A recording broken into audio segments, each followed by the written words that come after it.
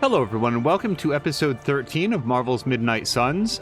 For the record, this is actually our second attempt to get into the game, so rather than doing an intro, I'm going to hit continue, and we're going to see if we're able to get into the world. The last attempt crashed out to the desktop all of a sudden.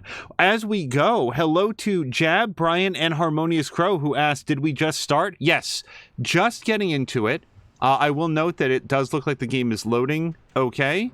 And here we are in the world. Okay, so let me pause there, such as that is, the game seems to still run in the background. During the first attempt to play, I was noting that for episode 12, the episode cuts like after the first hour, and apparently the Twitch stream had just very, very quietly dropped for like a minute in the background, and chat had just sort of like carried on. I think Drienne mentioned that they had to reload the stream in order to continue watching, but nothing else seemed to come up, and we just went right along and never had any idea that there was a problem. So if you guys go back into the VODs and you see chapter 12 or episode 12 part 1 and part 2, for the record, because a couple people DM'd about this, you didn't miss anything. No dialogue, no interesting stories, no gameplay, no story events or anything like that. It was just me walking around into the on the Abbey grounds collecting things, and I would guess maybe a minute to 90 seconds was lost. It was really, really small. More like just recovering from a quick crash, said Jab. Yeah, I'm just glad that we were able to get into the world, and now we're ready to start. So I think that we wanted to go talk to Tony, who is down here. This is sort of picking up after the last story beat, and let's go have a chat with Mr. Stark. Crow, Jab, Hunter, Brian. Boy, am I glad to see you. Things were starting to get more awkward than usual. I hope you've all had a wonderful Saturday so far. Glad to see you back on your feet again. Strange and I tried to stop by for a little house call while you were out, but turns out your dog is part flamethrower. She is very protective. That's one word for it. Listen, I know you're probably hearing all sorts of comments after your last tango with Venom. For what it's worth, we both just wanted to say that we don't think you should get within 50 light years of that thing until we sort out what the hell's going on between you two. This Venom creature stands between me and the prophecy. Destiny demands he fall by my hand. Seems like Destiny's hit list just keeps on growing for you. How about you let some of us other heroes slay a mystical dragon or two? Look, Strange and I have been studying pieces of that symbiote ever since this nightmare began. Problem is, the further they get from the source, the more their molecular structure changes, which basically renders them useless to us. In zombie movie terms, I need a sample from Patient Zero, the old slimeball himself.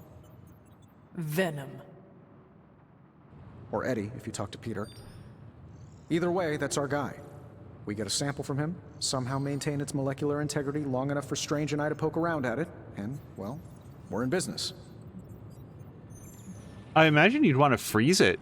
Like grab a sample and then like flash freeze it if you could.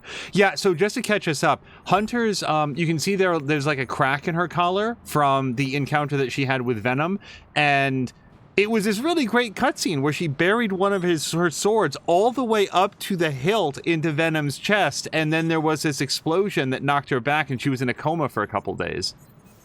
Could you not just laser him and end the problem for good?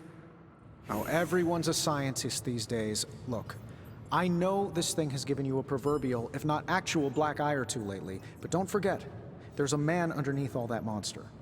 I don't take my lasering lightly. Besides, it wouldn't work anyway. We've hit that thing with the best that technology and magic has to offer, and it just keeps coming back for more. We need to understand what makes it tick to stop it. Not to mention keep you from blowing up again anytime soon. On that, I agree. Good. Calling it my symbiote sampler for now. Hey, I ran out of acronyms, okay? Stage 1 in stopping our symbiote nightmare once and for all. Meet me over by ye old anvil over there and we can get started. Oh, you're not afraid of needles, right? Needles? Forget I asked. Yeah, no, I'll take -2 friendship with Tony in order to get +2 dark points. So I can also talk to Blade. Yeah, I've got a few different things to analyze here. Yeah, Jab, if you wanted to see it in totality, I believe it was the last story mission that we did at the last mission that we did at the end of the previous episode, so it should be relatively easy to find. Another artifact hunter? But it would be episode 12, part 2. Generations ago, these were quite the rage. Okay, research level 6. No, 7 is what we're at. Now, before I continue, and this will be the last time that I bring it up, but I'd like to have it recorded here as well. Thank you again very much to Harmonious Crow. While we've been playing Marvel Midnight Suns, another game that I played all the way through here on stream was Deliver Us the Moon. I'm not going to say very much about it here, except that apparently there's a very rare save game bug that can come up that will cause you to... At least the experience that I had was played all the way until I reached what I believe to be a stable save point. I exited, and when I returned to the game several days later, I lost an entire chapter's worth of progress. That's disappointing. Fortunately, Crow was in chat and knows the game well enough that she was comfortable calling up a guide and helping me to speed run the section that I had lost, so I was able to recover that progress and then continue forward from there. It was a tremendous help. Thank you very, very much to Harmonious Crow. She also got a shout out in the episode notes on that one because that was extremely helpful. What have you got for me, boss? Don't blink or you'll miss it. And I feel like I have some incredibly specific advice for people on how or where not to exit that game, but also, you know what? I think that I can, I feel like I could automate this process. Give a location so generic that it's not going to be an issue for people.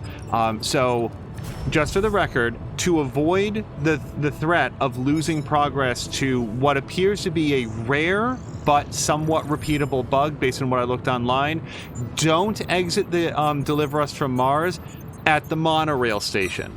Do it somewhere else. Get to the next save point or the save point before that. You're going to have a better experience on the whole. And that's where we'll leave that topic. So I always want to be careful not to spoil anything. I do like Forceful Knockback. So Charge is not an ability that we have, but we did use it in the challenge, and I liked it a lot, especially the on KO +1 moves.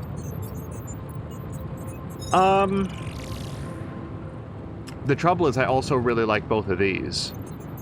Like a lot. Then they're both higher level moves too. Plus 40 damage, yeah, okay, so I don't think that I can pass up this one for Captain America. And you know what, we get a free reroll. Let's reroll this one. Yeah, no, I'm pretty good without that. Relentless, if target was damaged this turn, this is a regular attack card that does 43 damage, and it goes up by like 50% if the target was damaged earlier in this turn.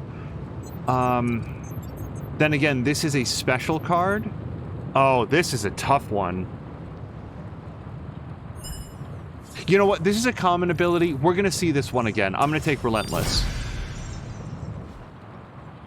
Hello to Maxine! Maxine, I hope you're having a great evening so far.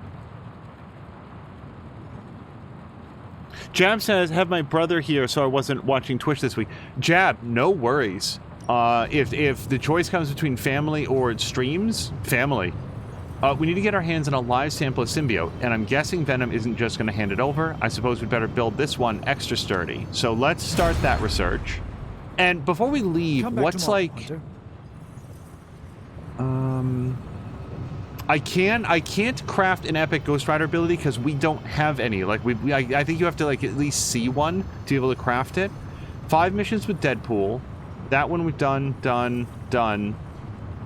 6 missions with Captain America. So we sort of want to go on a mission with Captain America and Deadpool, if we can.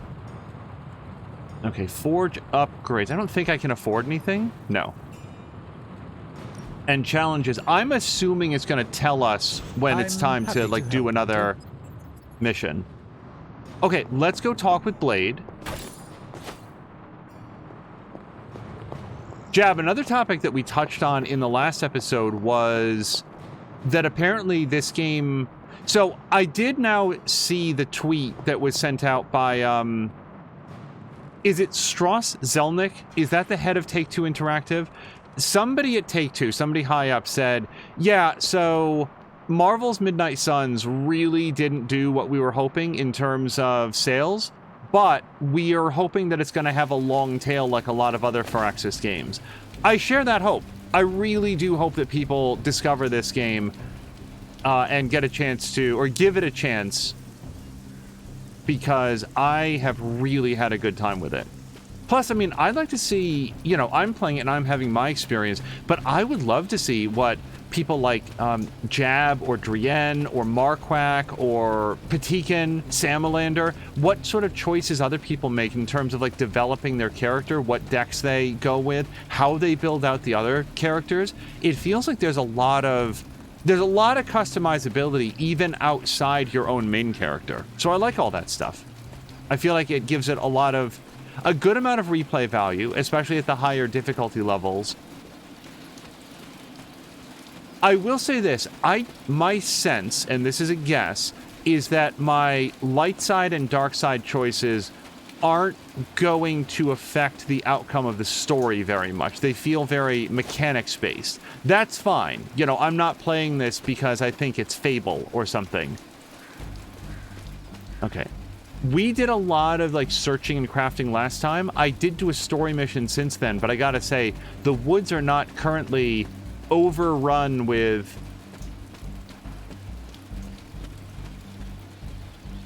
new crafting materials.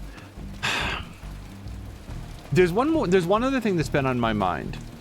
Much earlier in the game, like 2-3 episodes ago. Jab would never play this, but is enjoying watching it. Well, I'm glad that you're having some fun with it. So, a few episodes ago, the game said, hey, we're gonna stop like prompting you to go around the Abbey, but you can now do it at your leisure. So like you go ahead and advance the Abbey story stuff when you see fit. Hold on, before I go in here, because they're gonna talk.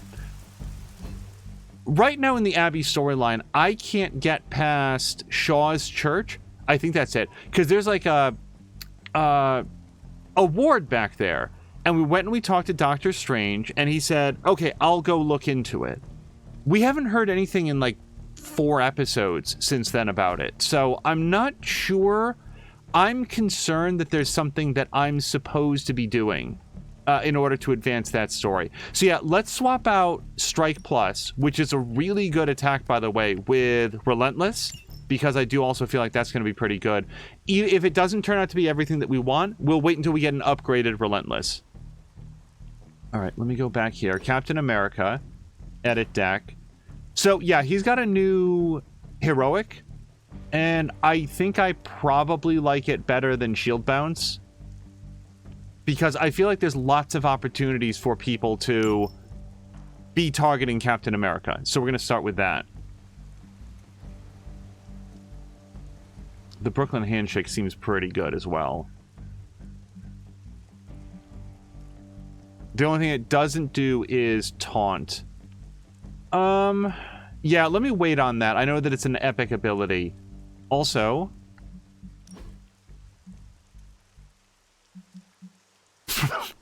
Sorry, the completely white outfits make me laugh because they look like a graphical bug. It looks like something went wrong.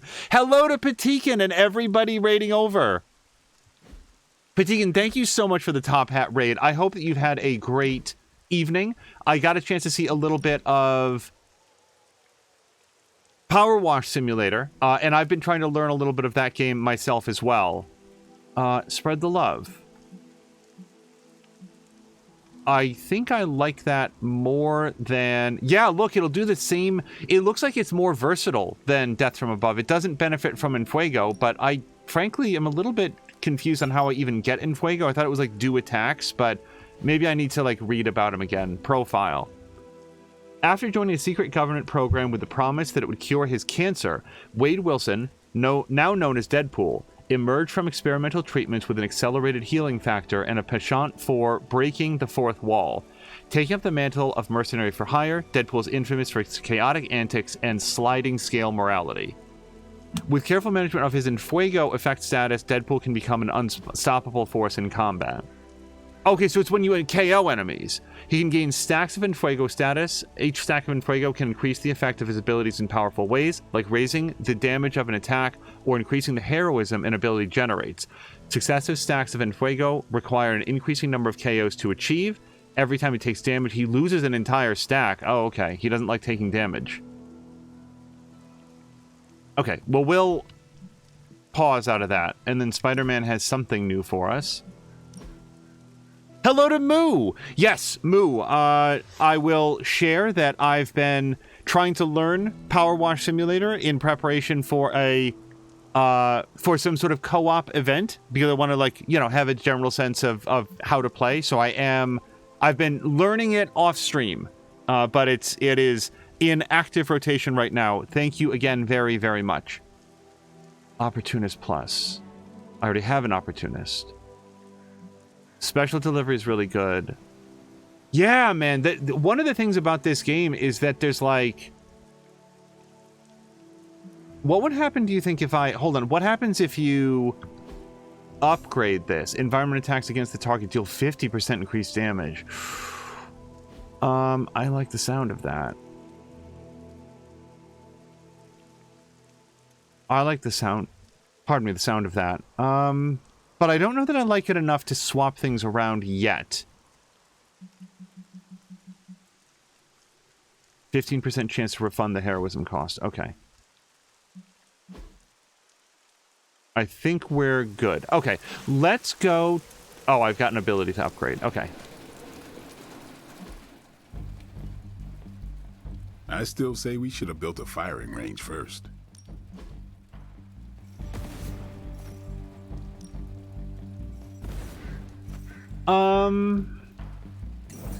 When do I get to train with Nico again? Why am I like at the lowest friendship with Nico? You know what? Hey, you know what might advance Doctor Strange's research is if we like make better friends with him. Maybe that's it. He doesn't trust Hunter enough yet. So let's do training with him.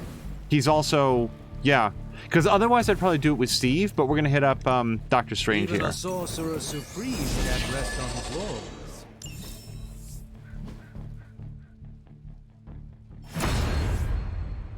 Patikin is saying, basically what'll happen in co-op Power Wash is everyone's going to try to spray each other. Why, does that do something? Like, is it just for fun, Nice to or... get some fresh air. Hardly any cobwebs or ghosts out here. I'm curious, you guys, in co-op Power Wash, does it, like... Is it purely just, like, do the level, or is there any, like, can you split off into teams and see which team, like, does the most percentage or something? I feel like there's a few different ways to make it, you know, to like add some more stuff. If it's just wash everything, that's fine. You know, I'm also good with that. Not everything needs to be, The next two environmental attacks cost 0 heroism and deal plus 21 damage. Plus 2 moves its turn. On redraw, plus 1 heroism. Oh, it's the fact that they do a lot more damage. I definitely want to do that. It's 90 skill essence, but I'm willing to pay it. Choose for me too. Okay, and then... sure. I'll upgrade his Death Drum above. Oh, you shouldn't have.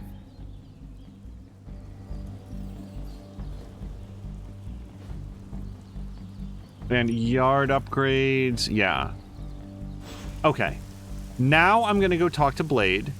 By the way, as of, I think it was last episode, I really did commit down the line of trying to set up Blade with Captain Marvel. Like, Hunter's being a really good wingman for... Not a lot of people. Did somebody come back, or did I already do this part? I might have done this. Yeah, I'm out of, I'm just twiddling my thumbs here, Hunter. Yeah. Thanks, Hunter. I need some more intel. That'll Was probably that be the our first first explosion mission you've for today. survived? If so, you deserve a cookie. To be clear, Oh, right, and we're supposed to do book club as well. That's actually part of the being a wingman for Blade.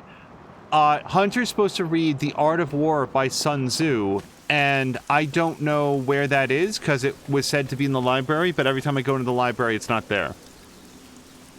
Still Doden is saying of co-op mode, it's just wash everything. But if I have a third tier washer and you only have the starter, it goes off of where you are in the story. So I can't bring my third tier into your game, but you could use my third tier if you join my game. Okay, that's very helpful to know, Still Doden.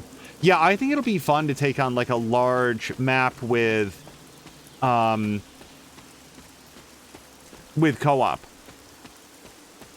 And I'm willing to bet that there'd be ways to, like, you know, draw a line down the middle and to be like, okay, you guys do that side and, oh, here's Blade posing. Then again, you have to make sure that it would be, like, fair. Anyway, I think it'd be fun just to get together and, like, hang out with people. So I can compliment Blade as well. How many compliments do I have? I have 1. Oh, you get them for completing research projects. Why does that teach you how to research, how to compliment somebody? All right, let's talk to him first. I hear I owe you my thanks. You know, when you were resurrected, I was sure you wouldn't be able to overcome the darkness inside you. What do you think now? I'm beginning to think I was right. You are your mother's kid, all right. No escaping that.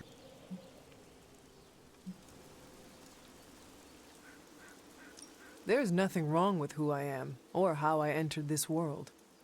If you are mortal, I'd agree, but you aren't. You're a demon, a half-breed like me. I know the battle you're having with yourself every day, because I fight the same one. Thing is, I'm getting the feeling you're about to surrender. You are crying out for your mother, calling out her name like a lost kid at a theme park, while all this crazy-ass dark energy was swirling around your body, almost taking it over. I was so sure you were about to fall that I didn't leave your side.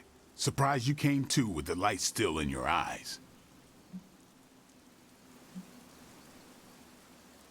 He's not going to like this, but look, his concern is not unwarranted. However, Hunter, especially the dark side Hunter that we're going with, isn't going to take this like questioning of her moral character. And also, Blade, forgive me, but you're in the same position. Like, a lot of people would probably be suspicious of Blade because he's half vampire, just like Hunter's half demon. That suspicion, like, within the fiction of this, yeah, that might be warranted, but also he knows what it's like to have it not be warranted. I'm surprised you scare so easily. I'm not the one who should be scared. You're on the edge, Hunter. Fear might be the one thing that keeps you from falling off. I would appreciate you not sharing what you witnessed with the rest of the team. I don't plan to. It's not mine to share. I'll leave that to you. Oh, I'll go tell them right now. I don't feel any particular need to keep that a secret. But we did bust up an illegal Hydra smuggling ring. Hold on. I think I do want to compliment Blade, but let me just check.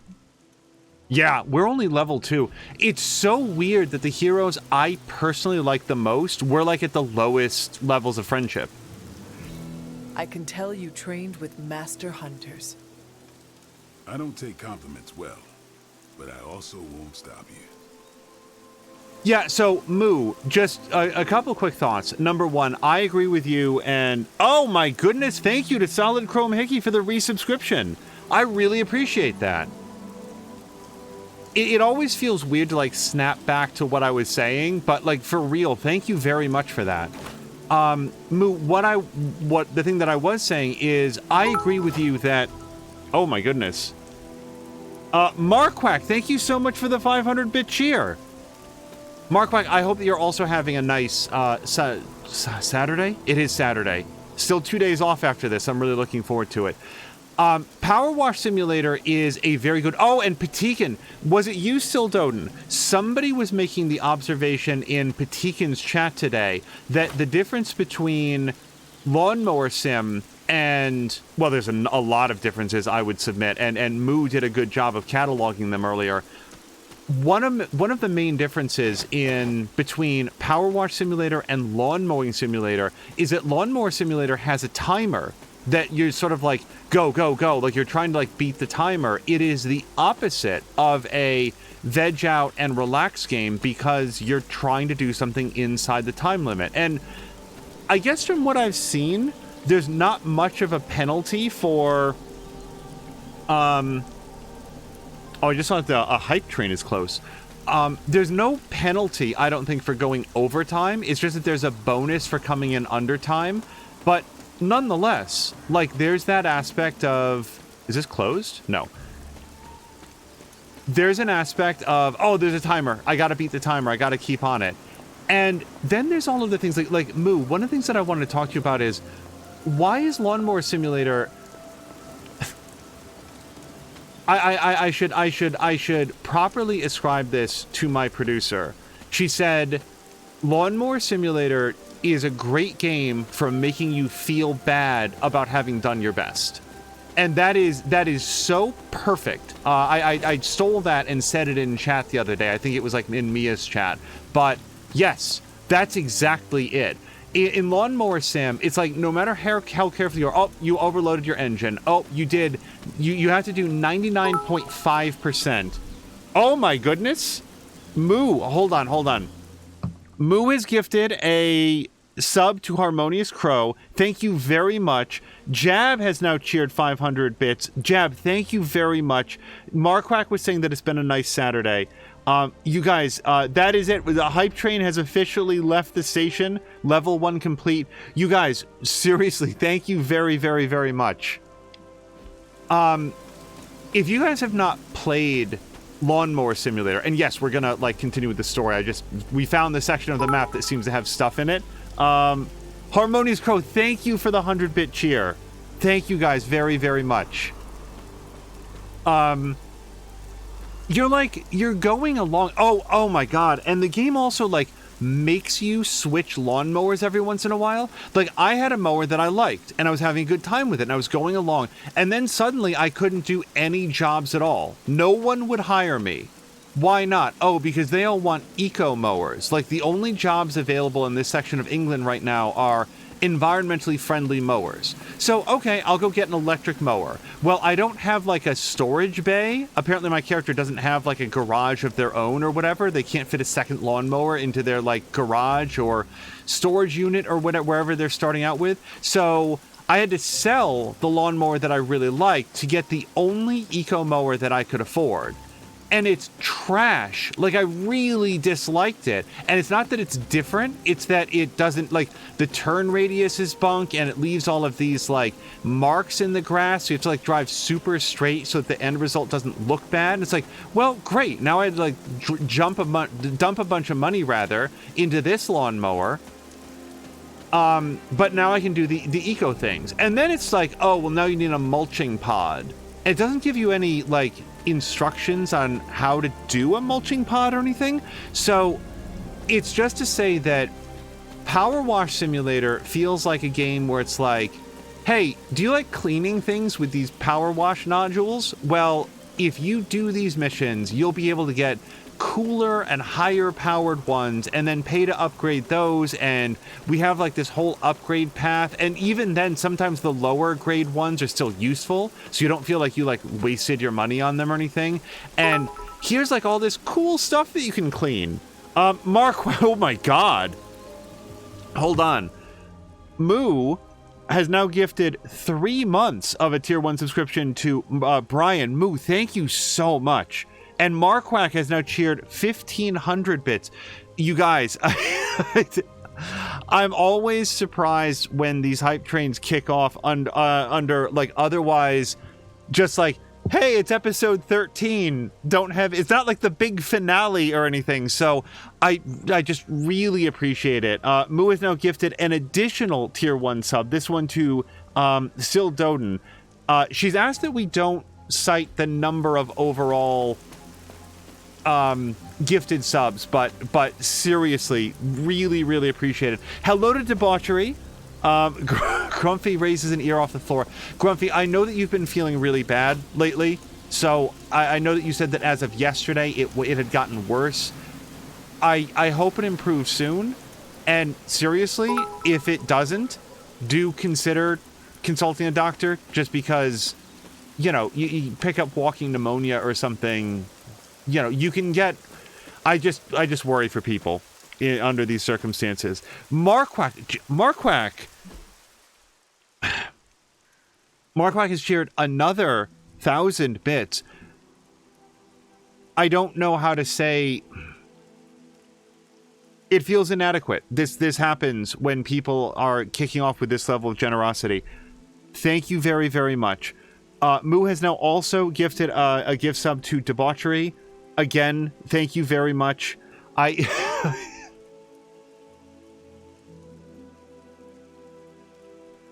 you want to acknowledge what people are doing, and also, like... Thank you guys very much. Oh my god. Okay. Grumpy, yes. Oh, like a huge... The hype train is, like, kicking into overdrive. Oh my god. Whoa.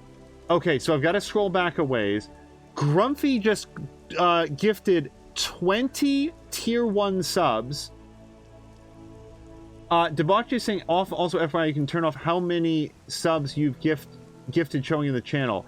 I will look into that. I feel like it's a it's a fun thing between Moo and Grumpy. But Grumpy has now gifted 20 tier 1 subs. Thank you. Thank you. And congratulations to the Silver Surfer, Drienne Lavode, Mio, Scrooge McDuck, Jägermeister, Silk, Wicked Grin, Fly and Saucer, Tavor X95, Glomdy, Gamer333, The Geek Pantheon, Chivalry, Skid, My Mark, Cygnus 4, A Tactical Nerd, Mr. Bones DBW, JC Crowd, Abu 0945, and Neophyte. Grumpy, Moo, Solid Chrome Hickey, Marquack, Harmonious Crow. See, like the list is getting to the point where I'm concerned about not saying thank you to someone specific when, like, just you guys, thank you very, very much. Grumpy has now flopped his ear back onto the floor. Grumpy, like I said, I hope that you are feeling better very soon. Still Doden said thanks to Moo. Sorry, I'm still racing in Hot Wheels Unleashed. Still Doden, your thanks have been passed forward to Moo. Don't let this get in the way of your game. Debauchery says it's the person who's turning it off that can... Sorry, the person who's gifting who can turn it off. Okay. I've completely lost my train of thought. It sort of started with confirming to Moo some of the things that she had said about preferring Power Wash Simulator over Lawnmower Simulator. It feels like the people... Here's my personal take on it. I feel like the person that made Lawnmower Simulator became nervous that there wasn't enough game to it, so they decided to add things that require you to, like, pivot what you're doing and, like, get different mowers or, you know, upgrade your stuff. Whereas the people who made Power Wash Simulator understand people are going to do that stuff anyway. You don't have to force people to change up what they're doing. Just allow them to relax and have this Zen experience of cleaning this playground or this dirt bike or this house. And Brian is also saying thank you to, I believe, to Moo. Whoever it was that gifted Brian. Brian is saying thank you. Brian was saying to Moo, hello, and hello to my favorite streamer. Moo is saying, I'm not being very helpful. Oh, hold on. Burp. 1 second. I'm not being very helpful. I keep telling him things like it lasted over 10 days with me and you're only on day 3. Oh, for like the feeling bad? I've certainly had times when I was sick for a good long time. Solid Chrome Hickey, thank you very much for the 100 bits. Also, I hope everybody gets their, like, the cheer emotes out of this. Like, I don't know if those always show if somebody's, like, watching on mobile or whatever, like mobile or console, but there's all of these extra emotes that unlock when you Good girl, Charlie. are a participant in a hype train. Marquack! Okay, Marquack has, again, it's an additional 1,500 bits. Marquack, just thank you. I think the best thing is, you know, when somebody does you a kindness, you say thank you. And I will just say that. I really, really appreciate it, you guys. Twitch needs new cheer emotes because Moo's gotten them all. Marquack has, like, the Video Game Infinite pockets of bits. Jab has now also cheered 1,000 bits. Thank you guys very much. I missed something. I've the progress in Ultimate or Midnight Suns has really yes, all-time record shattered, says Marquack, with the assistance from many people in chat. Moo had just said something as well. I swear to God I saw it. Okay, here we go. Moo is saying the big problem for me with Lawnmower Sim is that there's nowhere further to go now. I've got max employees, mowers, the largest headquarters, and there's no new maps or anything.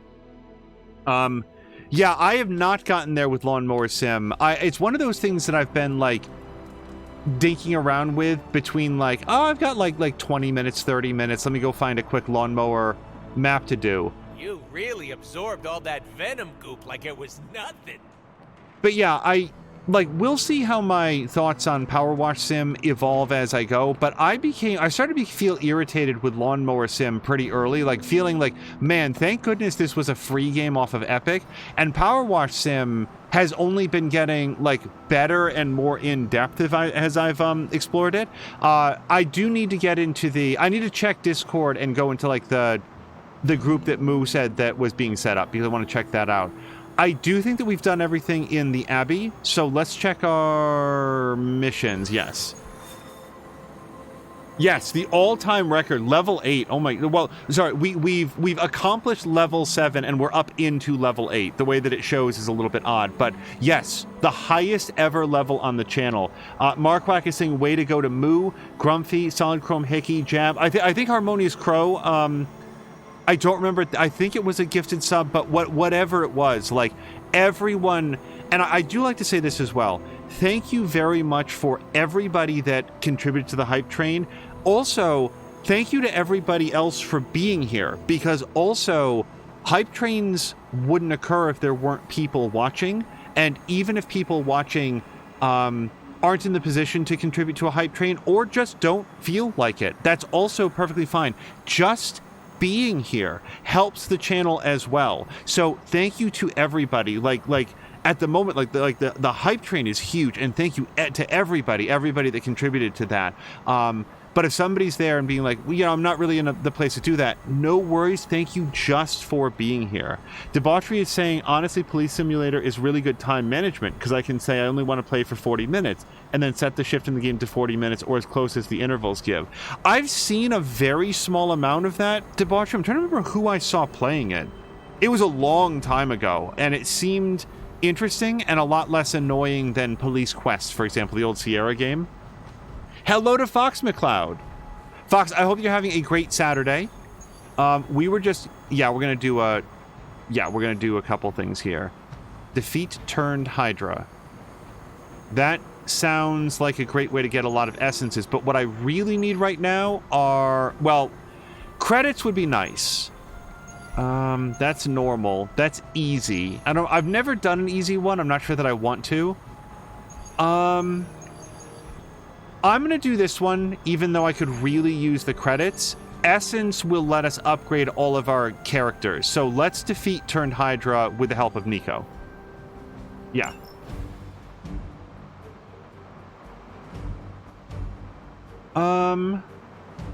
Gosh, who do we want to bring? I would like to bring Captain Marvel and Ghost Rider, I think. Yeah.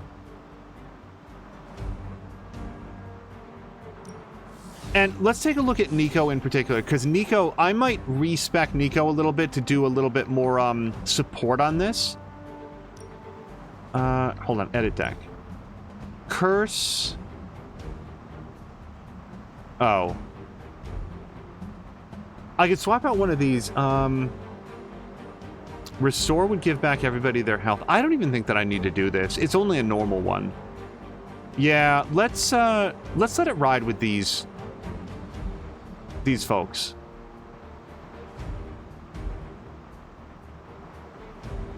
Yeah, let's hit it. 1 combo cards. Yeah. Oh my god! Moo! Okay, sorry, I didn't see this. We're gonna get a briefing here in a second, and pause for a moment.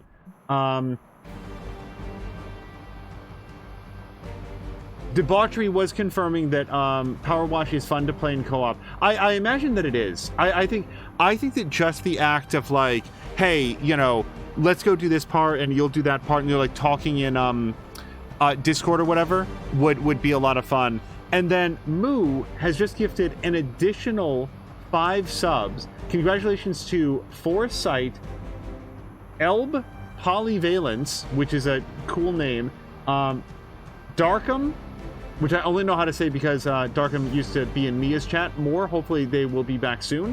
LazyBobs4 and Triple B X222, who says thank you. Yes, hello and welcome to BBBX222. I don't know how you would say that. Is that, would you say Triple B or whatever? Yeah, moves all like nothing to see here.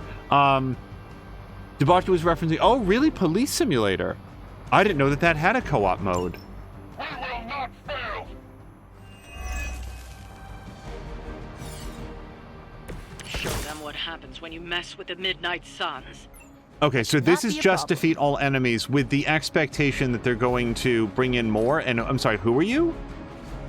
Turned Mystic. I don't know anything about Turned Mystic.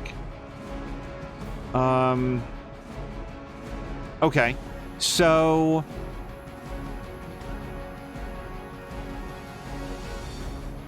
okay, well, what do I have for like quick abilities, right? Okay, Lash. So hold on, Lash is already looking really good because if we throw him, that guy in there, we kill 2 guys and no, sorry, we kill 3 guys and damage the last guy. I like it. Vengeance is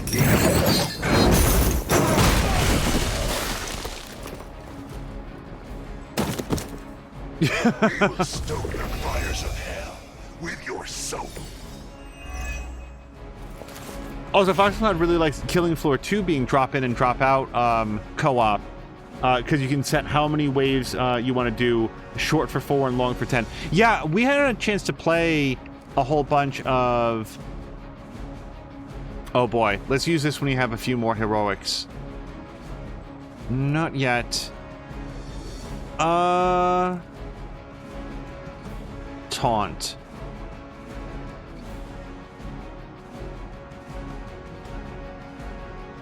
Can I knee strike this guy to death? No, not quite. How about Cosmic Ray? Oh, plus 26 damage. Yeah, let's go smoke this guy.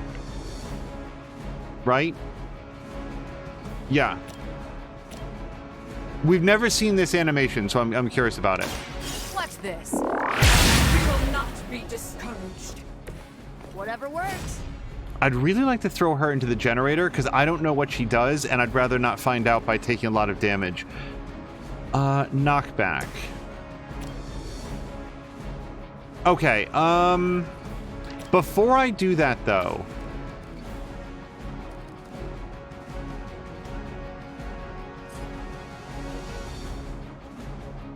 Yeah, let's knee strike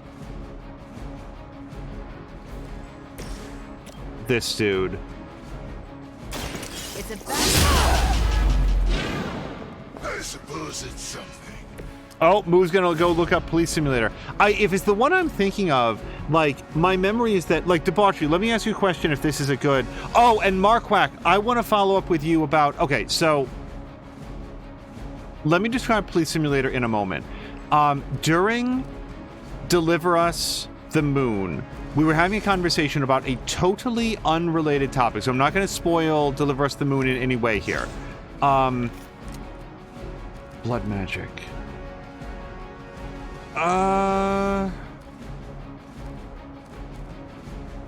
Okay. Sure. Let's give Captain Marvel 2 counter. This one's for you. And then depending on what card we get here, we might do something with her. That should help. Oh, hi, hero combo. 142 points? Yeah. I feel like we could do that. On KO, the target explodes for 20 damage, but I don't know. Let's just, maybe not have this person be around anymore. Let's see if you can keep up.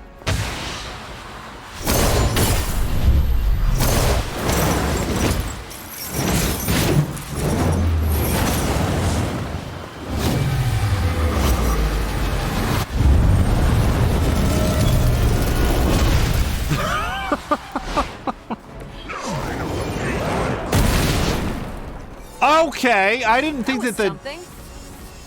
Why is that good? Sorry, that's a little distracting, the fact that I'm the one who took the brunt of the 20 points of damage. During Deliver Us the Moon, we were having a conversation, and I was describing somebody who I was trying to remember their name, and I was close, but kind of way off on the... We can't quite hit this guy, can we? This guy? Oh, we can. But I'd rather hit this guy, because this guy can make us bleed. So... Oh, actually, I'd want to hit this person, because Captain Marvel can take it, and also has some counter. We were talking about a content creator and gamer, and I was trying to remember what... Oh, do they always explode when they die? Oh, I thought that was a side effect of, like, the heroic. I didn't realize that that was something that they just do.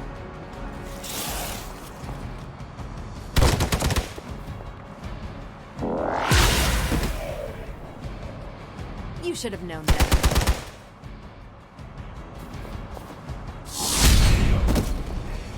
And what did you learn today? Yeah, counter is really good. When you have, like, a tank like Captain Marvel that's just going to be there to eat all the hits. Support units on the move. The point is, the content creator that I was thinking of, his name is Steven Saylor, Saylor. That's the person that I was thinking of and not remembering their last name. He is a blind gamer who was actually brought to Naughty Dog and helped them with their accessibility options in The Last of Us Part 2. And I thought his last name, I knew it started with S, but I thought there was like a J in there for some reason. Like, I was just off on the last name. So afterwards, I texted Marquack just to let him know of who I was thinking of, because he was like trying to like find the person and corrected me that Steven Saylor and Super Blind Man are 2 separate creators, which I had also been turned around on that. Then Debauchery was saying, Police Simulator patrol officers includes dynamic traffic systems that organically creates the traffic flow in car accidents, as well as emergency situations that can randomly pop up during your shift. Be ready to react at a moment's notice in the open world of Brighton. Oh, this is not the game that I thought it was. And you'll be able to choose neighborhoods for your patrols and make sure to keep them safe. Patrol through 3 unique districts with several neighborhoods each. With progression unlocking new districts, additional duties will be revealed. Start with ticketing duty and finding wrongfully parked cars, but be prepared to take care of accidents that may happen right in front of your eyes. In a living, breathing city, many different duties may be encountered. Stop drug deals taking place in the local park, or chase graffiti sprayers illegally tagging walls. Be prepared for anything, even if it's just a car blocking the bus stop. So the game that I was thinking of, I saw somebody playing it, and the main... We're going to do this because the odds of getting a free reroll are very high. This is it for you. The game that I was thinking of was like, hey, there was a crime in this area. It was a first... my memory said it was a first-person 3D game. Yeah, that was a really good attack. I've got 2 card plays left. This would do 84 points of damage to that guy. And so, this will do a lot of damage to him. Hold on. Oh, wait, I don't want to discard a random card, though.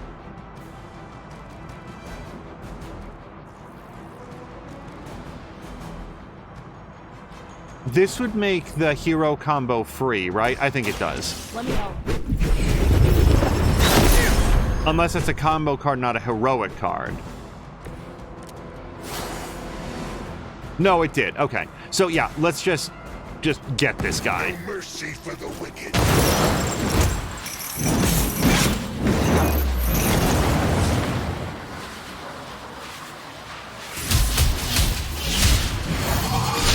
Was that a headbutt?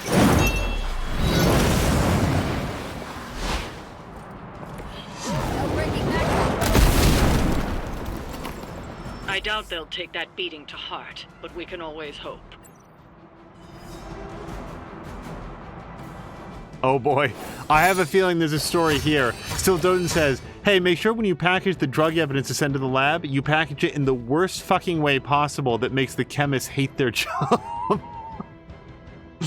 Okay, so apparently I've unlocked a new difficulty. I gotta say, although that combat went really well for us, I am feeling pretty comfortable at Heroic 2, so I think that we're going to stick with that for now.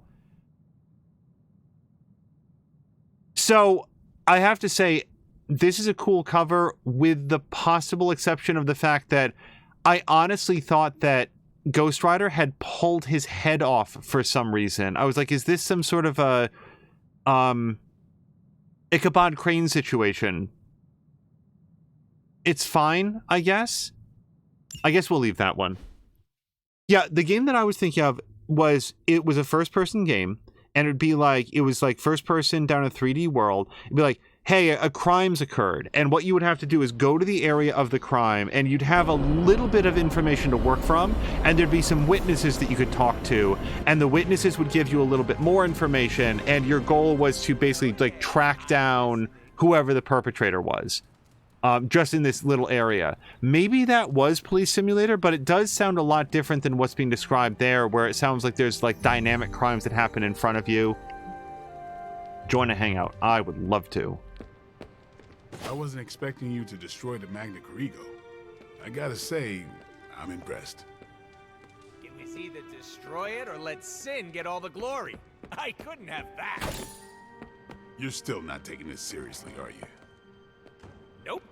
But keep buttering me up with those compliments. That's the only one you're ever getting from me. Sildon is saying, we get submitted things all the damn time, and I can only wonder what the hell the cop was thinking, or if they were even thinking, or have a brain. Like, without obviously, like, compromising anything too specific, like, what kind of packaging are we talking about? To seeing you on your feet again. Almost. Like an Amazon Prime gift bag or something? Like, what are they putting them in? Let me check this, even though I don't feel like I have a lot of things that I want to craft right now. Vial of Shadows. Oh, okay. I don't have any corpse flowers yet.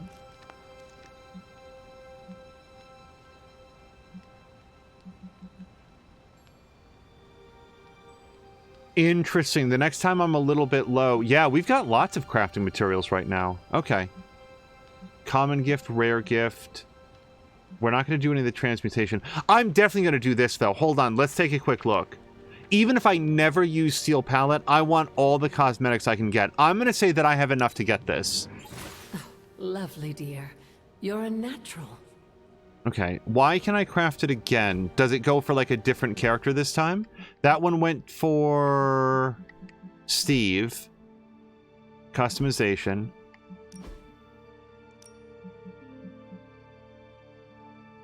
Okay, like, that's... I know that it's, like, still monochrome, but it's just, like, the white one looks so weird, doesn't it? It honestly looks like... If I saw Captain America tooling around in this, I would be very concerned that I was in The Boys. Like, this looks so sinister to me. Silden says it's supposed to be a clear plastic bag, and we've gotten big plastic totes, and we've gotten big brown shopping bags, a lot of stupid things. Let's seal it and evidence tape it on all four sides. Yeah, so now I literally have to take my scalpel and slice the damn bag open so I don't cut their tape, and then repackage it.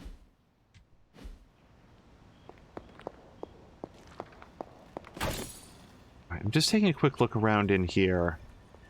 But then I think we're going to go do a hangout. We're going to check the chest real quick, and I might see if we have something to put onto the offering table.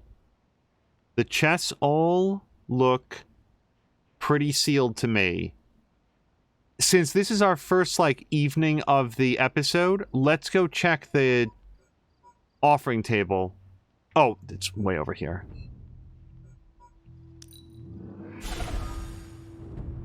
And my memory of, like, the game that I thought... and maybe is Police Simulator, had like a sort of a basic graphical style. Like, it wasn't GTA, right? But it was much more about the game mechanics and like talking to people and collecting evidence, and I thought that aspect of it was interesting. It was also very low key. Like, when you found the suspect, I don't even think that they would run. They'd be like, "Oh man, you got me." Like, this wasn't a run and gun shooter. It wasn't gonna like become like SWAT 4 as you played through it or anything.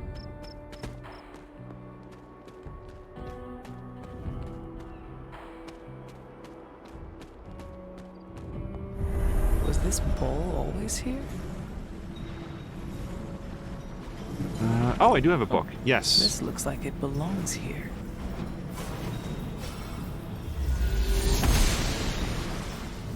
It seems my offering was accepted. Got a key. There was a time earlier when I was like, "Oh, right, a key, this is great." And now I've reached the point where I'm like, well, it's not that I don't want a key, but it seems less like... It'll be helpful when the chests respawn at a rate where I can spend the keys as quickly as they're coming in. Because right now I seem to be developing like a backlog of keys.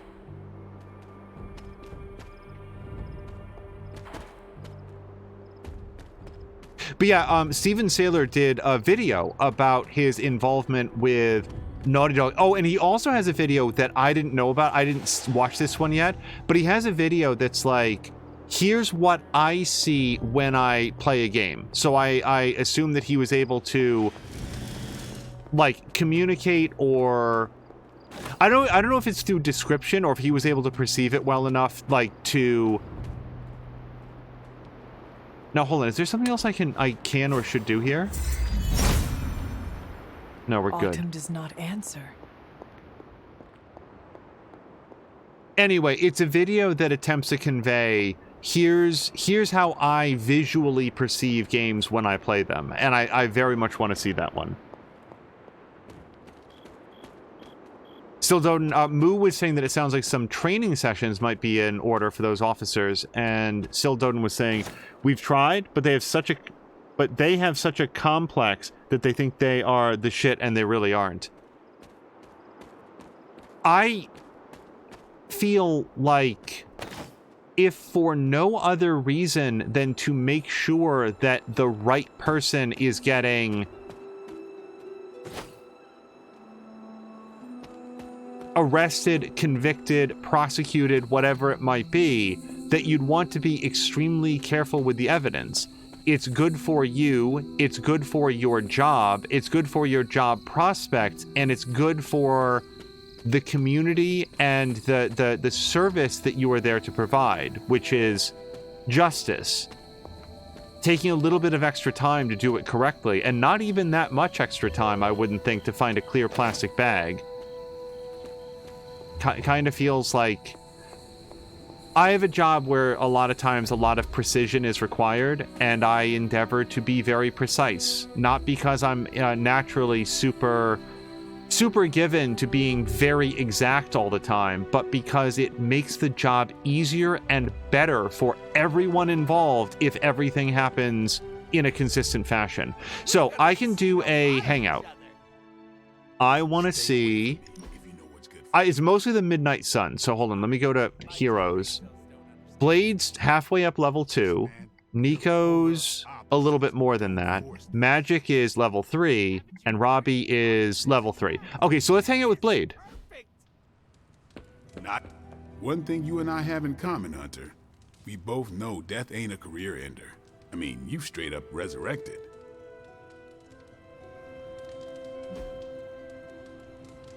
Are we still on speaking terms, or... Shoot, I don't know that he likes any of these things. If it were up to me, I'd shut you up permanently. Oh, good. Still a chatty Cathy. I do love our talks. Is being a jackass fun to you? Yep. Right next to knitting and stealing candy from babies. Okay. I know they're going to keep talking, but based on the options that we have, like, I can't read alongside Blade, which I know that he likes, but I do know that Nico likes watching a movie, so let's watch a movie with Nico.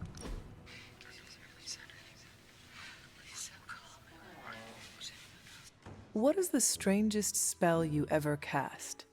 On purpose?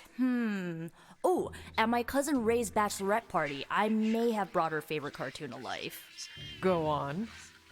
She used to obsess about this old kids show with talking sea creatures, and I thought, what better time to use the staff of one? She'll never forget this night. What happened? She'll never forget how her favorite cartoon characters showed up as exotic dancers. Nor will she ever forgive me.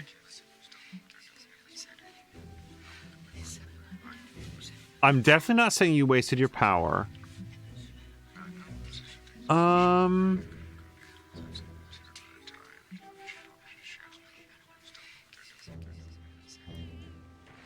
gotta say, Nico usually keeps it light. I'm gonna go for the joke.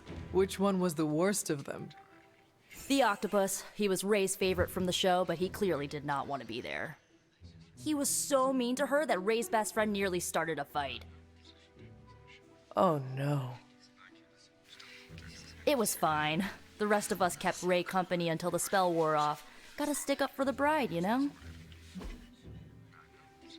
So as we look through our options here, Stildon was saying they got mad at us because they had submitted something saying it's X, because they think it's always ecstasy. No, I've been there 3 years, only gotten that once, and they tried to say they tried to say you were wrong. No, sir, I trust our $250,000 instrument, and my Bachelor's of Science and I don't know, MS, Masters of Science, I'm sure that is, degrees. Right? Why did they send it to you? Like, what? Like, that's weird, man. Analyze this to tell us what it is. We think it's ecstasy. Well, it's not.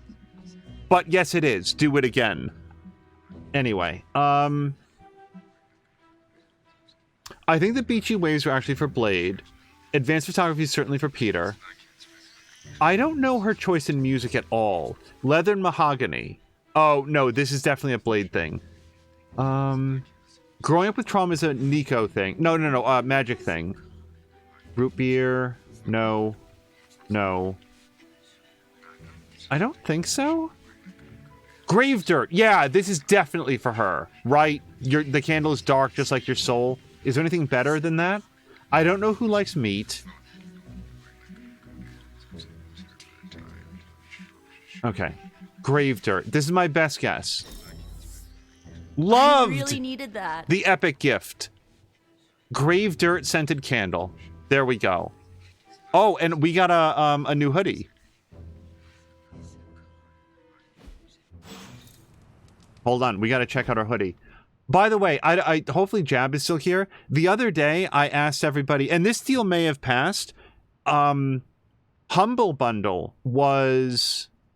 What the hell was I doing? Oh, right. Humble Bundle was giving away, like, basically a huge selection of Pathfinder books for, like, $5. So I asked in chat, hey, does anybody... I actually really like this. Maybe it's because like I go for more muted colors personally, but yeah, I like the hoodie. It looks comfortable. I'm gonna drop 150 gloss on that. And do we have enough outfits now to like switch on the day? I'm going to turn this on and we're going to see. So now we're going to start switching outfits every day. And we'll see how we feel about it. All right. Was there anything else that we wanted to do tonight? Anyway, I asked in chat, hey, has anybody played Pathfinder? Does anybody know anything about it? Like, I still want to ask, like, Samalander that, because he might be more familiar with the rules. And Jab said, well, I was an army Pathfinder for, like, X number of decades. Does that count? Or something like that. I've never played... I don't even know what the game is I think what he said. But I really like that response. Jab is still here.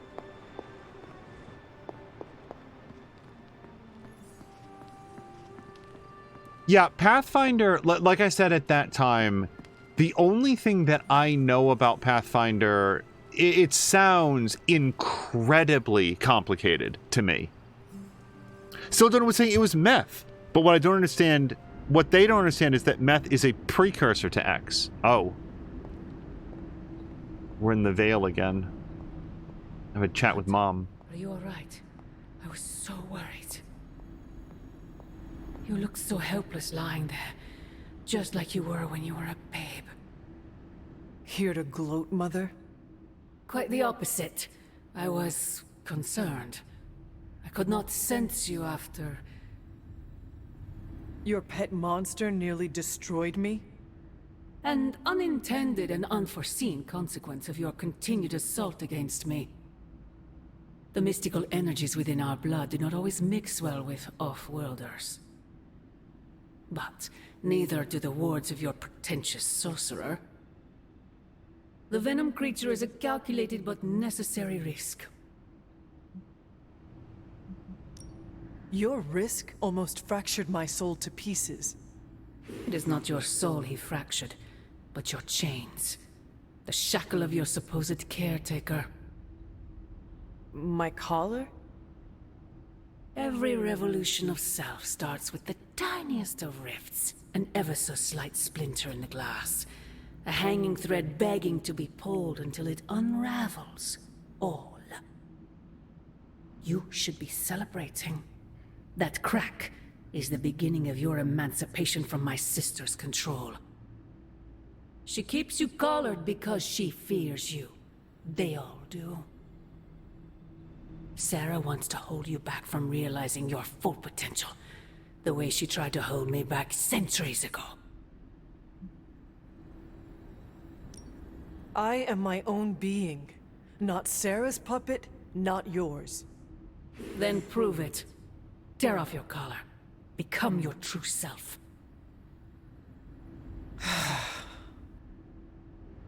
My poor precious child. I wonder if you even could. Once you're unshackled, you will finally be free to be yourself. And who is that? Answer me!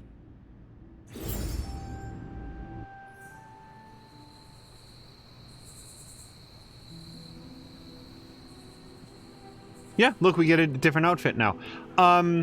Yeah, so for anybody that missed the very beginning, when I first started to like load into the game, it like crashed all the way out to the desktop. And like, you guys, I was literally saying at the time, man, like the game has gotten super stable. We haven't had any problems. Now my biggest technical complaint with the game is that it tends to put the cursor in the middle of the screen, and then it crashed out to the desktop.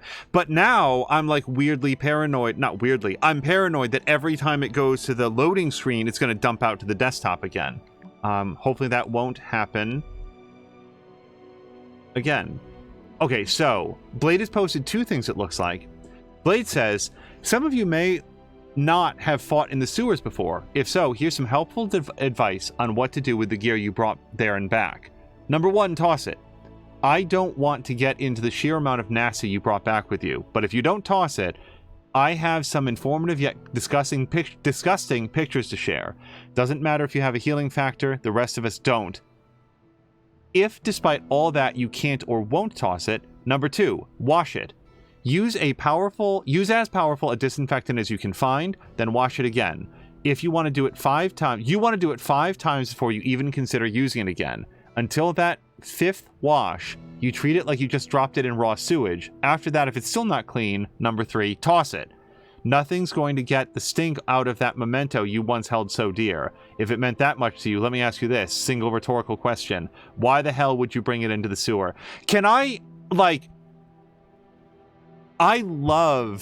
I don't know Blade as a character outside like the Wesley Snipes movie, and he wasn't much of a character. Like, his primary defining personality trait was growly in that.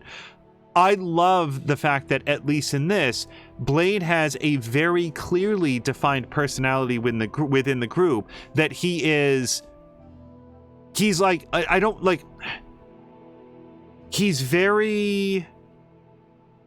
he comes off like a drill sergeant, and I don't mean that just out on the training yard. He wants things clean. He wants clear lines of responsibility. He wants everybody to respect everybody else's space, and he wants people to not be bringing back gross shit from the sewer. Like, oh, and like the huge puppy dog crush that he has on Captain Marvel is so great. Nico says, hashtag Blade facts. Blade says, yeah, go on. OCD Blade is at it again. Nico says, no, it's great. I wish I'd known this when I was living under the La Brea tar pits. Under them? Is that where, like, her parents' secret base was or something? Jab. Question. La Brea tar pits plus Nico. What's the relationship there? Okay, apparently I can't. So, Blade said the hunter may have just wrung the demon juice out of Venom, but that thing is still a threat. I can't scroll up to see that comment, apparently, but... Oh, and now I can. Spider-Man says, that thing is just a guy named Eddie Brock. He's not entirely in control of himself. Kind of figured you'd sympathize. Blade says, if I was that out of control, I'd want someone to take care of the problem before I hurt someone. Spider-Man says, I once wore the symbiote that makes Eddie Venom. Would you have taken care of me? Blade says, all I'm saying is that you can't expect every monster to walk into the light. Spider-Man says, no, but you can fight like hell to give them that choice. Ghost Rider says, man, the world doesn't deserve you, Peter. And Blade says, guess that's why we're stuck with him. Oh, Blade, come off it. I like Blade a bunch, but Blade's zero tolerance policy towards monsters, I guess he sort of has to think that way because he can't afford to ever sympathize with another vampire, no matter how kind they might seem. Like, he only views them as parasites and predators. And yes, I know that parasites are something different, but you know, you get it. Vampires, right? They suck blood. Nonetheless, like, maybe defer to Spider-Man, who knows a little bit more about this. Okay, Nico says, Hunter, I'd heard so many stories about you, but I just never figured we'd be friends. I found something when I was cleaning my room today. Okay, technically I was reorganizing one mess into another, but that's not the point. The thing I found, I want to share it with you. Let me know when you have time. Oh, I found one of my favorite records and I thought you might like it. Or at least be polite enough to fake it. Anyway, we'll get some more quality one-on-one time. It's a little retro, but so are you. So, what do you think? Wait, what? Oh, it's the shirt. No, I'm wearing the shirt. What? Wait. What did we get? Oh, it's the music. Okay. Let's just, I like it. Lively, frustrating, angry, but liberating.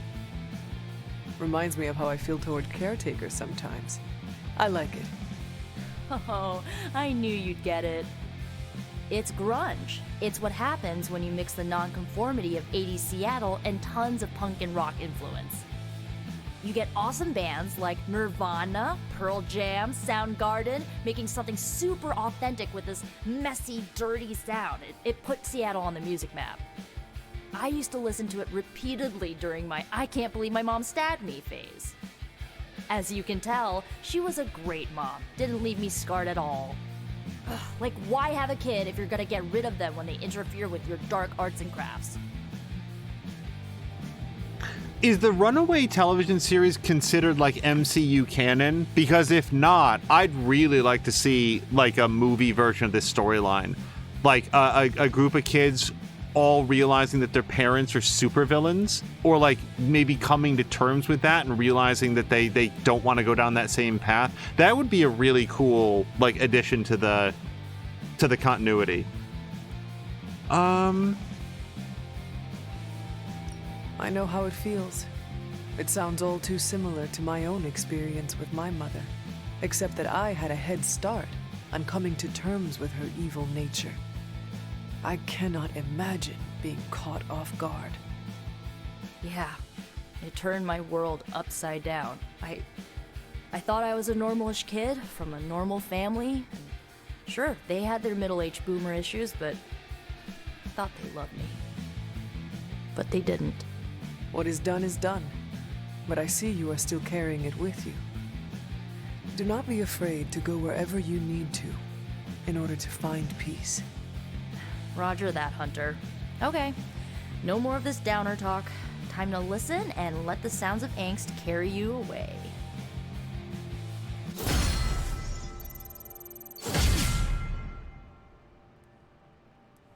Interestingly, there was a separation there between what she said. She said they had their middle-aged boomer issues, and the word boomer was not actually in the subtitles. The reason I like key in on that was that a last-minute addition to the script, or did the actor ad-lib that part? Okay. Hunter, we have finished the symbiote sampling device. Come to the forge to have a look. BRT. Peter, what's wrong? Stark and Strange are deciding what to do about Eddie. You think they'd ask, the only guy who gets what Eddie's going through. That sucks, dude. You okay? I'm fine. It's Eddie I'm worried about, as well as the rest of you. But I guess I'm not qualified to handle this because I'm not an Avenger. Men that powerful think they have all the answers. Well, they're making a big mistake leaving the Venom expert out of their plan to stop Venom. I know how to get through to him, and how to keep him from hurting anyone. I'd never forgive myself if that happened. You tell him, Peter. Maybe I will. We still have so many more movies to show you, like 70s grindhouse flicks. It's super easy to hang out with you, Hunter. Hey, can I ask a favor? Do you ever wonder what life would have been like if all this wasn't forced on you? You could be out there having fun, making friends, living a normal life. Well, wouldn't she have also, died of old age in, the 1600s? We know that Hunter learned, absorbed a lot of information about the modern world while she was comatose or dead or whatever. But nonetheless, she doesn't have, I think, a very good idea of what it's like to be out there in the world and having fun. Jelly Buns, thank you so much for the raid. Hello to Icicle Dust and Ashes of Saturn, as well as Jelly Buns. You guys, thank you so much for raiding over. Jelly Buns, I believe there were so many gift subs in this stream. I believe that you were gifted a sub by somebody earlier this evening. Again, there were so many that I'd hesitate to name a specific person, but by measures, we had big contributions from Harmonious Crow, Moo, Grumpy, Marquack, Solid Chrome Hickey. See, that's the trouble. I'm gonna forget individual names, and that makes me self-conscious about trying to name it. But somebody, I think, gifted you. I think you were on the list of many, many, many people who got a gifted sub. So yes, thank you to that person, and thank you again to everybody for that. If I can't have a normal life. If I can't have a normal life, but I can protect the normal lives of countless others, then that is a sacrifice I'm honored to make. Again, this is where Hunter separates from me. I really want to be friends with Nico, and it actually like is annoying to me that we're not as good friends with Nico as we are with so many of the others. But this is more true to who our Hunter is. Ah, thanks, Hunter.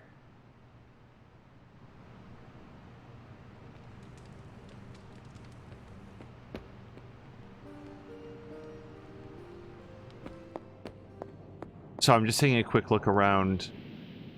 Oh, yep. Hey, boss. I got something for you. Yeah, we're gonna go pick up this something here in a second. Yep, that's why I always look around. I'm quite pleased with these results. Jelly Buns, was today an art stream, or were you playing something today? Oh, by the way, before we go, so Jelly Buns, I did not see your stream today. I did see your stream yesterday, and as soon as I tuned in, you were working on like some shadowing around like you were working on somebody's sneakers specifically, like a pair of feet in sneakers, and as soon as I looked, I was like, oh my god, like it's just the line, or it was just the line work at that point, and it was already so much better, so much more precise in terms of like the perspective and the cleanness of the lines and stuff than anything that I can do. I was just immediately like, how do you get the perspective and the proportions of everything so that it looks so natural? I just wanted to let you know that that happened to be the thing that you were working on, and I was like, just very impressive. So, I can't do this, and I can't do this, but I can start researching Arise. With a little study, we may be able to imbue an item with a minor version of the spell Ms. Minoru and I worked to return you from your near-eternal slumber. Caretaker does have phoenix feathers around here somewhere, I presume. A combat item schematic. Oh, you get to revive an enemy, or sorry, an ally if you want to. Okay. I'll research it. Here you are, Hunter. One symbiote sampler, hot off the old demonic presses. That is not what I expected. Yes, I for one am not going anywhere near that thing. You're a doctor. Don't tell me you're afraid of a little needle. That is most certainly not a needle. Well, you say tomato, I say one gamma-infused arc-powered laser tomato. Either way, we're good to go. Now we just have to get close enough to Venom to use it.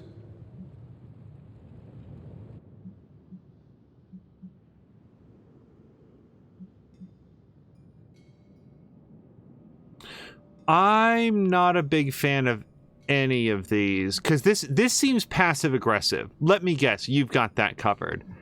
Also, you actually expect me to use that thing. Of course he does. Why wouldn't he? So I guess we'll go with use it how? How exactly would I use this thing? Works the same as any other needle. If your needle was hotter than molten lava and could pierce the sun, just stick the pointy end in him and let the device do the rest. Once we jab that thing, the symbiote will be extracted and stored within the chamber. The fluid inside should maintain the sample's molecular integrity indefinitely. I based it on the saliva he left on you during that last round. I see. And does Spider-Man, Peter, think it will actually work? I'm not sure. To be honest, I've kind of been keeping him out of the loop on this one. Look, Peter's a great kid, with a big heart. He looks at Venom and he doesn't see the same mucus monster we do. All he sees is Eddie Brock. From what he's told me, the two of them weren't exactly best friends before the symbiote got thrown into the mix. But that doesn't matter to Peter. It's not going to be easy to get that sample. We'll have to get real close. I know Peter would give anything, including his own life, to save Eddie. Guess I just don't want to see him distracted when the time comes. Look what happened to me with Bruce.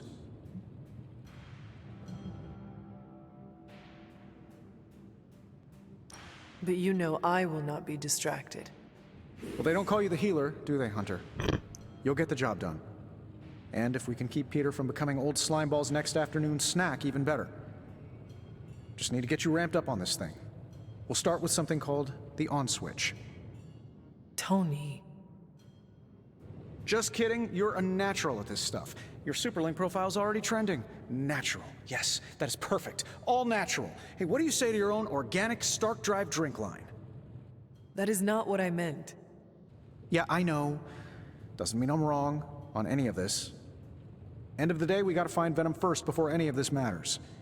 Given his symbiote is happily sliming its way across the 5 boroughs, it's gonna be hard getting any kind of reading on him with conventional means, as in the non-demonically possessed kind. Thankfully, there's always Auntie Caretaker and her magic mirror. I'd check in with her. Talk to you soon, Hunter. Okay. Also, sorry, a couple things happened there. Sammerlander is saying in terms of like the art, like it comes from practice. Well, the practice is paying off because Jelly Buns had also said that means a lot because I struggle with feet, honestly. You probably know exactly like the piece of art that you were working on, but it was like you were sort of zoomed in on the pair of sneakers and how one was like turned out a little bit, but it looked perfect to me. Like it was just like I looked at that and said, these are what's actually visible is just a set of lines on a page, and yet they describe perfectly this set of sneakers like arranged at this angle that it was immediately clear what I was looking at and how this person was standing, and yet it's just a few lines. It wasn't yet like super complex with lots of shading and texturing, and it was just the outline, and yet you could tell immediately what they were. And that's what's impressive to me. It's the simplicity and the clarity of the communication. That's anyway. Sorry, we have... Okay, so Magic was asking, what's the plan for tonight? Deadpool says, oh, I know. Slumber party. Braid each other's hair and compare secret crushes. Can anybody French braid? Magic says, all the no's in this world and in limbo. Deadpool says, too shy, no problem. I'll go first. She was gorge? Oh, gorge, like as in gorgeous. Deep, dark eye sockets, shiny skull. But she was a kaput maker, and I'm kaput resistance. Could our love ever be? My mind said no, but my heart throbbed yes. She was the deep-fried butter to my state fair. Sexy deep-fried butter. We net. Finally, my... Oh, sorry. Iron Man says, finally, my shut app bot kicked in. Magic asks, what? And Tony says, Wade's account goes on ice whenever he crosses the word per second threshold. You can thank me later. In the real world, as of like the time that I'm saying this, Twitter has been struggling with what was intended to be a new feature to limit to a number of tweets per day, like 2,500 or something, but then it turned out to be the number of characters, or some people could only tweet once a day, or it's just they have their own shut app that's doing its own thing. Also, as we were talking to Tony, I realized there was another message in here. Yeah, Blade was saying, can't wait to talk about the art of war. How about you? On our next free night, I can meet you outside your room. Wait, I haven't read the book yet. Hold on, Blade. I need to find the book. Wait, it even says right here. Stop. Superlink. Messages. Here. As always, you can find a copy in the library. Read the book, that's all. There has not been a copy of Art of War in that library. I'm just letting you know. Hunter? I see Tony showed you his new toy. He did. He is so in love with his toys. I don't suppose he's given much thought as to who should get close enough to Venom to use it.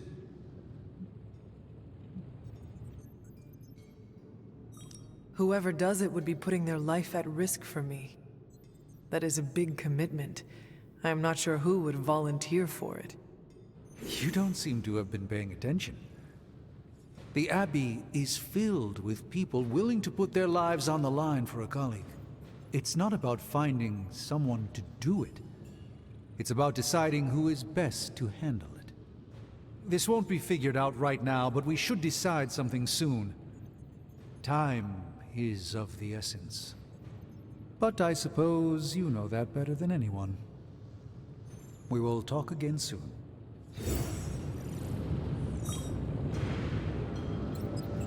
Okay, I think that we have, a gamma coil Got more coil for me? Analyze. Starting coil extraction process. Foxman was saying, not what I meant, but how much money are we talking?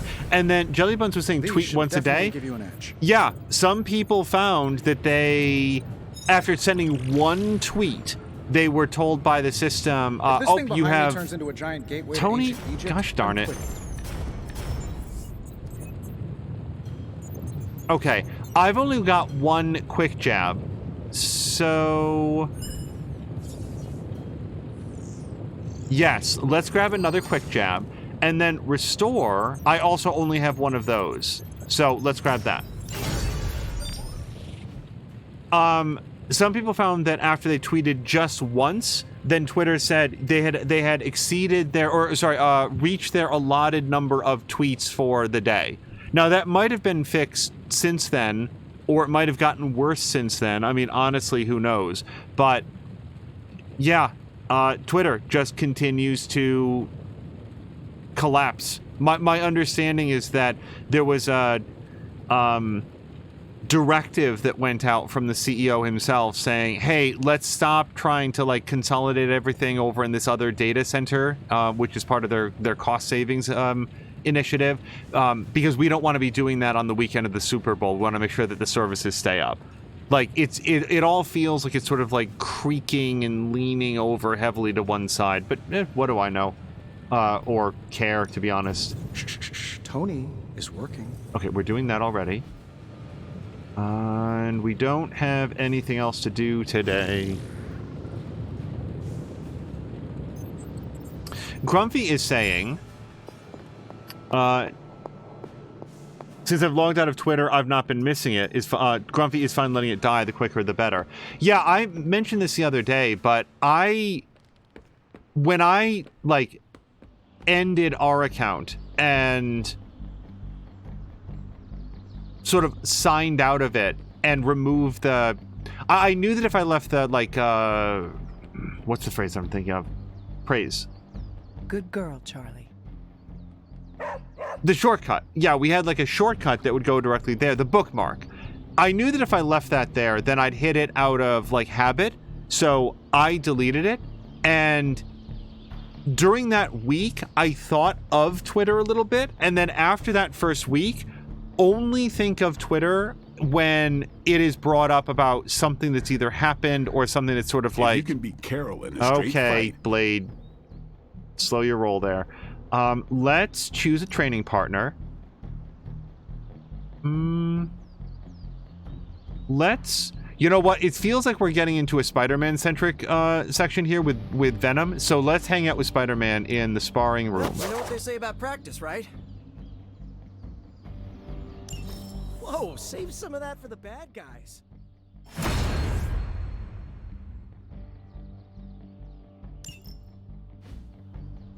Okay, upgrade abilities. Time to take it to the next level. I would very much like to upgrade Quick Jab. Oh, nice. If she has binary, we get knockback with it as well. This'll make a difference. Whoops. Restore. Nice! If the target has less than 50% hit points, We've it got doesn't plenty of tricks for discard. old dogs. No excuses here. That is... Yeah, that's a really good healing ability.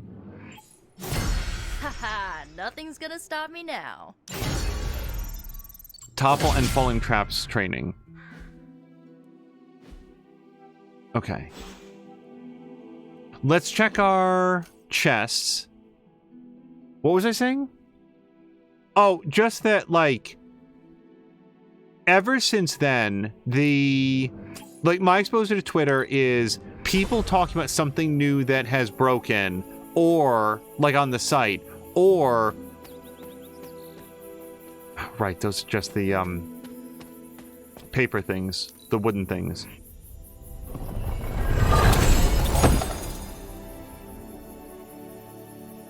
Seal Wind, I didn't quite have a chance to read those. One of them was for Iron Man, though. I'm looking for a new Iron Man, like, cosmetic that doesn't not look good. Is that the... Oh, that's Blackout.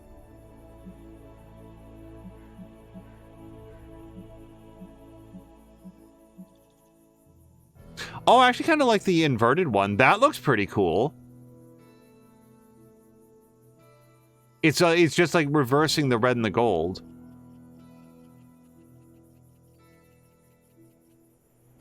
Okay. And then Steel Wind, yeah, it's just sort of like gunmetal.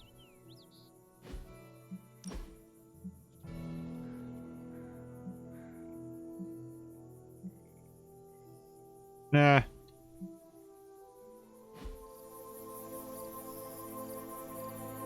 Maxine is saying, I don't know, Twitter is still fine as it was months ago. No sign of it dying. Yeah, I only know from, like, you know, one of the forums that I read, people will post when they, like, go to refresh the timeline, it just comes up completely blank. Or they go to click on their... Like, one of the things that people were noting at one point was... I guess there's like different feeds that you can have in Twitter. I never really noticed this, but Twitter will now like not like it would no longer show them for a while their own custom feed. It would only show them like the general timeline and, you know, flood them up with all sorts of topics and individuals that they very much did not want to see. You know, things like that. Like, not the site going down very much, but certain services just, like, not functioning anymore.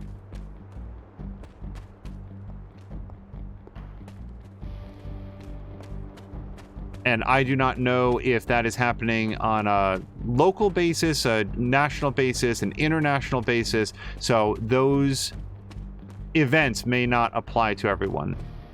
Just taking a quick look around here. I should also check the map again to see if there's any other chests that can be opened. But that was the only one that I saw when we went in here. Oh, nope. There's one down here by Hunter's Folly.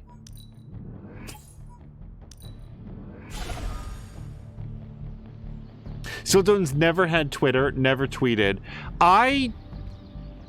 I would look at Twitter, but we didn't have a Twitter account until like 2020 when it was like, okay, let's have a place to tweet to let people know when we're going live and stuff, just so that that's available for people if they want it. And on occasion, one of us would post something there about a game or like a screenshot, or like one year there was like a whole thread on here's like a retrospective on all the games that we played that year with some of the best screenshots from each of the games. But what was it, like October, November, like whenever ownership changed, it felt like the time to go.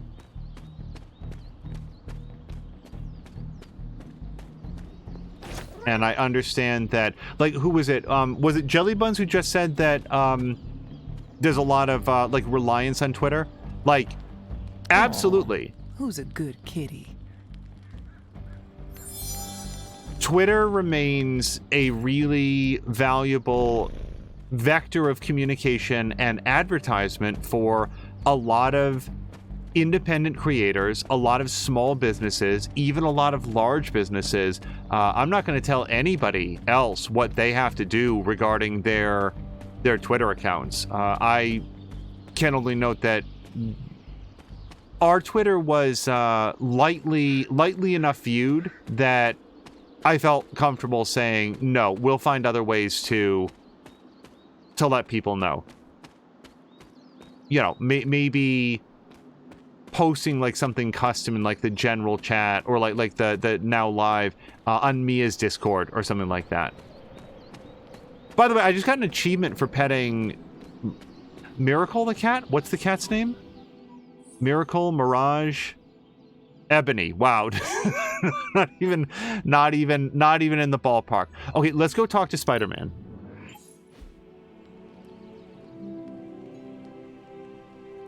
Sam Melinda was saying, I use TweetDeck to interact with Twitter now. When they try to change the tweet limits for non-verified account, it broke logging in.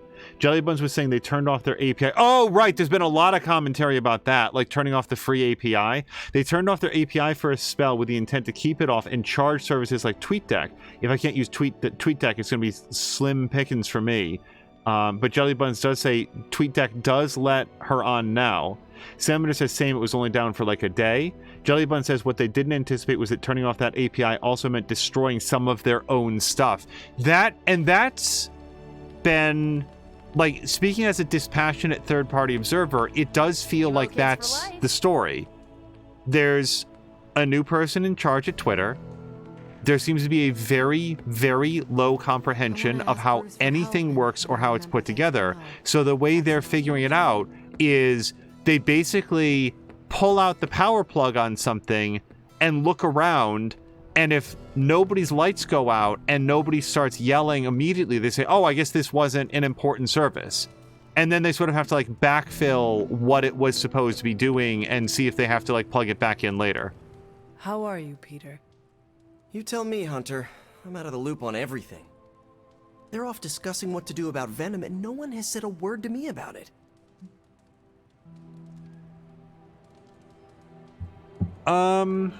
So I don't buy that they're trying to protect him. Not even Tony said anything like that. Tony expressed mistrust in Peter, that he wasn't going to be able to do what he needed to do, that he'd hesitate is specifically what he said. Also, sorry you feel left out. Look, that's language that I myself sometimes wander into without realizing how it sounds. What you mean to say is, I know you're feeling left out and that sucks and that feels really bad and I'm sorry about that. But the way that it sounds is, well, I'm sorry you feel that way. It's not how it's intended, but I don't like the language there. And believe me, I'm just letting you guys know, you'll hear me say stuff like that. And then as soon as I've said it, it's like, oh no, that's not what I meant to say. So let's go with the option that I was probably going to pick anyway. Don't wait to be asked. I don't mean go off on your own, but go talk to them about it. You are worried about who Eddie Brock might hurt, are you not? If you want to take action, then speak up. This is not a classroom. I know we're all heroes here. I know I shouldn't be intimidated. But Stark's just got this big-time Avenger air about him, and I'm Peter Parker from Queens. Who's gonna listen to me? I am listening to you right now. I know, I should be doing something, because right now I feel kinda useless. Maybe I'll use the forge to bake a loaf of sourdough. Really get in Stark's way until he notices me.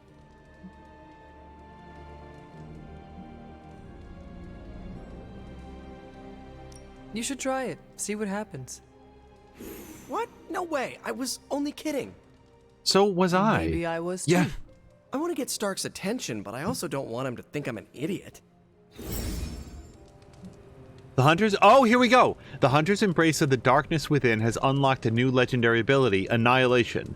Use Annihilation to unleash devastating area damage in combat. Continue earning Dark Balance points to unlock further rewards.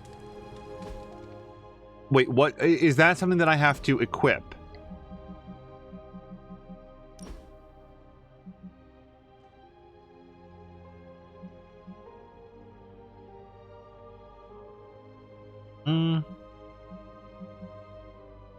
Shadowstalker does seem cool. Like, it's thematically very cool to be able to go concealed.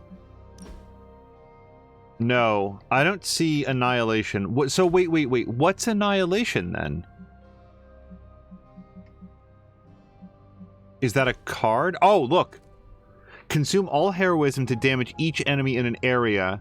31 for each heroism. Fudge. I feel like my deck is very small relative to the number of things that I want to put into it. Yeah, as Jellybun says, sourdough. Is sourdough my favorite bread? I'm a big fan of pumpernickel. Boy, that's a tough one. Sourdough versus pumpernickel. I actually don't know. They're both extremely good, and I've just made myself very hungry. We're missing something, Hunter. And the frustrating thing is it's happening right in front of us. Where? The Sanctum is filthy with Hydra. Too many of them. It wouldn't take many guards to secure the building. So the question is, what else are they doing in there? Even without seeing what is going on in there, I know it is bad. Strange's Sanctum is too big of a prize for my mother to let it sit idle. I could spend too much time speculating about what's happening in there. We need evidence. And to get that, we need that sample from Venom. We have to get past that barrier.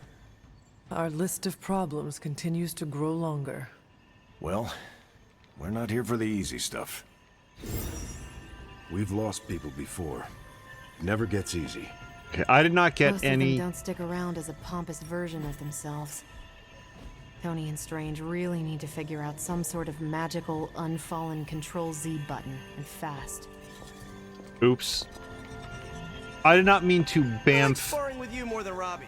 My suit doesn't end up with burn marks. Steve out of visibility. So, like, I feel like I have to go to book club, or like I want to advance the book club storyline, but the Art of War is not in this library. I assumed, like, okay, so to be clear, I did not think that the actual Art of War was going to be something that I would have to open up and, like, page through and, like, memorize. But I thought that maybe there would be, like, a paragraph or, like, one of those little aphorisms or something.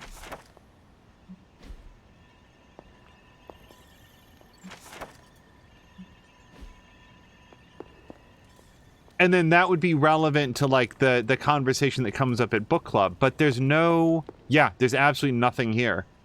So, look, I've been through this library every single day since joining book club. It's not been in there. So if I'm going to get in trouble for not having read the book, so be it.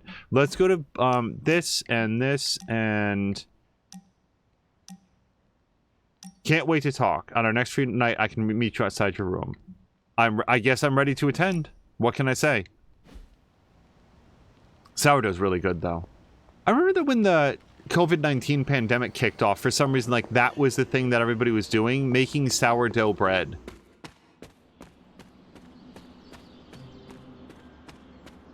Okay.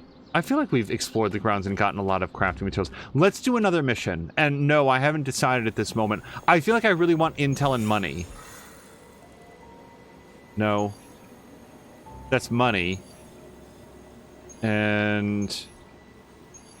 Okay, well, I'll tell you what. The story mission also gives us money, so... Story mission? I feel like story mission. Before I do this, is there anything at all that I need to do? We checked all the chests.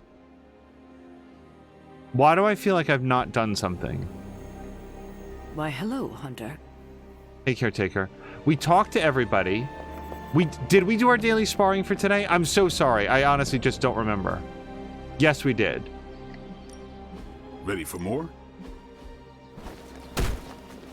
Oh, call to arms.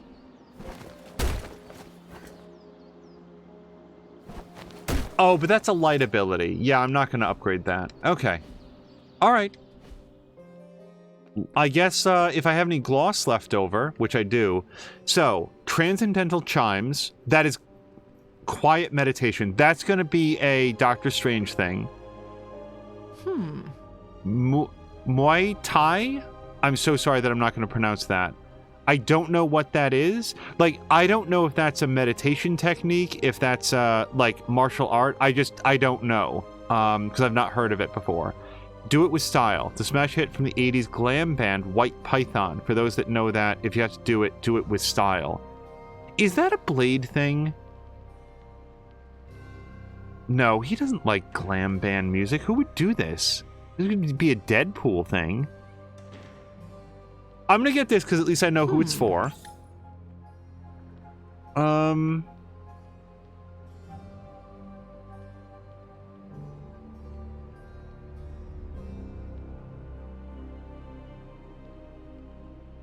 gonna get this. And this, sure. Let's just have it. Oh, hello to Crow, who says it's a martial art. Okay, see, that's helpful, like, knowing what the topic is, because now at least I'll have a sense of who it might go for. Samalander's saying, I wonder how many of those people... Oops. I wonder how many of those people rushed out and bought 50 pounds of flour because they thought they were going to make bread every day, and now they have 49 pounds of flour. He also says, I was getting into bread baking quite heavily and was getting better at it. Then Rogue found out about gluten wheat allergy. Oh, I'm so sorry. So now I don't do that anymore. I'm sorry for Rogue that discovering an allergy. I guess I guess there's something to celebrate in knowing about the allergy, because then you can avoid the gluten, right? Okay, let's do this story mission. There it is. The creature. And pretty much the entire Hydra offensive. No doubt stealing more of the priceless and, did I mention, extremely powerful artifacts housed within the sanctum. I don't think so. They're fortifying a position here. You're right. We're never gonna get close enough to get a symbiote sample. Oh, I wouldn't say never. Venom problem? No problem. Wow, you got some serious range on that old Spidey sense, kid. Or he got my text. Either way, I'm your guy. Come on, team. I got an idea.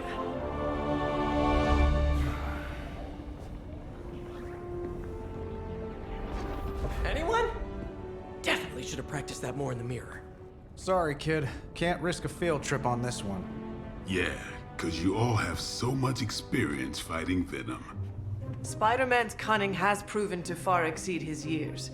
In battle, not the talking. Don't see any of us muscling in when the Mandarin's in town. Okay, fine. I get it. What's the plan, Spider-Man?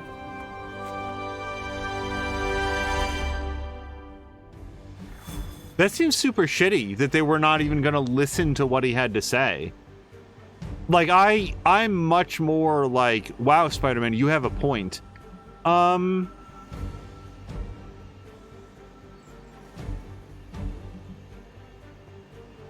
You know, we are trying to get into the Sanctum, right? Like, it does feel like Doctor Strange would want to be along for this one. Let's bring Doctor Strange.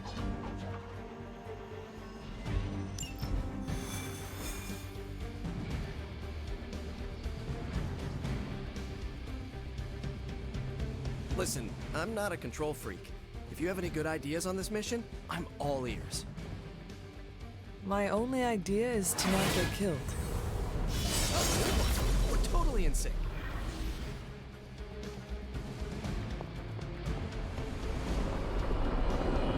Also, Jab is saying that specifically it's Thai boxing. And Harmonious Crow said East Asian martial art. Yes?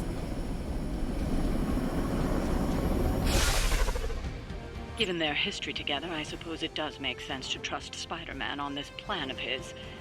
What's the worst that could happen? Actually, don't answer that. Happy to oblige. I know Spider-Man's like younger than a lot of the rest of them, but also they do know that he's a hero in his own right, yeah?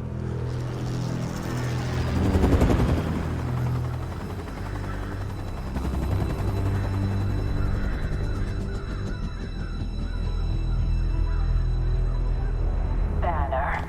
Yep, and there's Crisscross. Crossbones. And Eddie. And a really big... What is that?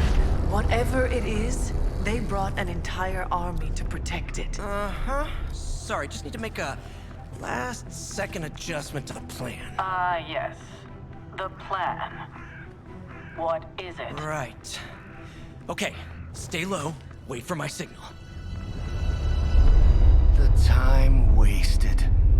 Suppressing gamma energy versus harnessing it. Oh, when Mother sees what I have accomplished. What's up, Doc? Eat his brains. Signal! Signal! That was a signal!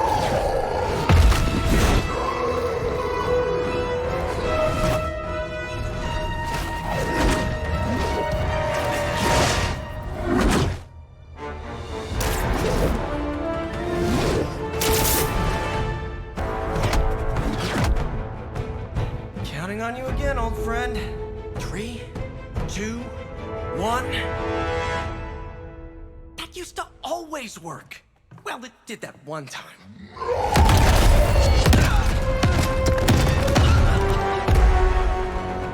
Parker, report.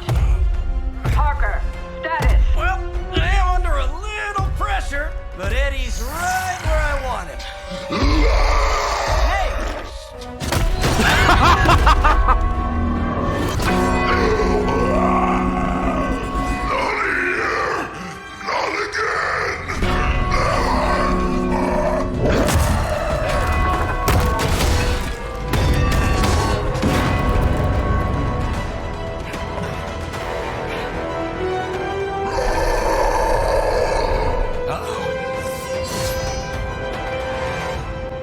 Sorry, that really probably shouldn't have been as funny as it was, but it was very fun. It was very funny to me. Also, Sildon is saying that his mom is... By the way, I'm so sorry, Sildon. I might be making the wrong assumption here.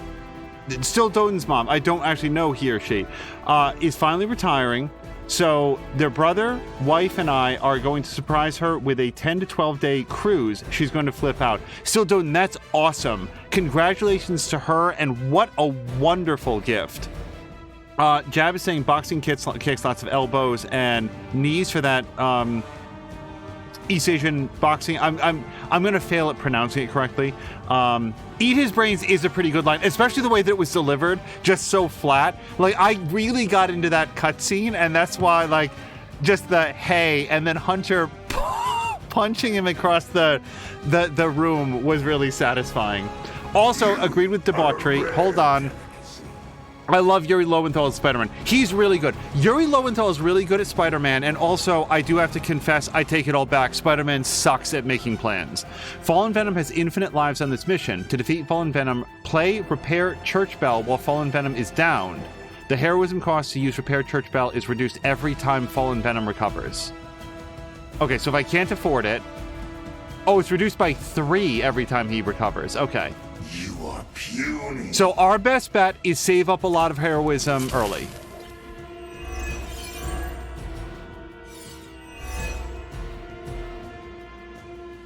I take it we're on to Plan B. I'd say it's probably more like Plan 1.5. I'm betting those smaller bells vibrate at a similar frequency to their big brother. May not be perfect, but they could buy me the time I need to get that sample. We have your sample right here, little spider. Yep, walked right into that one. And we're gonna kill this guy. I would prefer to be able to, like, knock him into one of his friends before I do this. So here's what I'm thinking. We can do, hold on. We can do Zinger Protocol, but it gives 2 random cards free, and I don't want to do that with, I don't want to have Quick Slash on the table, because I can do that for free anyway. So yeah, oh, this is perfect. Ish. Okay, so I can't actually hit Fallen Venom with this, but... Okay, let's think for a second. How about this? Let's move Hunter. Yeah, let's shoulder check this guy.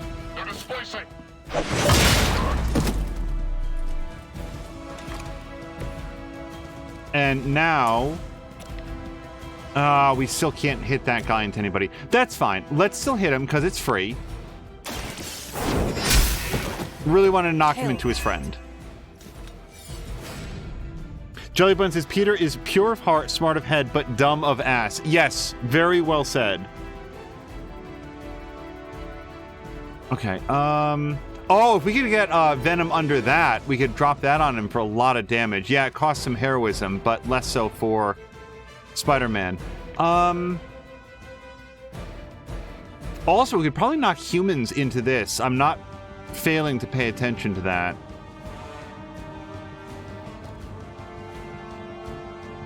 Unless we do this. We would just need to get him repositioned. I've only drawn 1 attack, so I don't know why I don't want to do Agamotto's Gaze just yet. Okay, yeah, let's do the Zinger Protocol. You can thank me later.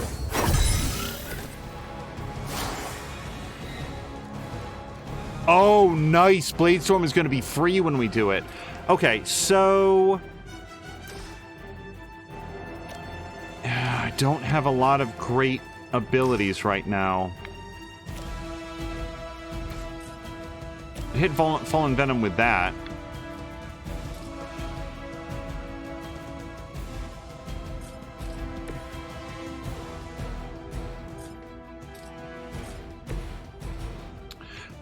I don't have a lot of abilities here right now.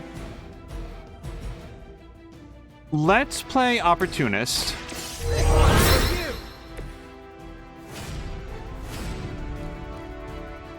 So I could do Last Sight on this guy, take him off the board, and get Concealment. That's not bad. But it also does feel like it's wasting 61 points of damage, because that guy doesn't have that much.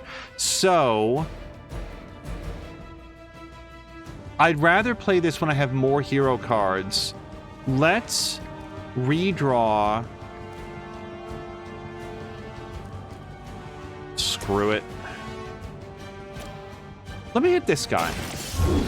I know that we're not going to get the concealment, but... Okay, that was pretty cool. Now we can do this, and we're going to get plus 19 damage off of him. Or we do Blade Storm. Oh, but that's going to destroy the thing, huh? Okay, hold on. That's fine. What if we... Nope, that's not going to work. Spider-Man, can you kick Venom?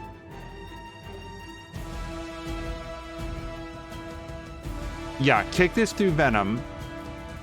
Because this is going to cost him 0 heroism.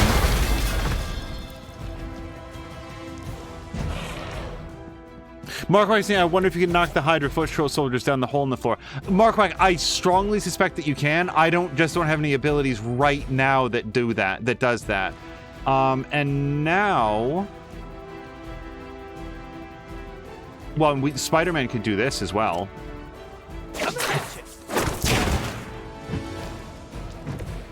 That costs us 0 heroism to do any of that.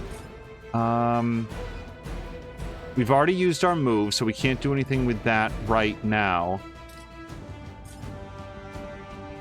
That will now cost... Oh, maybe I should have done that, because that guy has a bunch of hit points.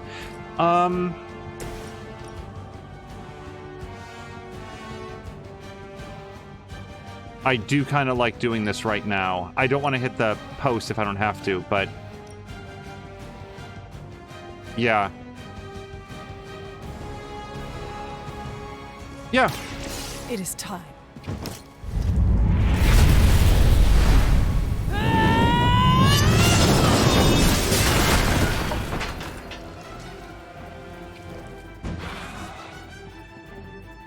Fox McConnell is quoting, "Heroes don't kill, kick soldiers down the hole." The PS4 Spider-Man was full of that as well. Like Spider-Man just like completely ruining guys. We have no damage cards. Yeah, let's redraw this. Dark Blessing. Upgrade all cards in your hand. Yeah. I don't like taking all that damage. Let me try to redraw that. And this is going to be really great on a turn that is not this one. So let's redraw this. This is going to give us +2 heroism and 4 card plays next turn. Do moves cost heroism? Ancient traditions. So normally environmental attacks do. Like that one would cost 2, which actually, by the way, hold on, breaking news. Hey, Spider-Man, I can think of something for you to do with this post. Yeah, screw it. Let's hit him. Because that way he has to take his turn, like, getting back up, and it'll drop the cost of ringing the bell. Regular moves do not, Mark Quack. You know how you can tell? Can I, like, move the... No, I can't. The orange circle down at the bottom left-hand corner... the top left-hand corner of the cards, that indicates a heroism cost. So right now it costs 10 to repair the church bell, but that's going to go down by 3 when we knock this dude out. Also, I think that he loses part of his thing. Yeah, I don't have 10 points, but we're that much closer now. And that ends the turn. Hydra Immortalis.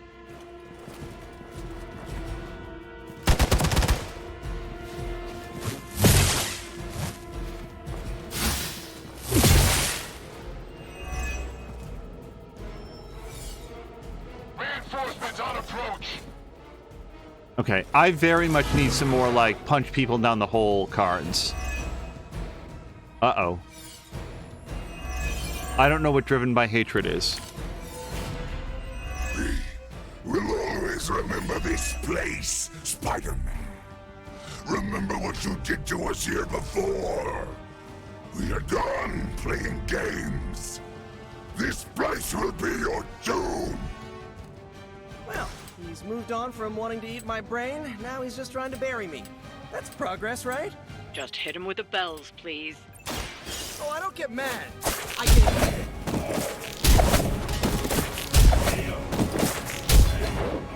Spider-Man's really good. It is almost graceful the way you swing through the air like that. Okay. Oh, special delivery. Let's see if we can do it. Okay, so there's a 0% chance that we throw Venom down the hole, so let's not do that. What about... we do that guy, or I could also hold it for next turn, because any of these guys are going to go down.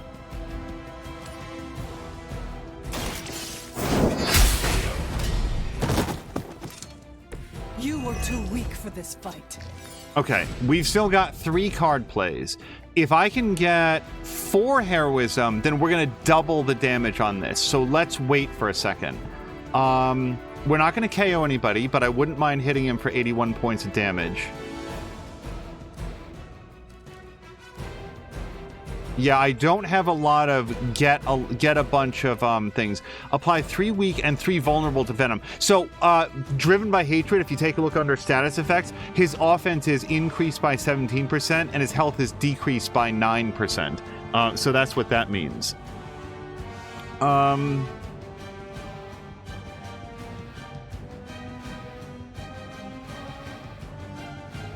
Special delivery doesn't do anything for me here, except, hold on. Oh, we can throw him into Venom. Okay, so yeah, let's ring the small bell. This ought to slow him down.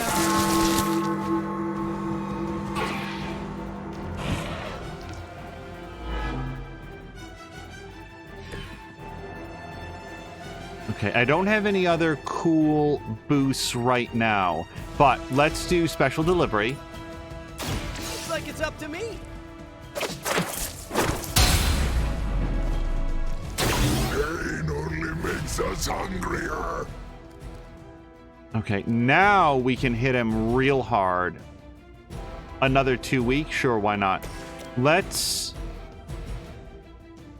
do it.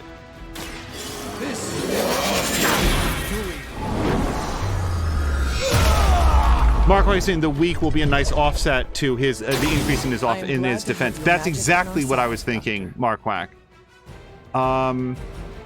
Okay, I'm out of card plays. I do have 2 redraws. I don't feel like this is not going to be useful for a bit. So let me see if I can get some sort of like better attack or something. Oh, all out could be really good for us. Let's hold that, I guess.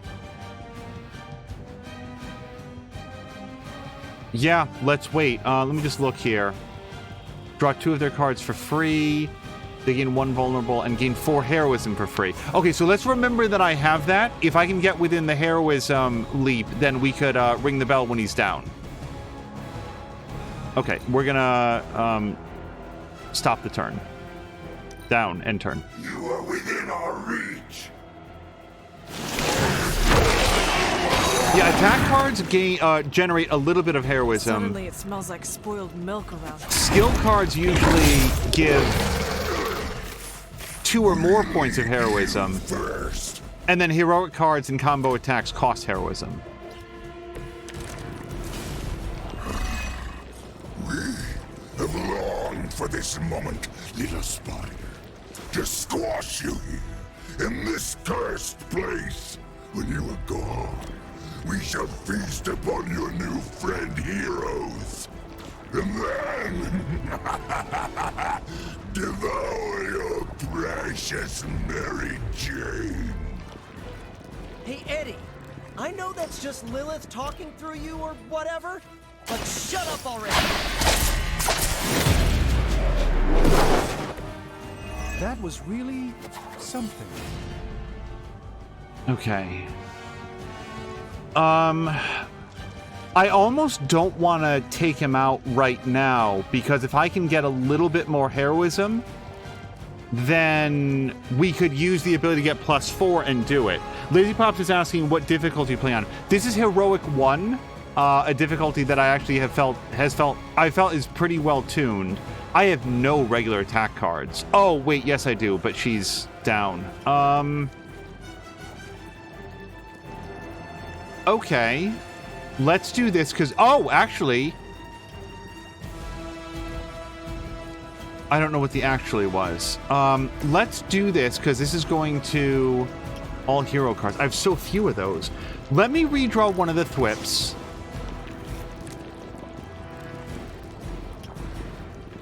Yes, this gives us +2 heroism, and we get 2 attacks back.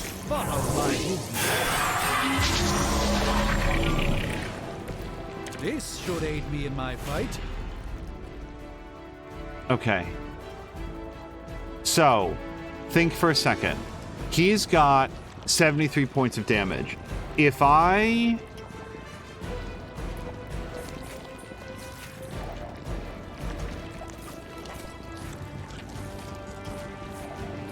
That would put him down, but then I wouldn't have enough. Yeah, I need to have 7 heroism to ring the bell, at least for right now. So we could do special delivery to get an extra +1, and we could try to throw him down the pit. It'll be fun if it happens. Try this on for size.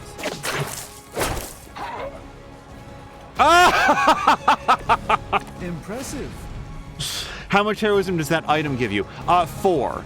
So if we can do 73 points of damage to him, and I keep a card play, then we'd be able to do it. But right now, I don't have a way to deal that much damage right now. So I think a better choice would be quick kick this guy to take him off the board. Well, hold on. Wait. If I quick kick her, no, I still don't have enough points. Let's think it through. I quick kick her. That releases her. Then I move Spider-Man over here, and if I can shoulder check that guy into something, then he'll be out.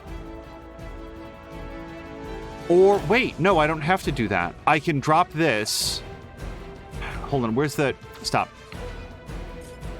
I drop this on him. That does 260 points of damage. That leaves me with 3 points of things. And then I can do the card, right? Yeah. And especially if I do this... Oh, no, this is still safe to do. Let's do this.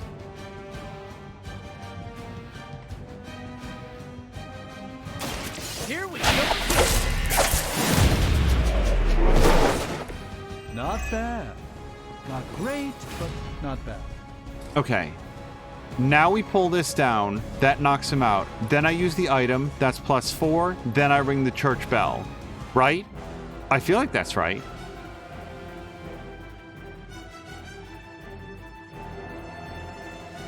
I feel like that's right. Oh, this should be good.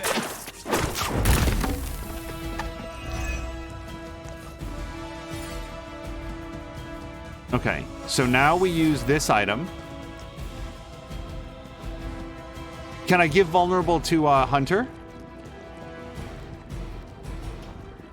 No. All right, 165 points, or yeah, let's give the vulnerable to Doctor Strange. Take I'm hoping that we don't have to take a punch here, but... And that lets us ring the bell. Got it. Let's do this.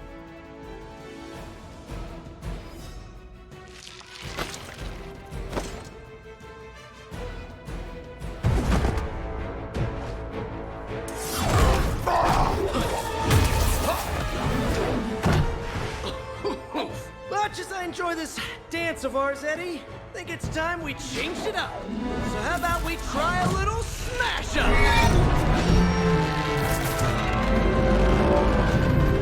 What? That not a thing anymore? Let's find out. Now this might sting for just a second, but that's perfectly natural. Also, perfectly natural.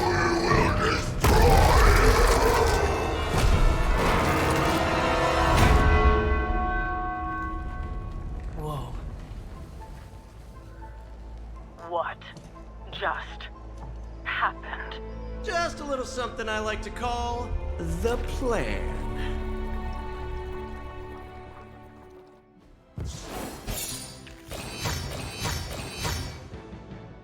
Hey, 3 stars on a main story mission. That feels good.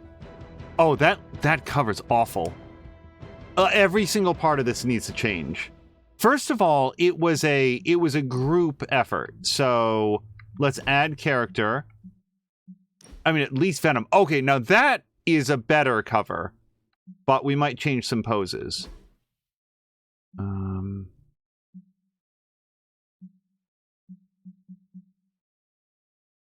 Okay, that one's best.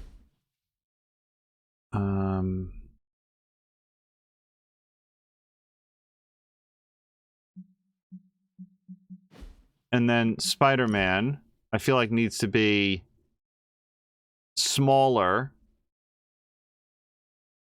but not looking like he's hovering.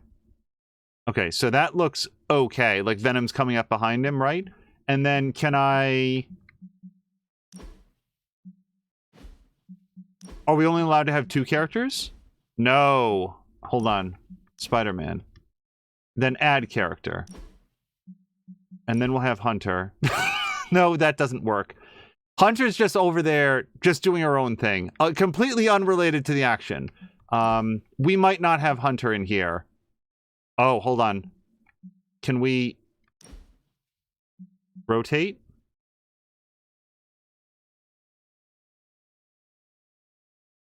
I'm not sure that I'm a big fan of the pose right now. Okay, how about that? That's a little bit better. And then, can we change the background? Because this white is miserable. Oh, you know what? Hold on. Actually, I want Spider-Man to be... No, that looks stupid. I'm not sure that I like the cover that I'm crafting, but we're gonna go for it anyway.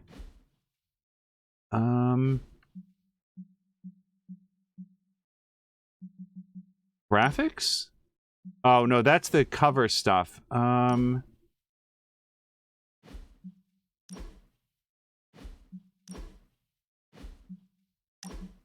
That's... So wait, is there... Of all the things, are you not allowed to change the background at all? Yeah, Still Doden says it looks like Spider-Man is getting snuck up on. That's what I'm thinking. And then, like, you know, laying the trap, basically. But is there no way to... Graphics? Add graphic? No. Speech text, title text. Backdrop. Oh, I didn't see it before. I could go for that. Hold on.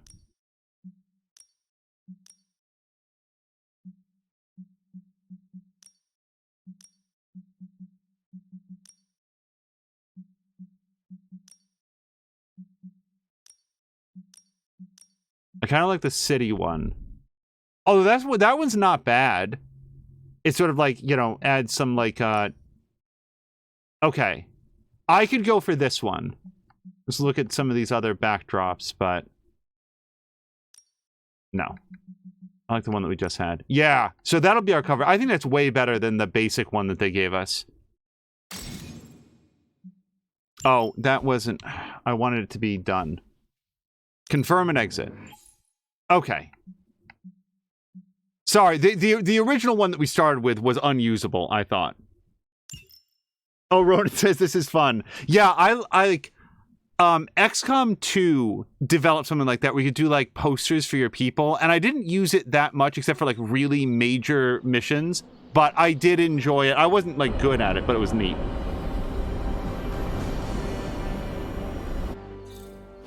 Fury's got 2 teams digging for Venom as we speak. He may want to add 2 or 3 more. Just saying. You dropped a church on him. I doubt he's going anywhere. Parker? Uh-oh. I have seen that look before. Congratulations on a job well done. Aw, thanks everyone.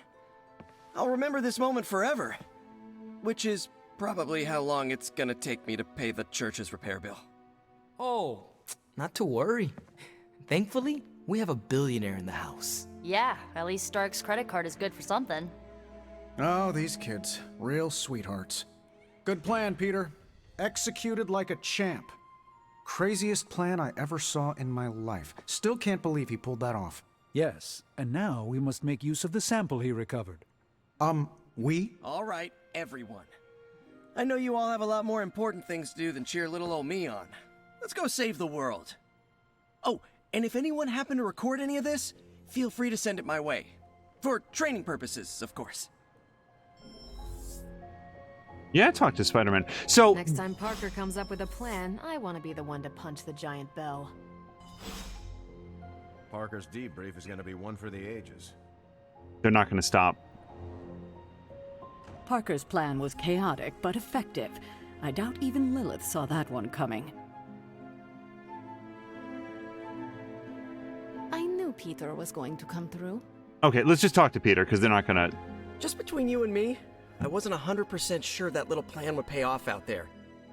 I mean, I was pretty sure, but I still had that little voice in the back of my head. If you screw this up, Venom's gonna be snacking on your skull. Even worse, I would have let you down, not to mention the others. All right, Sildoden is taking off. I was looking for an opportunity to read through what was in chat, because Sildoden was sharing the thoughts of, like, the office where he works, saying, like, we probably would want them to just legalize things like marijuana because it would cut their workload a lot. Also says something that you don't think of. Then officers will not have the probable cause to perform searches on vehicles and persons if they smell something. So some of the large cases we get, there's a large amount of other things and a small amount of marijuana, because the marijuana was the probable cause to do the search. Well, still do have a great evening. I hope you have a good time with the pups out, and that they have a good run around and a chance to relieve themselves, and a great night. Thank you so much for hanging out.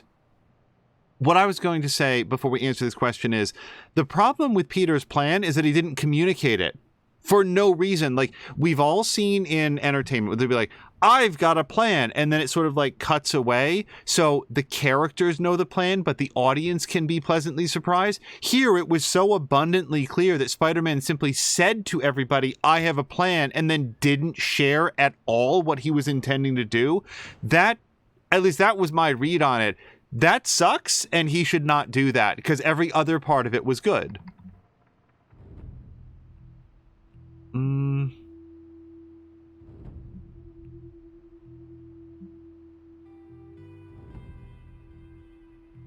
The thing is, I don't know that I want to, like... It's tough to argue with success, and I don't think that I want to, like, tear him down right now. There are no certainties in this world. Sometimes you have to take the risk and hope it succeeds. Well, whether it's going up against a living sandbox, a flying human vulture, an 8-armed mentor turned maniac, or J. Jonah Jameson's coffee breath, believe me, the life of Spider-Man involves constant risk. You wear it well, Peter. Really? Good to know. Most days I can't even get my socks to match. However you look at it, be glad we got the sample. Now we can get the doc home, keep you less explodey.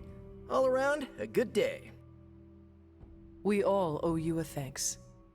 I was nothing.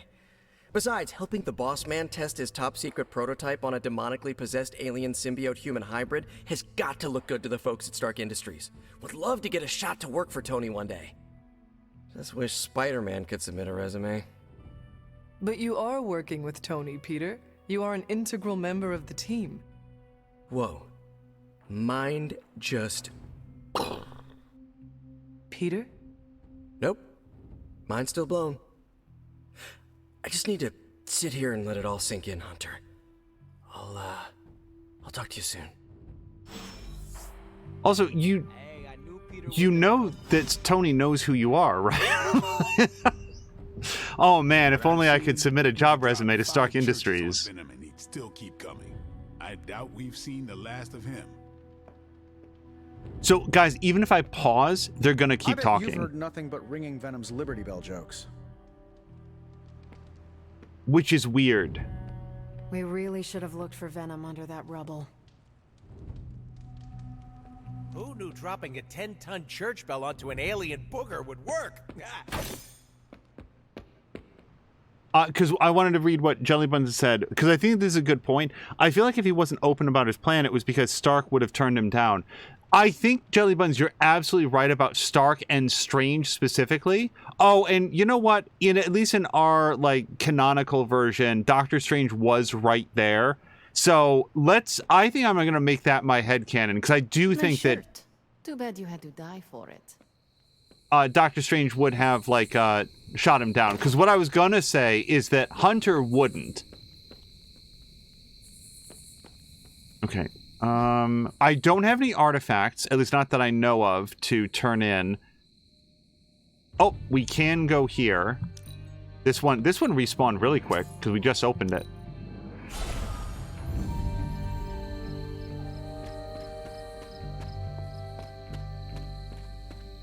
Yeah, for the big missions, like the big heroics, or like when somebody would be lost on a mission or something in XCOM 2, those would be the posters where I'd like make an extra effort to like do something really, really good for those. And the cool thing in XCOM 2 is that the posters and stuff that you would make would then start appearing at certain places in the world as like propaganda posters in support of XCOM. It was a really cool touch. So I'm not surprised to see that here and represented as comic book covers. Yep. Every once in a while, the world respawns with all those crafting goodies that you need.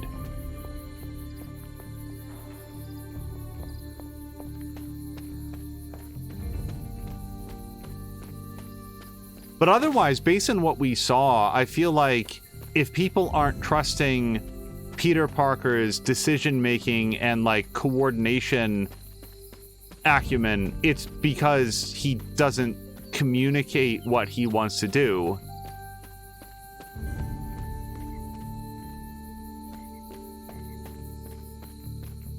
Oh, look at all the witch hazel. Or wolfsbane.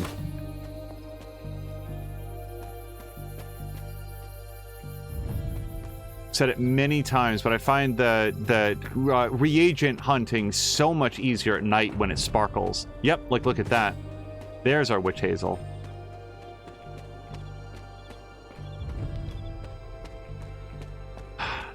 We're gonna do book club right after this, and well, maybe I'll talk to Doctor Strange first.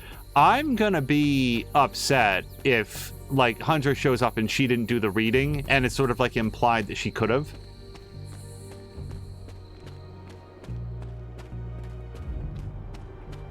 Okay, that's enough wandering. Let's go back.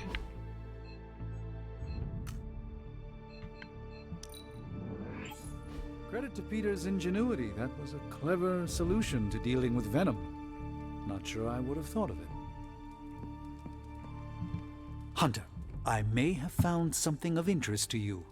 The means to surmount that obstacle you were so interested in. The secret lies with the symbiote you recovered.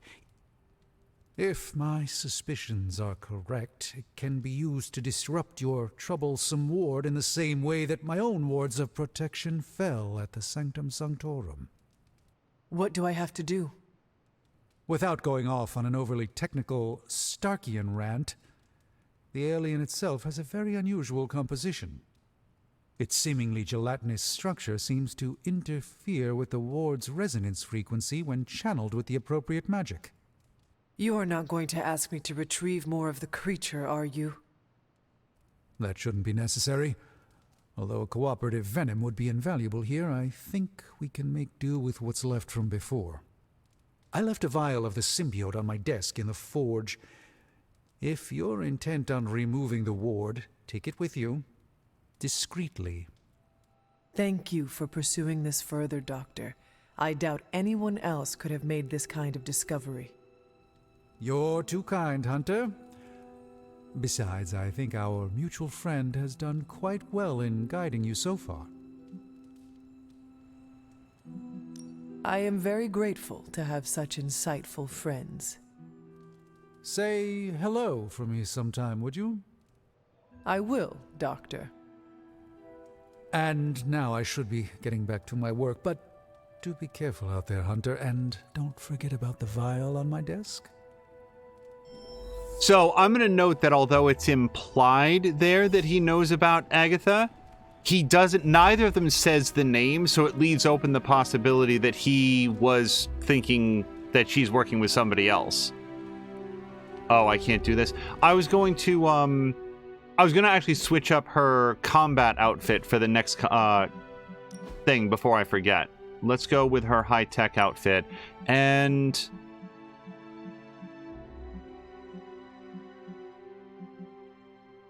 let's use this for now. I like to switch it up every once in a while. Let's pet Charlie. Good girl, Charlie.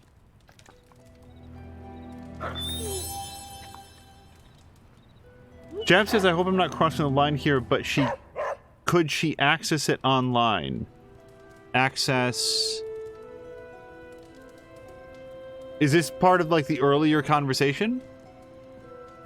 Oh, let me go get the, So, also, this answered the question that I had, which is how do we advance the Abbey storyline? It was just doing main storyline stuff, which is fine. Oh, the book! I mean, maybe? Is there a computer around? I stress ate popcorn watching you on set. It had said that it was available in the library specifically.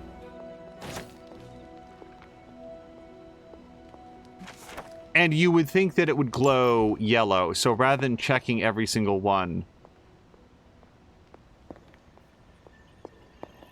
Oh, hold on. No. Note from Caretaker. Now the hunter is swearing that they've seen it change. Lilith used to tell me the same thing when we were children, but she was teasing, I'm sure. She knew that painting unsettled me, uncle or not. This is foolishness. Wait, where's the uncle painting?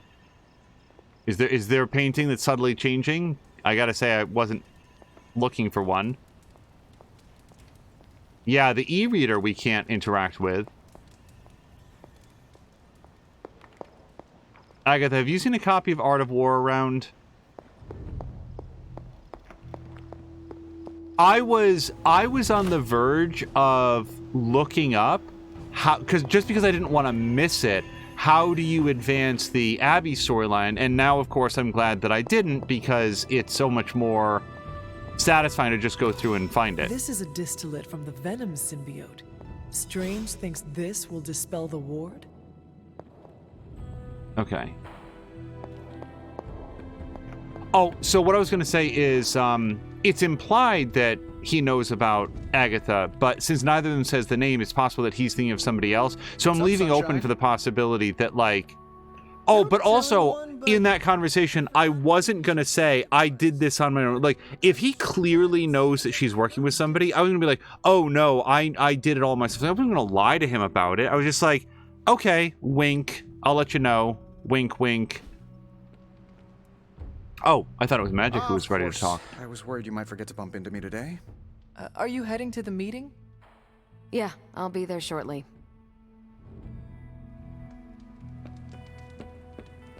Did you read today's book? Of course, but you'll get nothing out of me until the meeting. He looks incredibly uncomfortable. That's everybody, right? Like, that's all we can do? Wait, no, we can talk to Nico about something.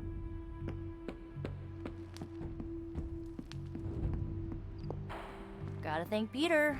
Maybe now the others will start actually listening to us for a change. Still reading Wanda's grimoire, I see. Yeah? Why? You got an opinion about it?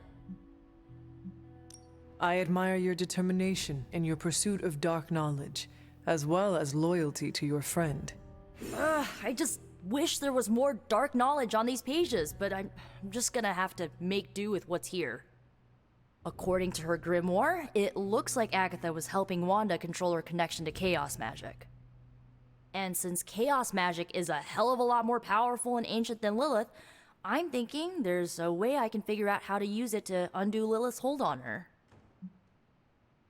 Chaos magic is the darkest and most treacherous magic you can play with. It is said to come from Cthon himself. If you are planning on dabbling in it, you will need my help. You're not, like, afraid of messing with hardcore Elder God magic and inventing a potentially dangerous new spell? I am dangerous. Okay, Danger. You can help me by not telling Caretaker what I'm up to. She doesn't believe Lilin corruption can be undone and will totally try and stop me. She lacks your imagination. She lacks more than that. Well, if we're really gonna try this, I've got a lot of reading to do to try and figure this out. And I shall keep your secrets. Mum's the word, Hunt.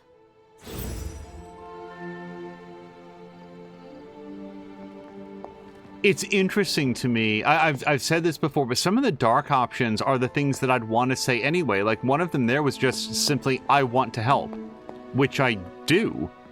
I consider Hunter and Nico friends, and I think that Nico has a good instinct here to see what she can learn. I don't think that she should rush off and try to do it on her own. We tried that once, and it almost went really, really bad for everybody. Hey, old fellow. Can emo kids be singular?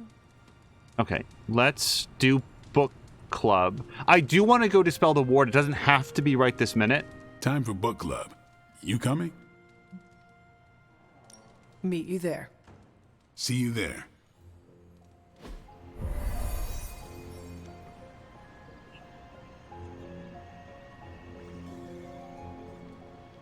Book club. Do. I didn't read the book. Looks like we're all here. Grab a seat and let's get started. I am ready. The Art of War is one of my favorite books, if not my favorite. Can anyone guess why? Because it's not just about fighting, it's about how to conduct yourself when in conflict with others? Carol gets it. For quite a while, all my interactions with people involve some form of conflict. Interesting. This book laid things out for me. Helped me understand you don't always smash yourself against a problem face first. You must understand your enemy before you can hope to defeat them. Hunter, you get this more than most.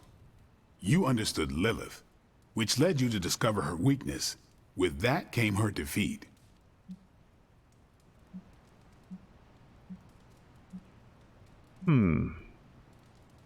Does anybody else know about the emo kids? I don't think I'm supposed to talk about that.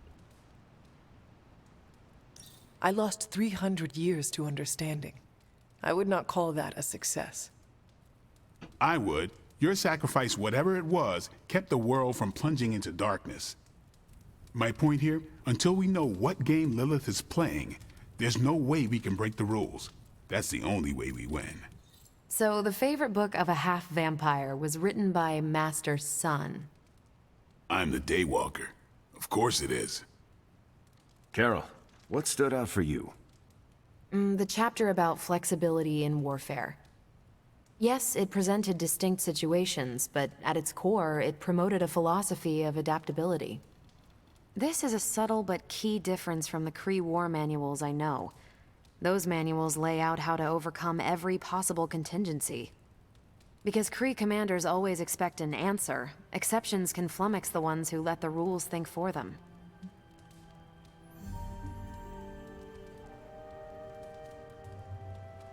I have not met a Kree commander, but humans are just as capable of rigid thinking. Oh, of course. I think that's what the text is working against. The Art of War encourages fluidity of thought. The variations presented in the chapter on flexibility are examples, not rote technique. And that's how wars are lost. So I've been dying to know, what is Captain America's favorite part of this book? After this read, everything he had to say about deception and warfare. Ooh, explain. Wait, what used to be your favorite? Discussions of leadership. There's a lot of good stuff in there. I've long since internalized all that worked for me and examined what didn't. But convincing your enemy that your greatest weakness is your most powerful strength.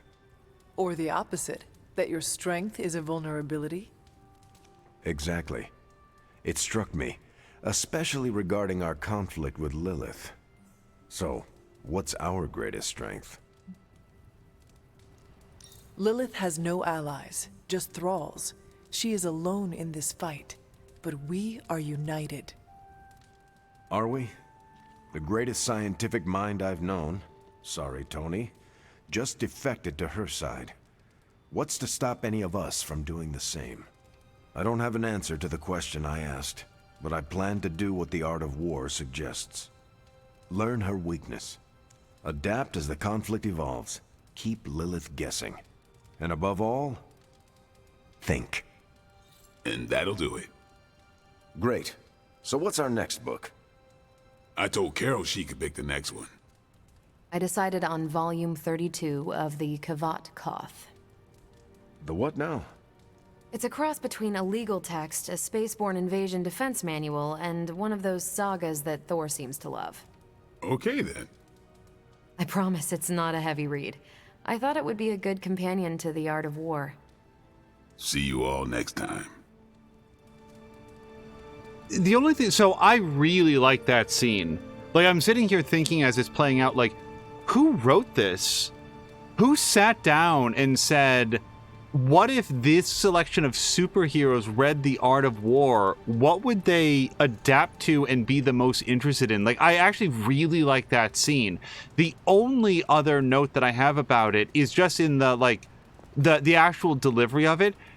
Captain Marvel looked completely disengaged, and it was purely because her eye line was like over here, like she was just staring into the fire, not really thinking. But I mean, like, clearly in terms of the dialogue, she was engaged. It would have been nice if, like, the characters turned to look at each other as they were talking, more like it was a conversation and not a grouping of people each waiting to make a statement. I didn't know what I was getting into when I signed up, but I'm glad we have book club. I'm glad we have book club too. Maxine is saying that it's time for her to go to sleep. Maxine, thank you so much for hanging out. I hope you have a great evening.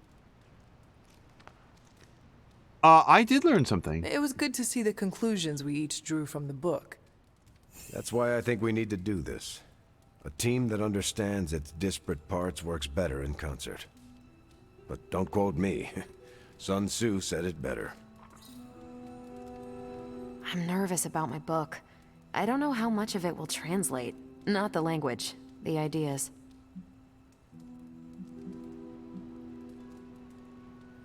I would like it if this was not marked with joke. It is good to encounter new views. They help you better comprehend your own. You really connected with The Art of War, huh? I think you'll like my choice. Give it a shot. That's all I ask.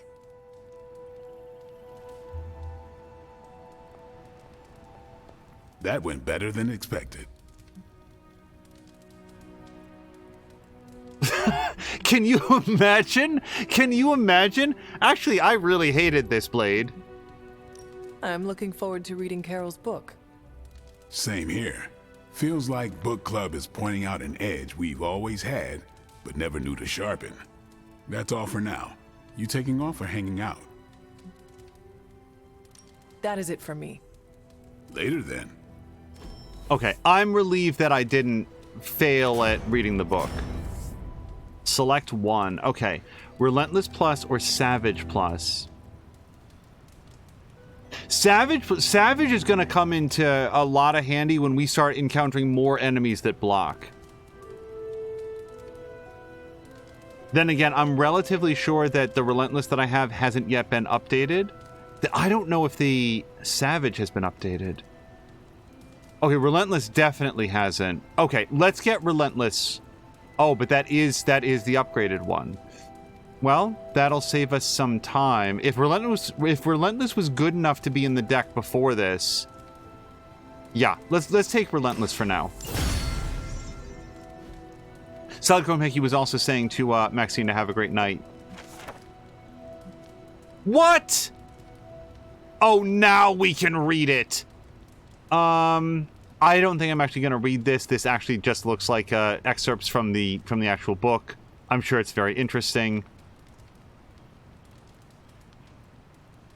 Okay, I just scrolled through it. If anybody wants to, like, pause as it goes down, you can read it for yourself. We're going to skip that. I will read the musings of Dr. Doom. I am... Now, take back what I said. Now I'm very angry that I wasn't allowed to read it ahead of time. Why was that e-reader not accessible?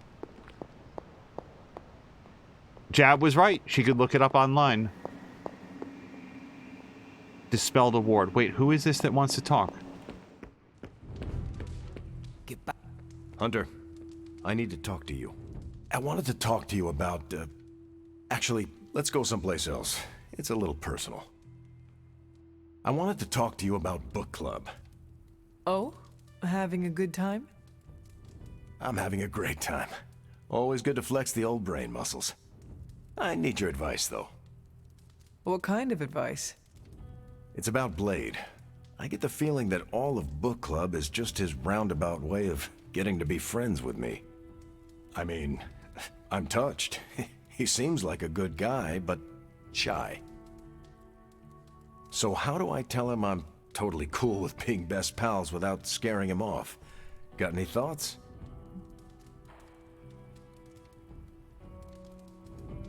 I'm not going to say you're misreading the situation. Blade has barely, begrudgingly, eventually confided in Hunter that book club is a long con. It's not a long con. Blade does like reading, but he got into book club because it's not even a con at all. He wanted to talk to Carol about books. Steve overheard. This is weird. Steve invited himself to book club. Why would he? Steve is very much misreading the situation, is all I'm saying. It's not a plot hole. It's the fact that Steve is like misremembering how it all happened. You're way off, buddy. But I consider Hunter sworn to secrecy on this. So we're not going to say this. We're going to say things are going to work out. You just relax. Which, by the way, is what I was thinking. Bro, if you're cool with being friends with Blade, and Blade is enjoying book club, and you're enjoying book club, why go to Blade and say, listen, I know what all of this is really about. You just want to be friends, and you don't have to go. Just enjoy book club. Dude, just have fun at book club. Friendships form naturally, whether people say it out loud or not. I think if you keep showing up at book club, things will be fine. Good point. If I've learned anything from those books, it's that what's not said is so much more important than what's said. I wish I could be more helpful. Please, you've been more than helpful just listening to me. Now, if you'll excuse me, I need to go catch up with my reading. I'm a couple of chapters behind. I can tell. Watch it. No spoilers. I gotta say, I'm loving our current book.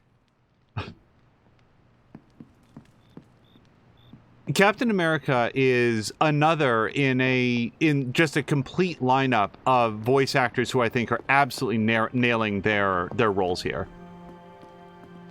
There's like, it's hard to pick out who's doing the best sort of voice work, because even the characters that are kind of annoying, like Tony and Doctor Strange, are very clearly supposed to be annoying. Like, the other characters are annoyed by them. Yeah, so we're gonna go here, because we're gonna go to the, we're gonna use the symbiote key or whatever. Foxfam is going to lurk. Pardon me, hold on.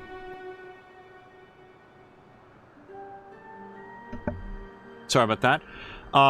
Foxfam is gonna lurk, finally get to sit down for the day, and the fam wants to go out and get food. Be right back. Foxfam, thank you for the lurk. I hope your trip out for food goes well, if you are still in earshot. Oh, Moonflower, yes please. Okay. The doctor crafted a strange brew that might bring down the ward. Maybe he learned something new while snooping around in my library. If nothing else, he knows about you, Agatha. That you are helping me. He's a very perceptive man. Perhaps it's for the best. There's no sense in worrying about it now, at any rate. Let's see if you can banish this ward. It's always good to see you. Strange has made something from a sample of Venom's symbiote. He thinks it may dispel the ward in the cave behind Shaw's church. I thought he may be onto something. He's spent quite a lot of time in the library recently. The doctor came. Try Strange's concoction. Okay, sorry, I just didn't know if there was more dialogue here.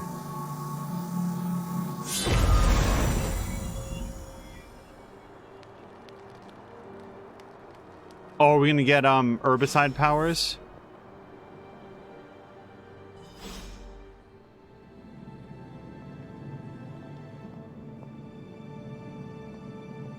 These appear to be human bones. I suspect we've finally found the last resting place of Hiram Shaw. Judging by the looks of this place, he was locked down here for quite some time.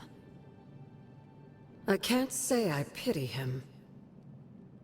But how would he have ended up like this? Someone sealed him in and made sure there was no chance of ever escaping. Someone? From what we've seen, I believe this was your mother's handiwork.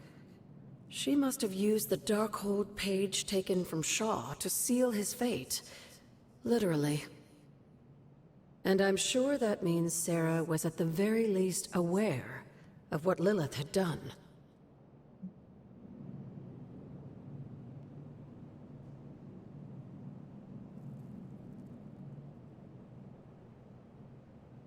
He was deserving of punishment. I'm not sure that that punishment was be locked down in a cave until you die of starvation or whatever. He did a lot of really bad stuff, but let's go with what's done is done. Whether it was right or not, we cannot change what happened here. I'm glad you understand that, Hunter. Some people never do. I would not have expected his victims to understand. I can only imagine how angry Lilith and Sarah were when they finally arrived in Salem. In some ways, locking Shaw down here almost seems merciful. I do not see the moon seal here. You're right. I don't sense its power here either. I found highly detailed drawings on Shaw's desk. They were concealed with some kind of magic. Magic that's no match for you, it seems. Let's give those drawings a closer look. Hello to Jägermeister. Jägermeister, I think that you have... These bones have not been disturbed in a very long time. A remarkable ability to come in and wave hello to everybody just as a long, like, cutscene is starting, so I don't feel like I can say hello. But hello to you, and I hope you had a great Saturday. Journal of Hiram Shaw. The witches have gone to ground like the vermin that they are, but where there is hidden prey, so we shall send our dogs upon them. Torches brighten these grounds every evening as we seek them out. Although only few remain, we cannot let them grow strong again. We humbly ask Cthon for guidance and strength as we continue this fight. It's... Oh, check that out. Rare chests no longer require an arcane key. That's a hell of an upgrade. Look, Hiram Shaw was a bad dude who used his power and authority to inspire people to go out and hunt innocent people, most often women, and to torture them to death. In my opinion, Hiram Shaw also deserved death. Well, not what I don't know why I said also. Hiram Shaw deserved to die. The thing is, locking him down here, like, you can just cave his skull in. Like, you don't have to torture him to death in exchange. That's the part of it that doesn't feel good to me. Jägermeister was saying, very good Saturday, tormented Samuel Lander stream with some lame jokes, got a nap, made a chicken and rice dish for meals until Wednesday, and then played some pickleball. And how did pickleball go? So we're going to go back to the drawings, and I've already seen these, but apparently they're going to take on a new meaning now. Let's start maybe with the middle one, which is marked. Oh, right, the Coven suspects. I didn't remember what these were, but they had, like, the bone chalk markings on them. She may have been a powerful conjurer at some point, but this one was easily... Oops. I didn't do anything, it just advanced. These drawings... They're witch warrens, places where a witch might hide using magical means. Judging from the detail he put into these, Shaw must have studied the Warrens for a long time before making his move. He tortured them there. Yes, I suspect so. Why? The witches wouldn't give up the Moon Seal. Our gift doomed the Salem Coven to an unimaginable fate. These drawings may yet be useful. I will bring them back to the library for further study. Meet me there tomorrow night.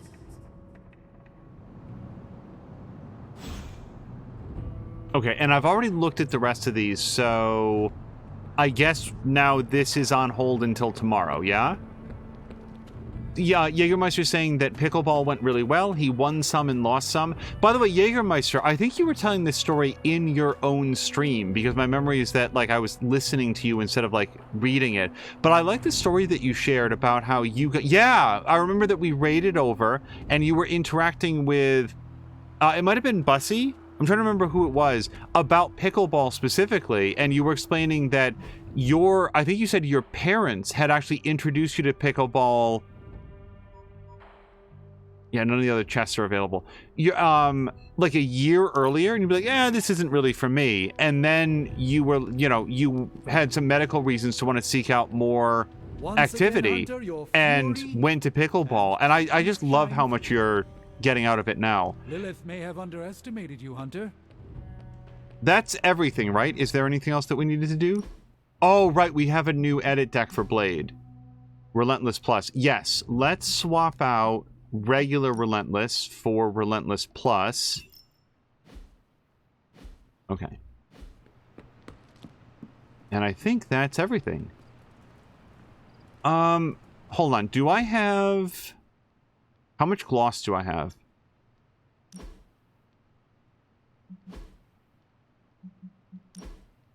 I have 196. But before we go, if we're going to change outfits every day, then I think that what I'm going to do is start buying up all the casual outfits that I don't absolutely hate, so that we get a good rotation of different ones. Let's buy at least one outfit. The shop class is okay, I guess.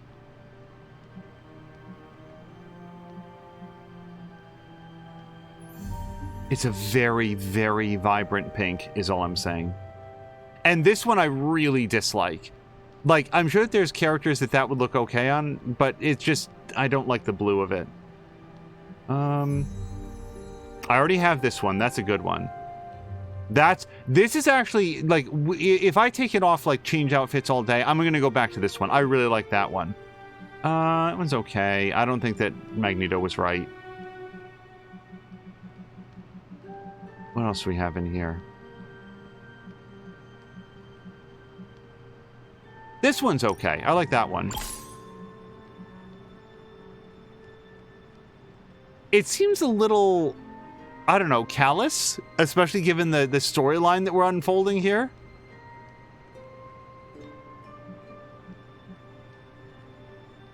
I don't think I want to wear the book club. We have that one. Let's get the shop class. Oh, I have the shop class one. That was an automatic upgrade. Okay, and room upgrades and room customization. We've basically done that. Okay, let's go to bed. Oh, I didn't mean to put on shop class. Whoops. Now I don't think it's going to be eligible for tomorrow. We'll manually change the shop class then. Jägermeister says Samsung Health on his phone says they get 2 to 3 more steps in activity than average men my age. Well, that sounds great. Okay, so we just wore this outfit. Hold on. Let me go to Heroes, Customization, Abbey outfit. Yeah, let's go to shop class. Okay, so now we've changed clothes for the day. We have a new post in Superlink. Yeah, I used to carry a step counter. Believe it or not, it was for Pokemon. And, like, the average number of steps is supposed to be 10,000. And I found, or like a good number of steps, I think I read somewhere, it's supposed to be like 10,000. And especially when I would jog that day, I would far exceed that. If I didn't jog that day, then my average, at least at the time, was 7,000 to 8,000, because I'm just on my feet a lot throughout the day. Okay, so hold on. Let's check out. Oops. Our messages first. So here's our book club reminder. But now I know that we don't have to read the book, so we're okay. We'll go back to timeline.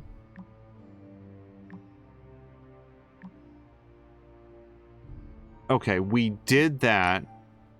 Okay, we did that. Robbie says, Ghost Rider says, can anyone tell me what's going on in the Forge? Spider-Man says, yeah, Tony didn't do his 2 a.m. hallway pacing like he normally does. Nico says, I'm so used to it now that its absence woke me up. Magic says, Strange did not make his 4:30 a.m. trip to get a glass of water. Blade says, what, do you all keep a journal? Magic says, shared spreadsheet, more efficient. Ghost Rider says, hey, focus. Why were Tony and Strange up all night in the Forge? Iron Man says, saving the day, hang out with my best pal in the whole world, Stevie Strangeo. And Captain Marvel says, Tony, there's a whole tin of espresso chocolate missing from the pantry. Oh, espresso chocolate sounds really good. Iron Man says, now it's missing from all reality. Doctor Strange says, do not worry, Carol, for we split the tin. Captain Marvel says, drink lots of water, now. Doctor Strange says, we are on the verge of wresting the Sanctum Sanctorum from Lilith's hands. Once you are all safely ensconced in my ensorceraled abode, we shall all chug directly from the tap of knowledge. Doctor Strange, stop making everything weird. Iron Man says, you got it, buddy. Captain Marvel says, Steve, haul them both out to the shower right now. Cold water, full blast, no less than 30 seconds. Captain America says, been a while since I've had to do that. Should I give them time to change or haul them directly to the war room? And then Captain Marvel says, dealer's choice. Spider-Man says, so about Venom. I know it's not a popular opinion, but Eddie's still in there. But is he? Because you've dropped a bell and stabbed him all the way through the chest. Like, Hunter's sword came out the other side. I'm not sure how much Eddie is left after that. I'd rather the demon he wrestles with is the one he knows. Ghost Rider says, I'm glad your friend is all right. Spider-Man says, oh, he's not exactly a friend per se. He's kind of a jerk. And Ghost Rider says, but that doesn't mean he deserves to have Lilith pulling his strings. Yes, agreed. He might suck, but he doesn't suck hard enough to have his mind and agency taken away from him. Hold on. Faithbreaker suit. Wait, why do I have this? Think of the suit as a kind of anti-venom, just the right mix of cutting-edge technology, spooky magic, and sentient alien goo, just like Mama used to make. Oh, that's the... Hunter, let's catch up. Okay. I was just down the hall. Let me pet Charlie, because we pet her every day. Who's a good girl? It is my Charlie girl. Seems like you have got a lot on your mind. You could say that.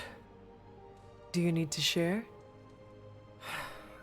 I always wanted to be good at my job, but now I think it's possible to be so good you're actually terrible. Explain. Okay, I really wanted to show off how I could get a sample of Venom's symbiote, right? And you did. Right. Yay me! But in getting it, I left poor Eddie trapped under a heap of rubble. We are all going through the same thing. For every victory, there will be a cost. Some worse than others. I wish I could be as cool as you. I just keep imagining Eddie and the symbiote trapped under all that stone and brick. I never wanted to hurt them, you know? I never wanted to hurt the guy, you know? I know, Peter. Eddie Brock may be troubled, sure. We all are. I guess that's why I can't shake the feeling that there's more I could have done.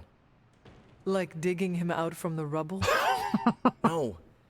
I mean helping him turn his life around. The way real heroes are supposed to.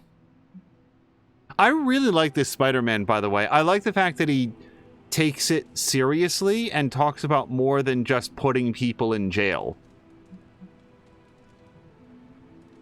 We have many battles to fight in our future. Leave Venom where he belongs, buried in your past.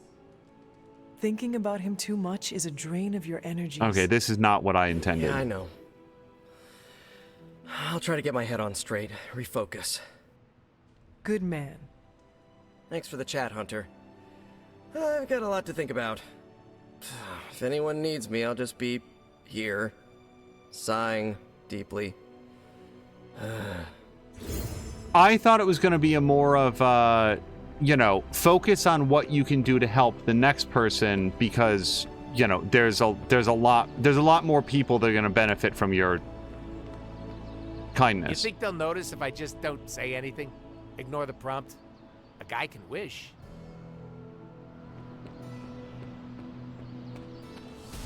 Okay. Let's stop by the forge here, or whatever this is, the yard. Daily sparring. I don't really know who I'm going to want to bring with me, but I do know that I'm not as good of friends with, like, Captain America as I'd like to be, or Blade. Captain America's a little bit lower. Yeah, let's do Captain America. You can go a few rounds.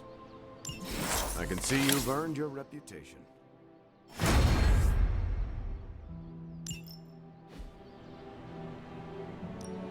Ready to work?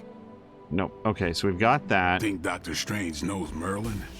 I'm still waiting for someone to take this sword. Oh, I got a big dump of cash. So, the Crucible. Add or reroll random mods on upgraded hero abilities. I do like that one a lot, but wasn't there something that I wanted to do in the War Room as well? Also, what do we have at the gift shop? World's grossest candy. A collection of truly revolting candies from around the world, not for everyone, that's for sure. I have no idea who that would be for. Luxury bites, for those who come from an upscale background and know what quality costs a lot. So, Tony? Nobody else here came from money that I know of. Madripoor in pictures. If you've ever wanted to see the crystal waters of Buccaneer Bay or taken the ambience at the world's famous Princess Bar, let this book be your guide to the island called the Jewel of Southeast Asia. I have no idea who any of these gifts are for. I mean, Tony is the only person, but like, does Tony care a lot about like super upscale food? That hasn't really come up, I don't feel like. He has his preferences, but it's not like caviar and beans all the time or something. Hello. Yes? There's my hunter. Do I not talk to you directly? I talk to your anvil? How is the sample analysis going? Oh, you mean the vial of demonic alien goo Peter took out of poor Eddie. That sample analysis? That is the one. In a word, gross. But a fascinating kind of gross. This symbiote exists as a whole at the molecular level. Every atom of it is a self-sustaining, slimy little entity in and of itself. Yet when the molecules bond, they undergo a change state that can only be described as something out of abstract expressionism, and I can see your eyes glazing over right now. Just tell me how all this will help me kill Venom. Well, Hunter, we don't kill anyone. That's not what we do. If anyone should be worried about getting killed, it's you. You can't even be in the same room with Venom without, you know, boom. But this changes all that. How? I think we can use Venom's slime sample as the basis of a suit. Like a Venom suit? No, not like Venom. No symbiosis. It would exist as an anti-symbiote, to protect you the next time you two meet. Think of it as a kind of armor. Strange and I are working on a design right now. Give me 24 hours, and I think you'll be very pleased. An anti-symbiote suit. Was it just made of bleach? Oh, you are gonna love this. Okay, so we have a new combat item available, but I haven't done a lot of crafting stuff yet. Maybe I should be. So the Faithbreaker suit.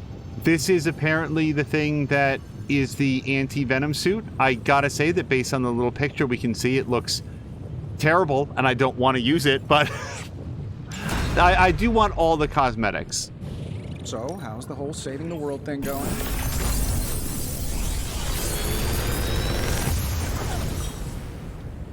How's that for quality workmanship? I feel like I could automate this process and take myself out of the loop here. So an upgrade to last sight, and I don't know if I... Yeah, no, I could do an upgrade to last sight with this. And hold on, what would it give me specifically? Oh, 50% more damage. Yeah, it's 30 points more damage is really good. I've got one of these, and I've got one of these. So I haven't had a lot of use for Bolt of Balthak. So let me take Special Delivery and Last Sight. Yeah. I know that I can reroll one, but I actually have some purpose for these two.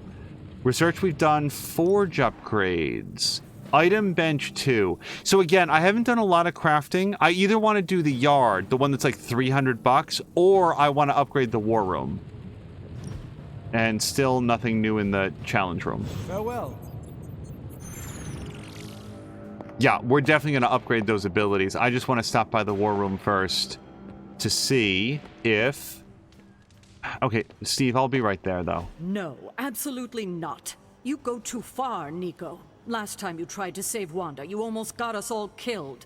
I will not let you risk the safety of this Abbey again. Listen to yourself. I think I have a way of purifying Lilith's corruption, a way of bringing back both Wanda and Banner, and your response is to shut me down. I told you time and time again, there is no way of removing corruption. Just because you failed and never found a way of doing it doesn't mean I can't. What are you so afraid of? That I'll actually succeed? No, I'm afraid you're becoming just like Wanda. Oh, I see how it is. You always hated her, and now you're gonna turn that hate onto me too. That's not what I meant. Nico, wait. Let me explain. I don't need your explanation. I need you to stay out of my way.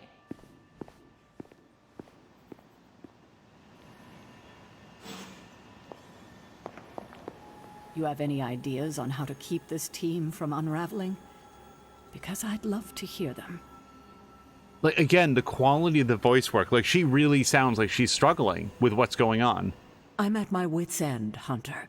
Nico is hell-bent on finding some spell in Wanda's grimoire to remove Lilith's hold on our... unfortunate friends. And I can't seem to dissuade her from putting our lives in danger again. You would think she would have learned her lesson with that magic mirror trick she pulled, but now she's just doubling down on darkness. What do you think I should do about her? Because I am at a complete loss. Ground her. I would prefer it if there was an option here that was work with her to see her plan through. Listen to her. Work alongside her. If it's a bad idea, help her to see that without arguing with her. That's would be, maybe that's too utopian, but it's what I would lean towards. Have you considered that she may be onto something? And maybe you should trust her? Why? So she can get us all killed? Nico lost her trust with me the moment she went behind my back and tried to rescue Wanda with you and the others. I simply cannot afford to trust her again.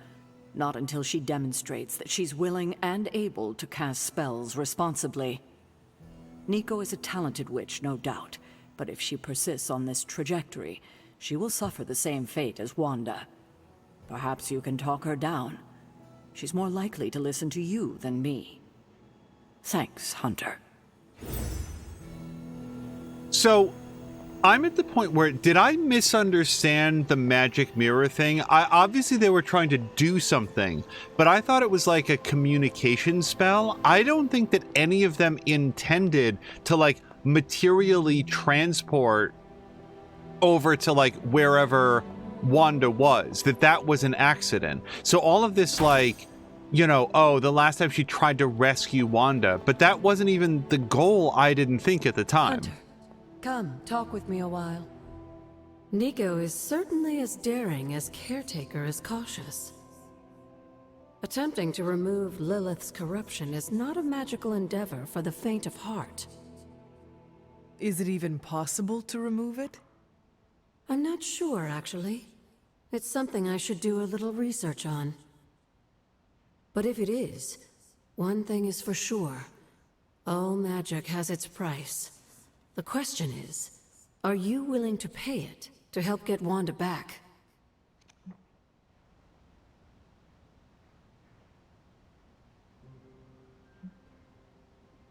I don't think I can say this. I fear no cost. What about the cost of somebody else's life? That no. It depends on the cost. What if I told you the cost could be you?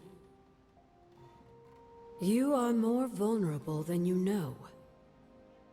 The crack in your collar may be hardly noticeable to the naked eye, but it's a significant crack in your energetic armor.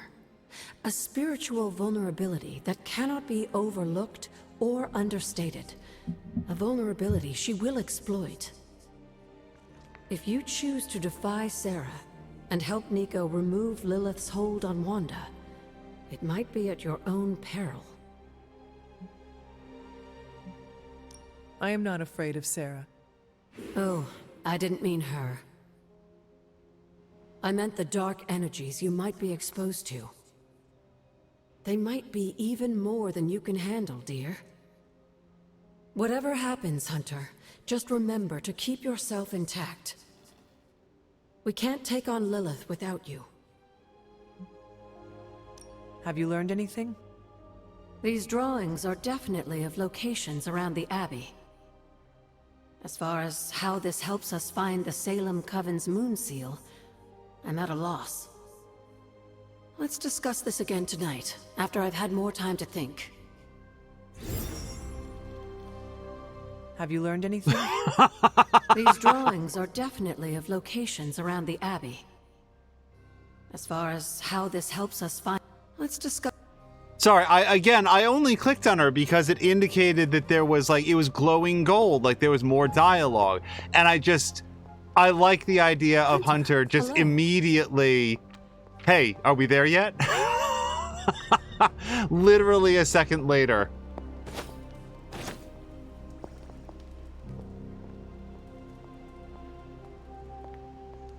I will say this, I would rather have the game accidentally cue me one... Okay, it didn't occur to me before this moment if I could just walk through Agatha, but I guess we're gonna respect her personal space. Okay, so let me check here. War room upgrades.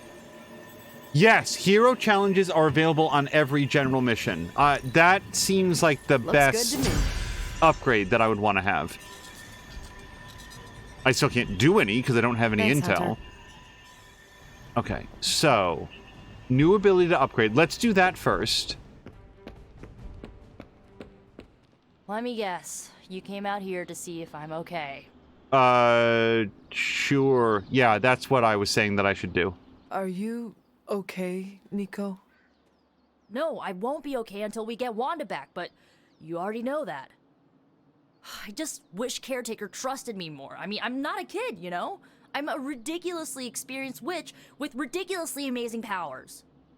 She should be letting me use my talents to help the team, but instead all she does is doubt my ability to do anything.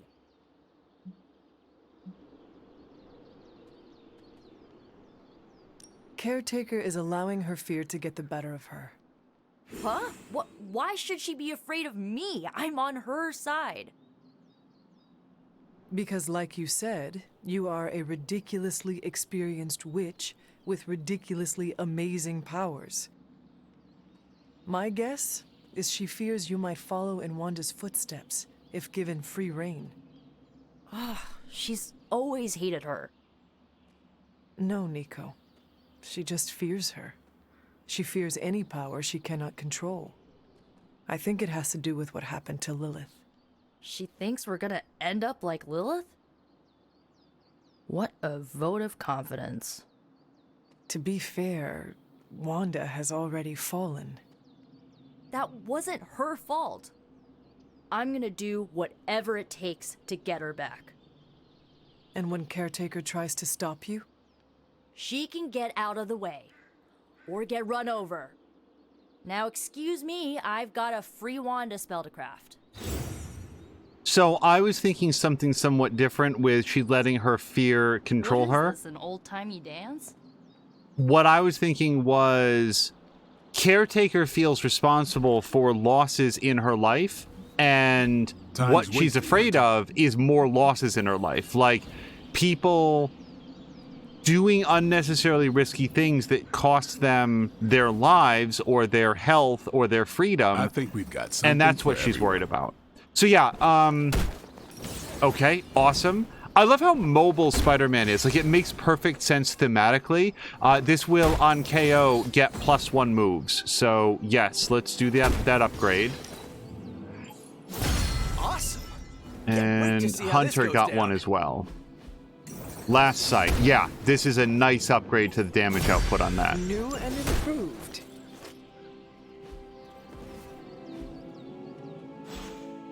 Okay. Let's check to see if there's any chests. And forgive me if I've already done it today. The separation between days, sometimes I just want to make sure. Wait, was that yesterday or today? No, we're good. Okay. I feel like, yeah, the same gifts are going to be there. So now we're down to new combat item available. Oh, but I'm not going to. I guess let's just go there. But it's the Phoenix down. I guess that's here.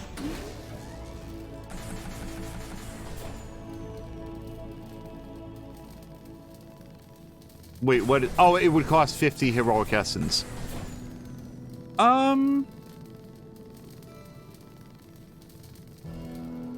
Oh, look, it's so it actually you select a hero and then consume half of their health to revive an ally with that health. So it's not just get somebody back up, you have to like absorb the health out of somebody else. That's not that great.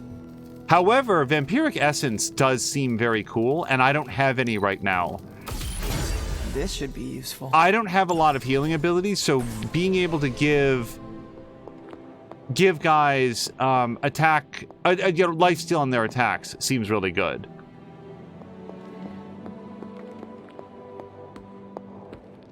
What is it queuing to me on the map? Is it just that Steve wants to chat?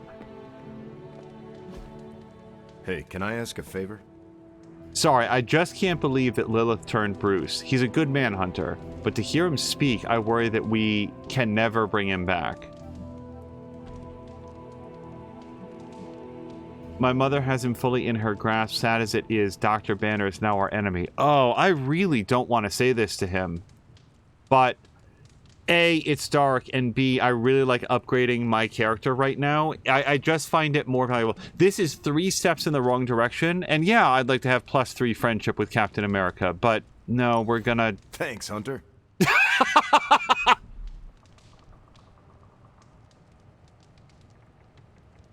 Steve, I got bad news for you. Your friend, the person that you knew, the person that you fought alongside, that person's gone. My mother has him now, and you're just gonna have to find a way to make do with that. You have to make peace with the fact that Banner's gone, and the next time that we see him, we may very well need to end him to stop him from hulking out in service to Lilith. It's the only option that we have. I'm so sorry. Thanks, Hunter! Okay, Charlie's not available for petting. Oh, that was such an incongruous, response. Nobody else is marked to talk, so let's go on a mission. I want intel. I very much want intel. Like, a lot of intel if we can get it. No. No. No. There we go. Okay, destroy device. So it's easy, but so be it. Like, we'll just do it fast and get a rare intel cache. And we get to hang out with Robbie, which I'm glad to do. So we're going to do this. It actually is going to... I don't actually need the arcane keys. Like, I need the arcane keys less than ever, but I do also like doing these challenges. Play 3 attack abilities. Let's do it. Oh, wait. I didn't do the, Wait, yes, I did. Yes, I did the let me see what I can buy, because there was... I can't afford to do the $300 upgrade to the yard, but what was this one? Item bench 2. I'd rather save up for the $300 thing, I think. Hunter.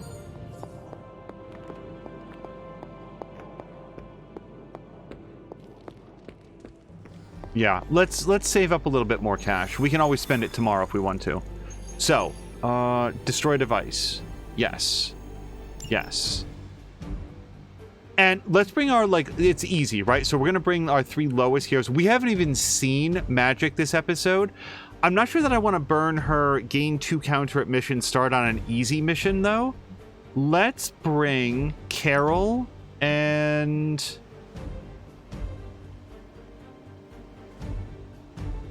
We just did a Doctor Strange one, is the only thing. I did my daily sparring today, right? Yeah, I did. I must have. Yeah, let's bring Nico.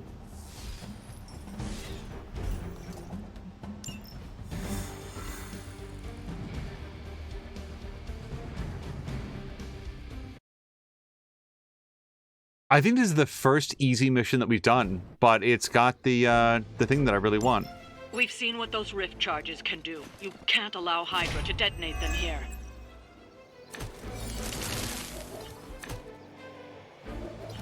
Just focus on destroying the charges. Hydra has enough warm bodies to overwhelm you eventually. Roger that. Okay. So, we could drop a Hellmouth and then lash somebody into it.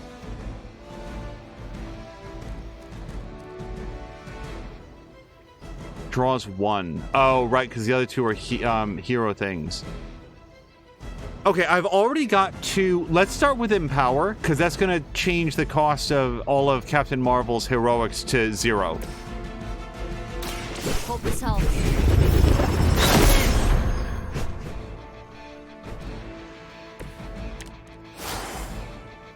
Okay, Hellride is a hell of an opener.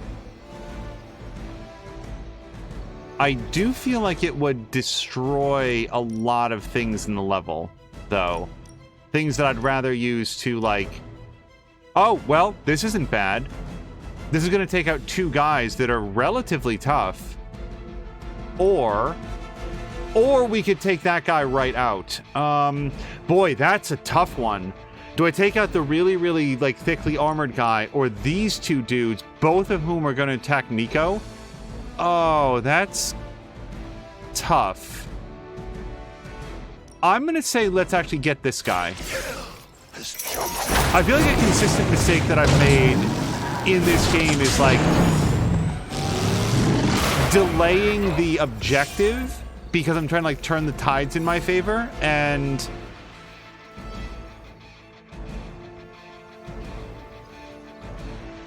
I don't think that it's the way that you're supposed to... I am so effing stupid. That discarded my entire hand. That was so dumb. That was so dumb. Like, honestly, that's like reload the mission dumb. Because that's... No, I don't have an autosave from in here. I'm just gonna have to live with that. Holy you guys. That was so stupid.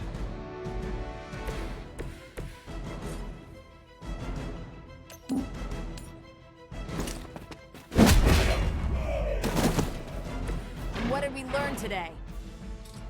I had 2 other heroics that I could have done, one of which would have been... What I was going to do with Captain Marvel was to do the Omni Beam down here and, like, smoke both those guys. Sorry, I'm very distracted. Yes, as Moo said, I'm so sorry. Yeah, that hurts. So dumb. I didn't read the item description. The card description, whatever.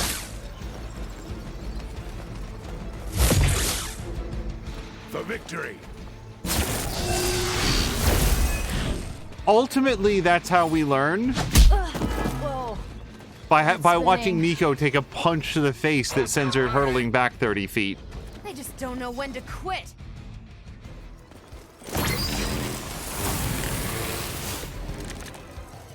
Oh, well, that might take care of my rift charge problem.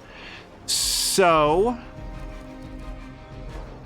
taunt quick, and plus binary, or sorry, plus knockback if she has binary, which she does not.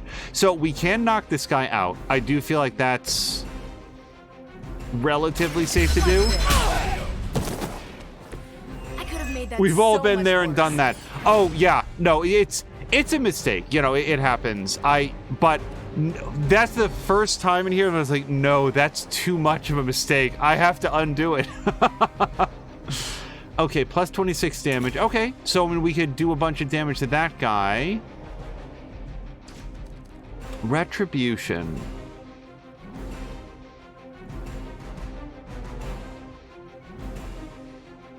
To damage an enemy. Also damage all nearby enemies. How nearby? That nearby. Oh, that'll actually do a lot of damage to that. And then we can move him away. How many people are attacking Ghost Rider? 0. Okay, actually, I do feel good about this. Judgment comes.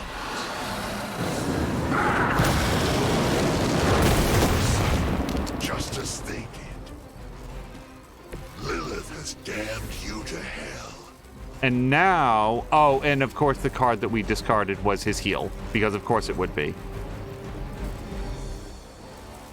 Okay, I've got 2 more moves. I could drop a Hellmouth to get us some heroism. I do like the sound of that.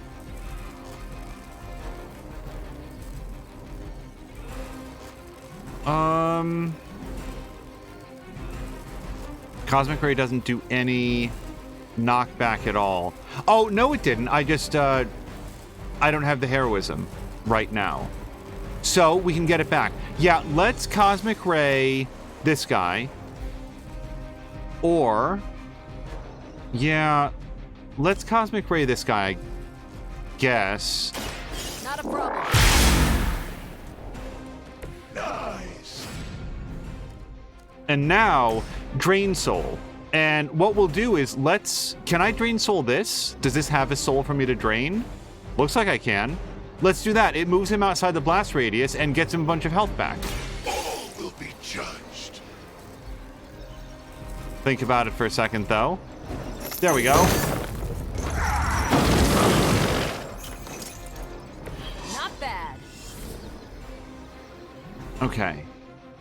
I don't need to redraw anything right now. So what's going to happen? Captain Marvel's going to take a hit, and then 2 of these guys are going to attack Nico. Oh, that doesn't feel good. But what can I do? You know, do I have an item that would do anything? No, and no. Okay. Nothing that's going to help us here, I don't think. Oh, you know what? I didn't do my move. I should have used a move to try to knock somebody into that explosion. That's 1 charge down, but you're not out of the woods yet. Real original. You just made a big mistake. Oh, the one thing I got to do with Nico in this combat was completely wasted. Okay, that guy's got counter, so let's not hit him directly. They're finally starting to get to me.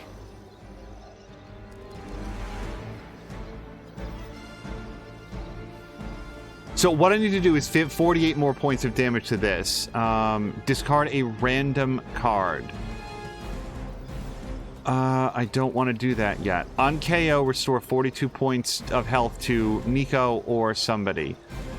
Nobody's going to get knocked out by that, or at least probably nobody. So we got to draw enemies off of Nico, I feel like.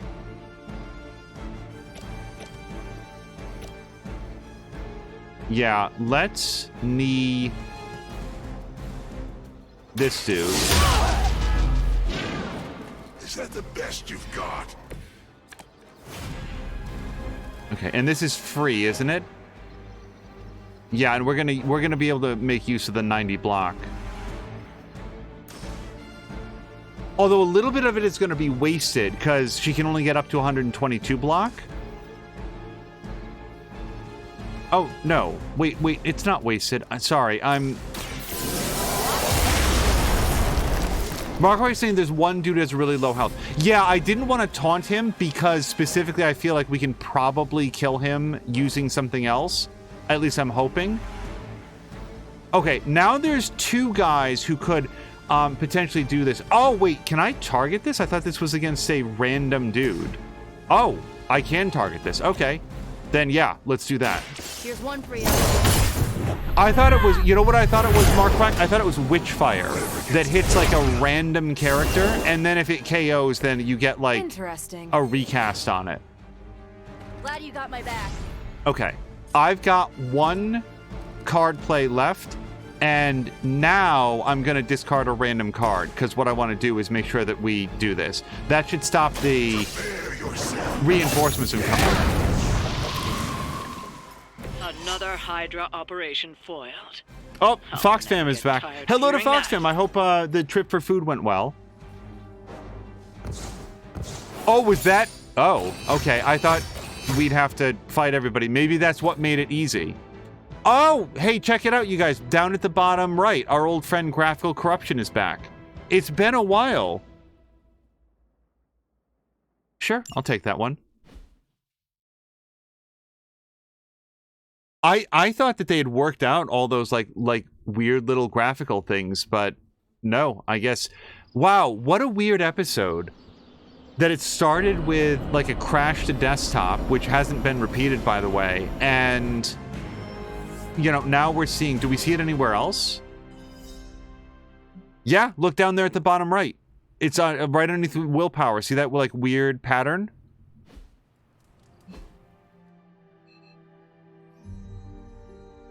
Not on the map, though.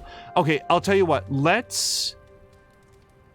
Yeah, very quickly, what we're going to do is let's save. Is this the first save that I've laid down the whole game? I think it is. Foxram said it did, and they'll be fat and happy soon. And I'm trying to remember, I think that if we just exit out to the main menu and then go back in, it might even take care of that graphical issue. I could be wrong about that. Yeah, a lot of Nico's abilities are sort of like untargeted. It just like rolls a d20 and then attacks that person. And I had confused that ability with that. Hold on a second. Heroes. No, it's still there. Only because it can start to crop up other places. Let's actually quit this time. It'll be black just for a moment while it runs its little sync, and then we'll go right back in. I would like to do at least one more mission. I don't think it's going to be a story mission, but we will see what's on the table. The mirror table. And apparently it's going to take a second here. Let me just throw out the break screen very quickly. There we go. And we are still syncing. Give it a moment. By the way, can I give another like props to this game? Remember when there was a mission with Wolverine and Sabretooth? Like, I sort of assumed that was going to get an immediate pickup, and instead, the next character that we brought into the party was Captain America. Like, Sabretooth and Wolverine went off to, like, do other stuff. And yes, by the way, I do remember how that turned out, that Sabretooth, it was very, very heavily implied is being turned by Lilith. I mean, like, clearly is. And I love the fact that the game felt like it was setting up for one thing and then just went off and did something else. Because, like in real life, there isn't always a through line where, like, everything happens in a particular sequence. So that should take care of the graphical weirdness. And again, the reason that I wanted to do that is not just because it's unsightly. When it happens, it tends to like spread further and further and lead to greater instability. This is the only game that does anything like that. What do we play, like Anno 1800 for like 2 hours earlier today? Almost 3, I think. Join a hangout. Well, before I do that, and I probably actually will hang out with Doctor Strange, let's go chat with Agatha, because she's going to have some news for us about the pamphlets. I've been trying to puzzle together where the Salem Coven hid the moon seal from Shaw. Have you discovered something? Shaw's drawings. He was looking for the Salem witches who had gone into hiding. And we know that he found them. But they told him nothing. And where he failed, we may still find the answers we need. I do not follow. We're going to make a magical phone call. Find each witch warren using Shaw's maps, and collect a sample of soil from each. Soil stained with a witch's lifeblood is a powerful magical catalyst. It may be enough. Study Shaw's maps, and bring back a sample of soil from each witch warren. That soil may be potent enough to commune with the Salem witches. So an issue is that I know that I've been to these places. What I don't know is where they are on this map. Like on the Abbey map is what I'm talking about.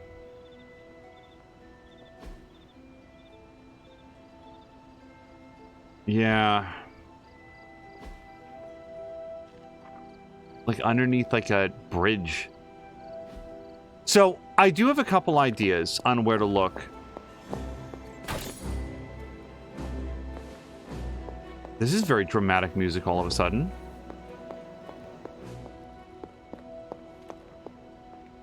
I'm just checking the library for any new readables. And that's it. Boy, what a bummer that, Oh, this has been updated now. I've almost done it. I have the moon seal, and it should work with the glyph that I saw in the cave behind the reflecting pool. I'll be able to restore the ground sooner than I'd hoped. I also, by the way, I also strongly contest the idea that Caretaker, quote-unquote, hated Wanda. I really don't think that that's true. I know that Nico is saying that. I know that she believes that, but I personally don't buy it. So, let's... Where do I think they... Oh, yeah. Well, that's the shop, so we know that that's not it. What I don't remember is where the other caves are. So, let's... just sort of, like, orient ourselves in that direction. There's certain areas of this map that I know, like, basically exactly where to go. For example, when we go to visit the bowl to make an offering, I know where that is from this fast travel point, and it's also, like, marked in the map as being the altar or whatever. Oh, actually, I think one of them is right down here, yeah? Exactly, yep. And... oh, it's an old drawing! It's an old drawing, so it's underneath a bridge, but now in the modern day, the bridge has collapsed. Okay, that's fun.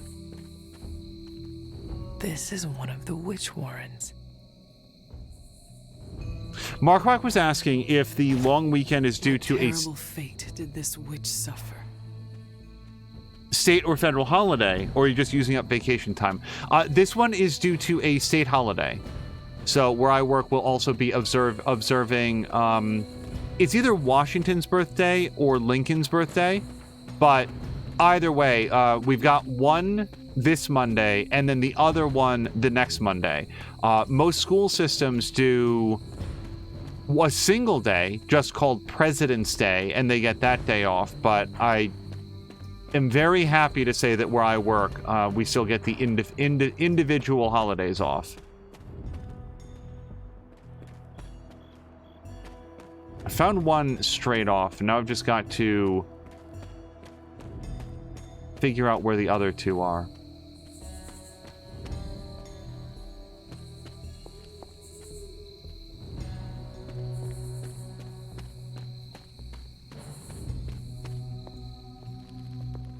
What I was going to say just a moment ago, Markwak, is it's still... it just feels like a real disappointment that Tom Chick wasn't able to engage with this game because of the Abbey stuff. There's so much I just find the strategy of it delightful. Like, you were here a moment ago, yeah, where I just, like, completely biffed it on that first round, like, threw away all my cards just because I didn't look. Like, that's the kind of, like, pure strategic blunder that would have made it into an episode of the Quarter 3 Games podcast, for example. Like, if Jason or Tom had done that, and, like, in the game, like, that would have made a great anecdote of just how this game system, what I like about the combat system is that it's got a lot of things going on. Like, there's I don't know that variables are quite the right way, but a lot of different strategic and tactical decisions that you're making. Strategic decisions on the, like, okay, what kind of enemy am I facing? What type of mission is it? Who am I bringing along? And how should I build out their decks? And I may not be making a ton of edits, but I am thinking usually before we go, okay, if Carol's going to be the tank and Doctor Strange is going to be support, then I'm going to need somebody else to do, like, the hits and stuff. Like I am thinking about it, even if I'm not executing on it entirely. And then you get into the actual tactics of the combat, which is, what's the flow of the combat going to be? On the enemy's turn, what are they going to do? What are my highest priority targets? And how am I going to... Was this bull always here? Mitigate the amount of incoming damage while dealing out enough damage that's going to get me closer to the objective.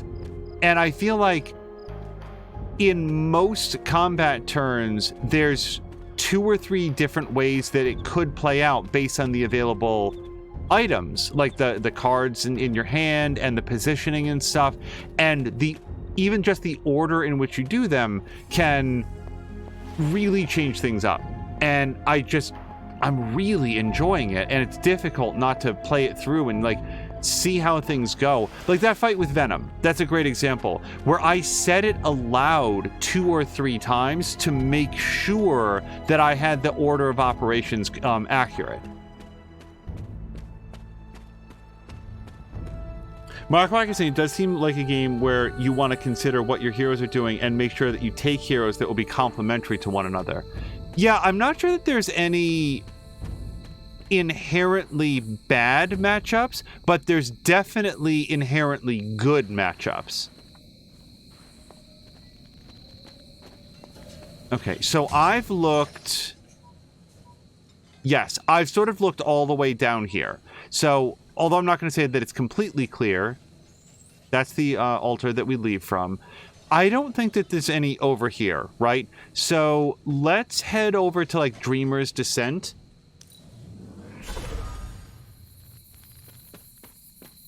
And take a once around. I am looking specifically for those bone chalk drawings.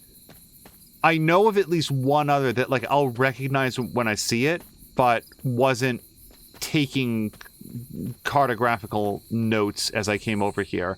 This is back towards the Abbey, and that's on purpose. I wanted to travel close. And this goes... Hold on, where am I? I'm here. This goes over to Hunter's Folly. We'll check Hunter's Folly last if we have to.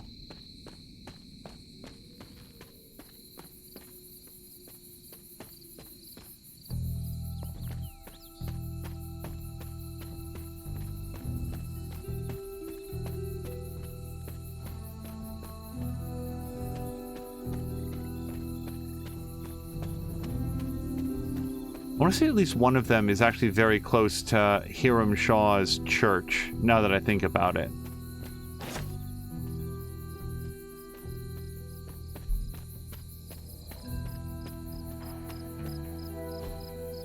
Ah, I see. Oh, well, I didn't do whatever this is. He sees the path.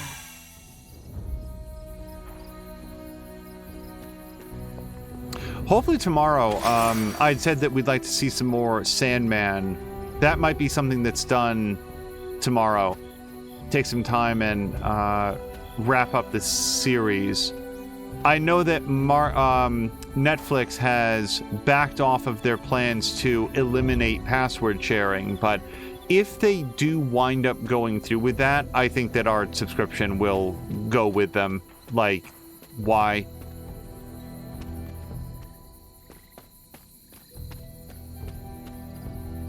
I feel like, at least to me, complaining online, you know, at Netflixing, at Netflix support and stuff, that has its time and place, but I feel like if you want to express dissatisfaction with a business decision, the best way to do that is to just remove your money from their coffers. So here's one, at least I think so.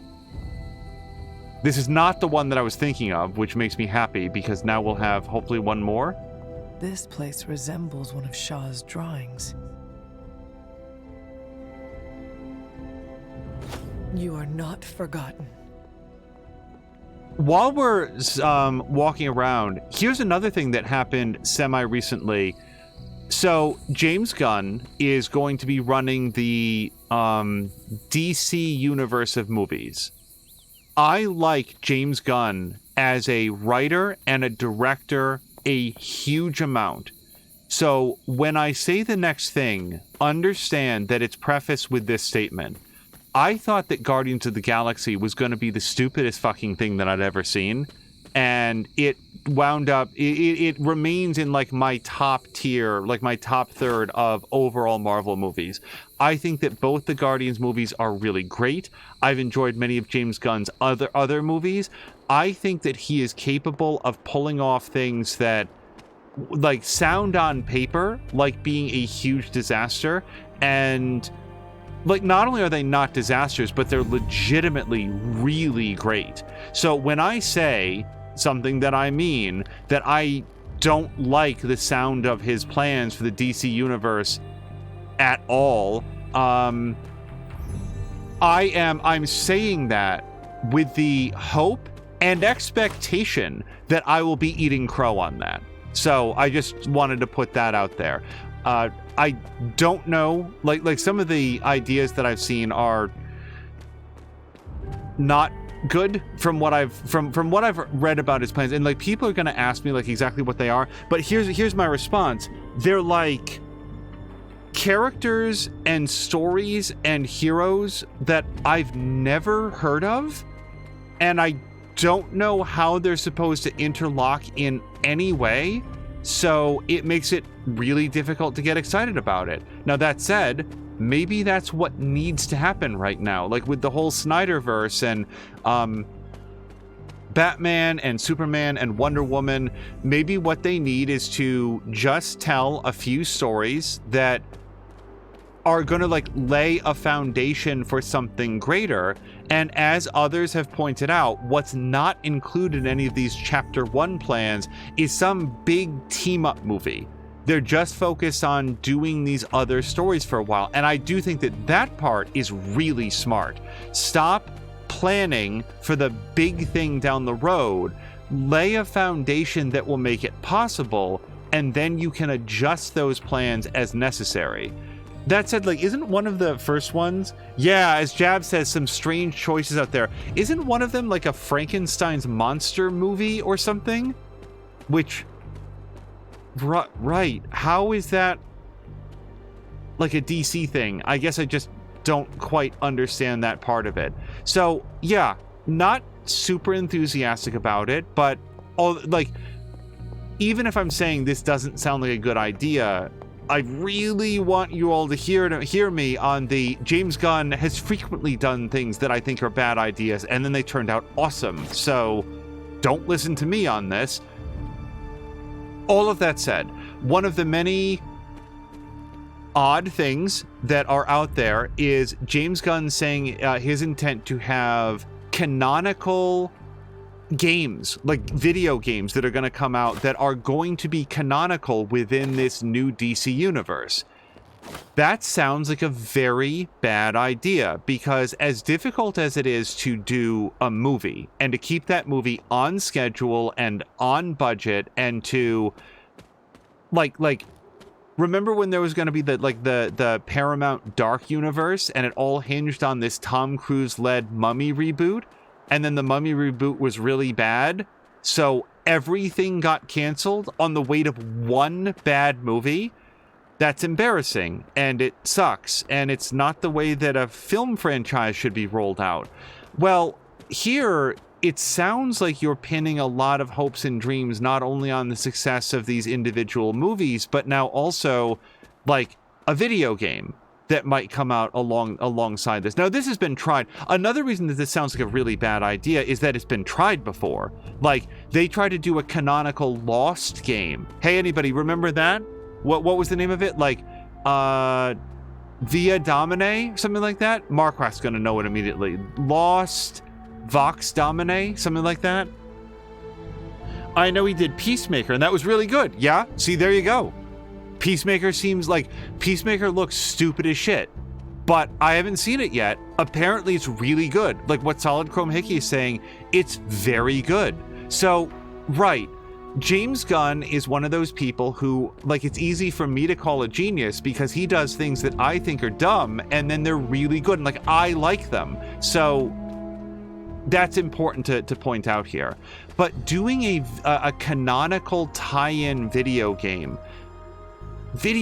are, like, they're so difficult to deliver on the most elastic of schedules and highest of funding targets, that to try to tie the release of a video game to a specific position in like a film release schedule, it just feels doomed to fail. And also, if the video game doesn't turn out good, then the creators just say, oh, we were just kidding about that being canonical, which is exactly what happened with the Lost game, for example. Lost Via Domus. Thank you, Marquardt. And all of this, like, what a weird thing to be bringing up during this Marvel game. Oh, we must be talking about DC because it's Marvel. Well, actually, some guy named Jake Solomon weighed in on this. Jake Solomon was, and Marquard's going to know exactly, was he the lead director, like game designer, game director of Marvel Midnight Suns? What exactly was his title? Do you happen to know, Marquardt? I don't like giving Marquardt homework assignments, but he adds so much to the stream when I'm like, I know that James Solomon? What did I literally just say? Jake Solomon. I know that Jake Solomon was like in charge of this game. I just don't remember what the job title was.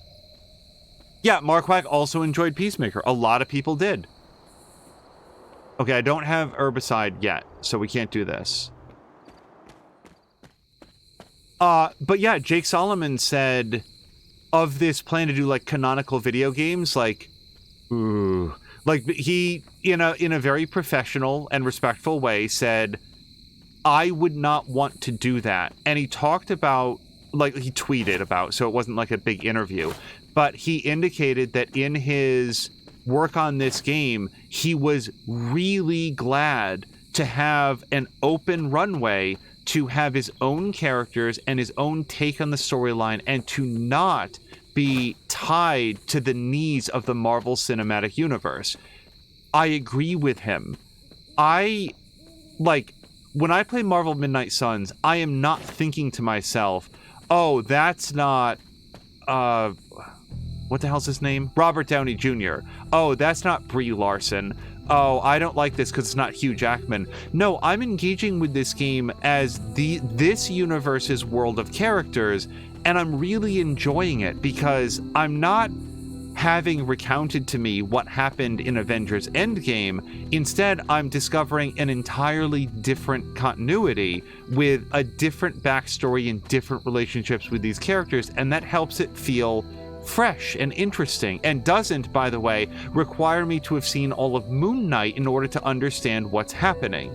So that's what brought it up, which is, I don't think that Jake Solomon was here to say, like, no, James Gunn is filled with bad ideas and don't listen to him. I think that what he was doing was encouraging some additional consideration of what it would mean to have, like, a video game that absolutely positively must come out within this 2-month time span because it fits into, like, the storyline right here, and it's not allowed to release late because of the needs of the actors. You got to bring in the actors to do their voice lines and stuff. Also, who among us hasn't played a video game where a star of stage and screen that we otherwise really like just wasn't a good voice actor? I really love the visuals in this game, by the way. Okay, this does not feel like where I need to be for this last... what's it called? So where am I currently? So I'm up here next to Agatha's cottage. I visited Shaw's church. Is it like up and around here? Should I head back to Bloodgate? Let me work my way back to Bloodgate. Let me walk it just in case we see something. Jake Solomon was the creative director. Yeah.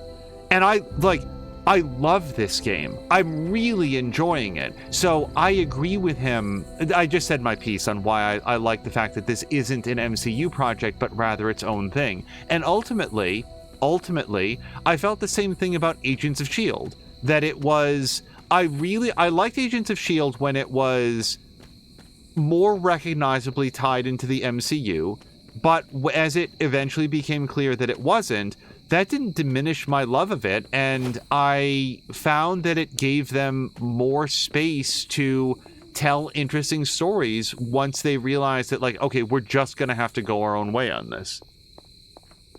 Jab is saying, I will say that Blue Beetle is relatively unknown to the public, but has a number of loyal fans. I mean, at the time that it came out, Iron Man was relatively unknown to the general public. So, yeah, I think that doing stories about otherwise obscure characters can be a really good way to start to build that foundation. Whoops, hold on. Was there something here?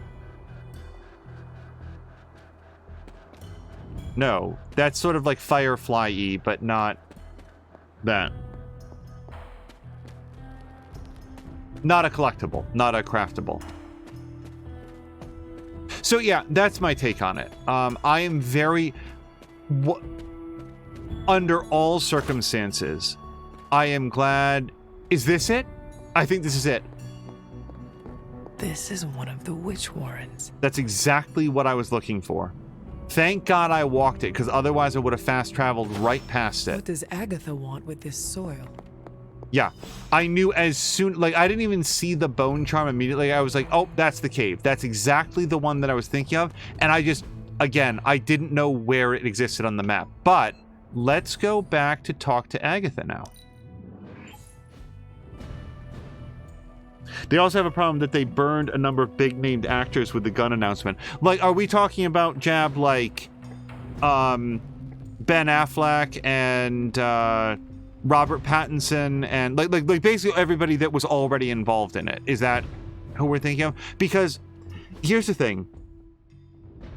I know that there's people out there that don't cotton to Henry Cavill's like acting or portrayal of Superman, and I would submit that the problem that I have with the Snyderverse version of Superman is not with the actor. It's with the storytelling and the stories that they decided to tell with him. I think that Henry Cavill could be an amazing Superman, and I am disappointed that we will not get to see that version of him. I have collected the soil you asked for, but you never told me why we are doing this. Soil stained with a witch's blood is potent stuff. In the wrong hands, it can be very dangerous. In the right hands, well, I just hope it's potent enough. This is going to help us find the moon seal? The Salem Coven stashed it away somewhere safe. I'm thinking the best way to find out where it is to ask them directly. Meet me at the elemental altar.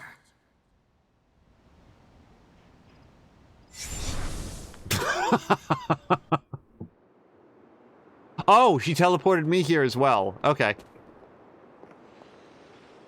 What is all this? Everyone knows you can't commune with the spirits without plenty of candles, dear. Witchcraft 101. I would stand back if I were you. I expected a solemn ritual, but I think you are enjoying this. I haven't been part of a seance in years. And look, it's working.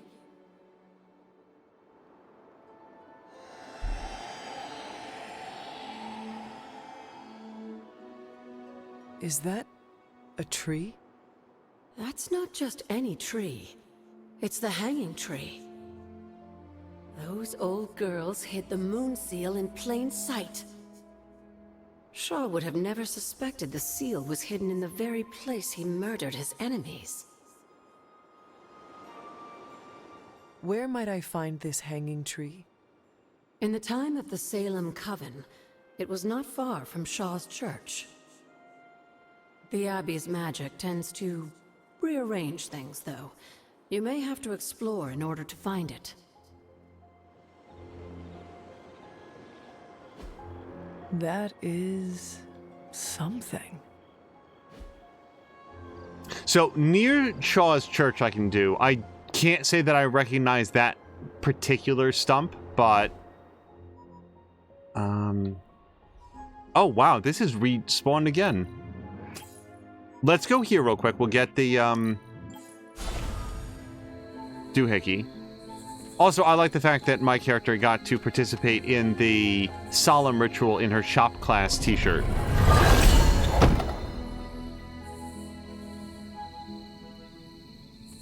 Also, Fox Planet is saying, quote, without plenty of candles, lady, inflation is kicking everybody's asses. Want to loan me some? Yeah, we can't afford the prerequisite number of candles because now they cost $80 a pop. Okay, so near Shaw's church, which is going to be here, I suspect that it's not going to be hard to find after just doing that little scavenger hunt. Let's search behind the church first. So I'm going to feel dumb if it's here. I don't think that it is, but we'll look.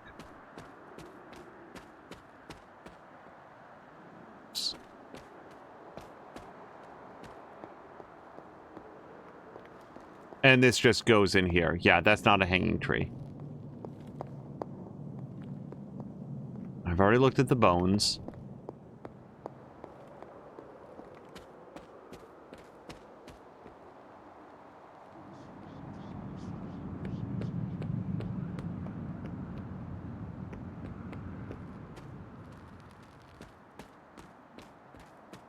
What I was going to say is that I think the whole, like, the Abbey has a way of rearranging things. I think that that's just an explainer for why she doesn't know exactly where it is. Like, she just doesn't just tell Hunter. They want you to go out and explore a little bit, but I think that it's going to be, you know, maybe famous last words, but I feel like it's going to be relatively easy to find. They just had us run around and find those 3 landmarks. Now they're going to be like, okay, you've done your bit. Let's do it. I should pay attention to where we are.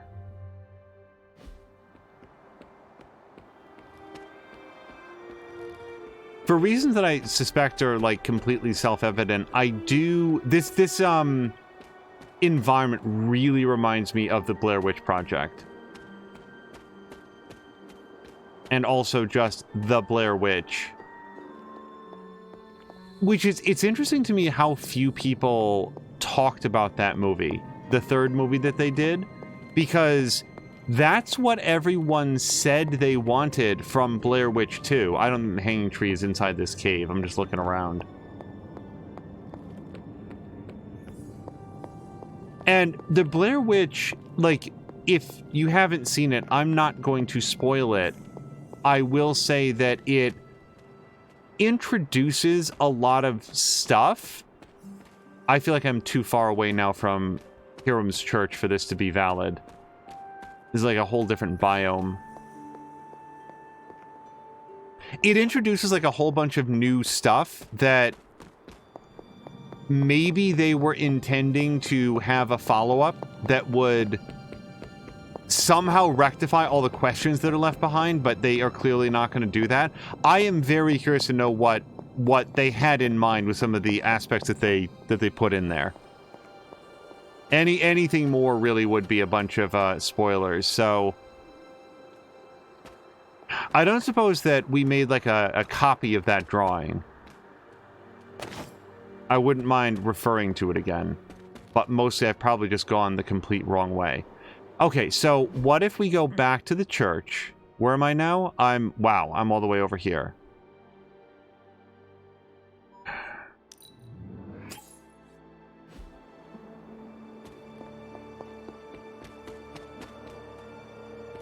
I am really gonna make myself look stupid if it's really difficult to find after just talking so much about how it'll probably be just available. It's like a giant stump, according to that drawing. Not this. By the way, I probably should note, just for anybody, like, we are now, I think, probably very close to the end of the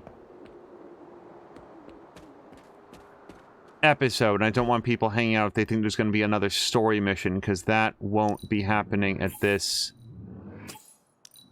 I'm just turning that off. At this point, but I would like to advance the Abbey storyline if we could, because it's been many episodes now, and I like the fact that Doctor Strange called up and said, "Hey, I've got something for you." So, sorry, if I go this way, I'm just double checking. I have been down here, right? And this is not it? Yeah, I don't see any big stumps. Okay. I need to compare, since there's no compass on the main view, what I need to do is look every once in a while on the map to see what area I'm searching, so I'm not just wandering the same area repeatedly. This goes to ever-flowing... No, it doesn't. No, I want to go the other way. If I want to go to ever-flowing glade. Is this right? No. I want to go this way? But no, that leads over the bridge, which is where I did look. Okay. So let me head down this way then. And that's a different bridge, though. So I've gone down here, and I feel like I've gone up there. Oh dear, it is difficult to find then. Because I'm rapidly running out of places that I feel like I didn't just look. Jab says that he has no idea how they would do an Authority origin story. They pretty much annihilated the Wildstorm universe to leave a vacuum for the Authority to move into. These are all concepts with which I am unfamiliar. What is the Authority? And the Wildstorm universe? What's that? Is that part of like the DC universe, Jab, or is this something else?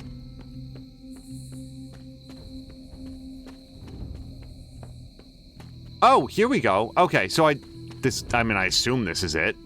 This must be the hanging tree. How many innocents died under these branches?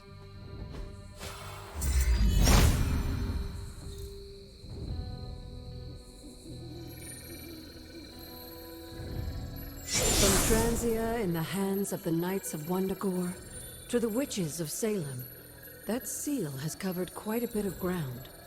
Despite Shaw's evil, the Coven protected it to the last. You've seen Cathan's corruption spreading on the outskirts of the grounds. Take this seal to the reflecting pool. Your next trial waits for you there.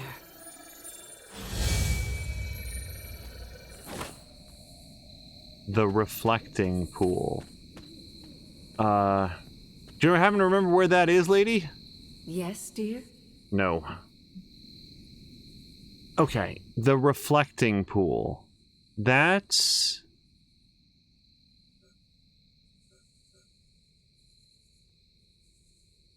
the Bloodgate we already opened. The reflecting pool. Was it up here?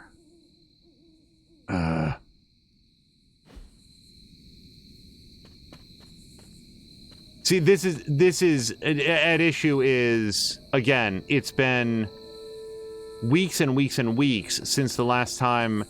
What I remember is that, like, we needed to get the seal, and it was blocked off behind the ward. Yeah, I think that what we're going to get is the ability to knock down those vines. Disentangle the bridge. But where it was, like, I remember where the seal was, that was just beyond Hiram's church. And we checked it a couple times just in case there was something that I was meant to do. Let me go this way. Maybe that giant beam of green light is where I'm looking for. Remind me about the seal? Now that you have the moon seal, seek out the glyph to place it in.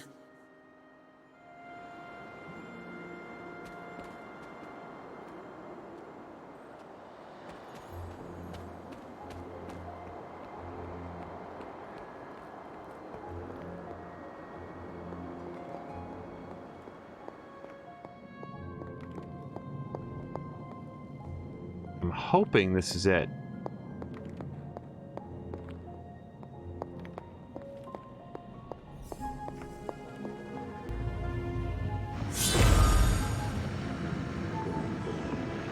Ominous indeed.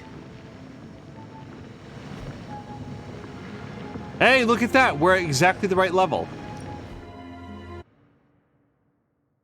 Jab is saying no, different universe at the time. Characters were moved into the DC universe later as part of the periodic DC restart, but there's no way it can exist in the DC universe as the Authority essentially took over the planet. Weird.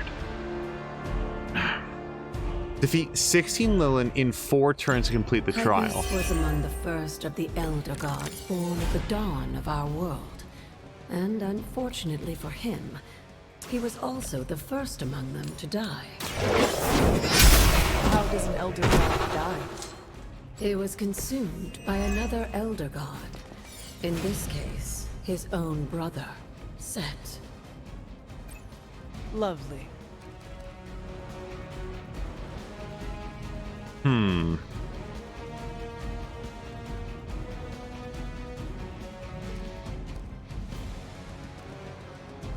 One vulnerable. The trouble is, yeah. Jeez, these guys have a lot of hit points. Can Charlie kick this at people?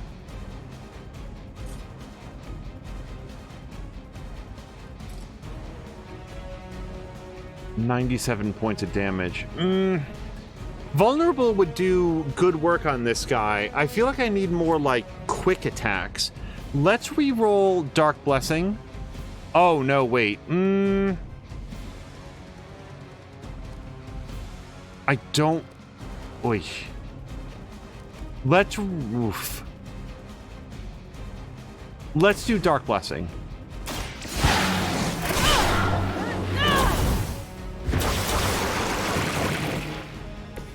The advantage is mine.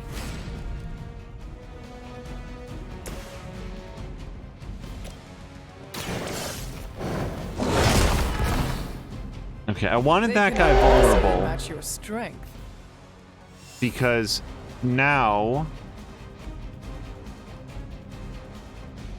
Let's have Hunter...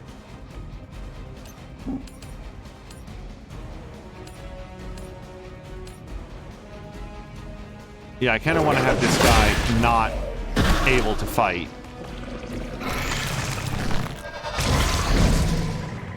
Okay, I didn't know that they did that.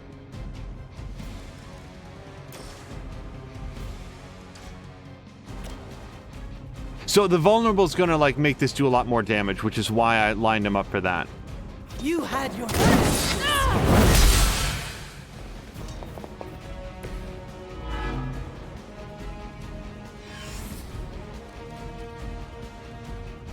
And now, if I get concealment, darn it, nope.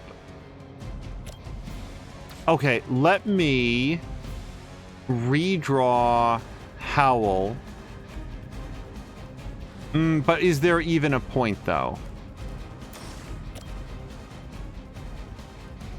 Oh, I know what we can do. Although... I did it backwards because I'm As a child, dumb. I feared the servants of Lilith. Now I teach them to fear me.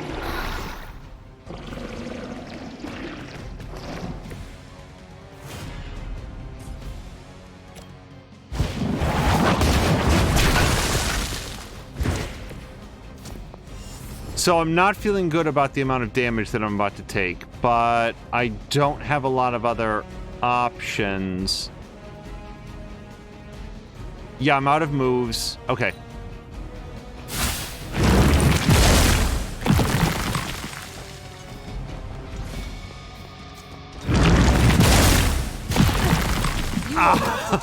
Ouch.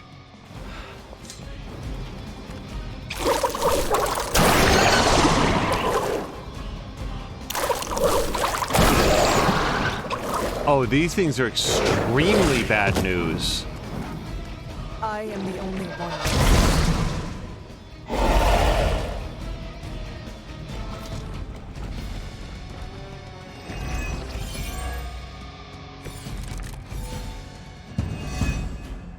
By consuming Hyppus, Set absorbed his brother's power, but also triggered the downfall of the Elder Gods. They turned on one another and became demons.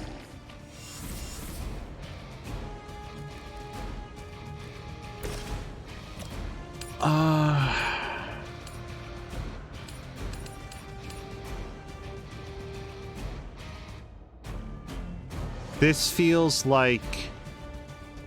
Discard a random card, though. Okay, I don't want to do that. Wild Strike Plus gives me vulnerable, and every enemy here is attacking her.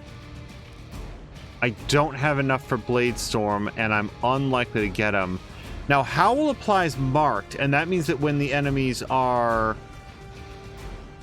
defeated, you get the card play refunded.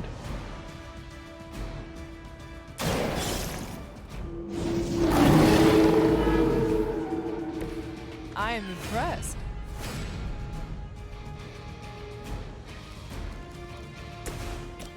Okay, let's... That does kill him, okay.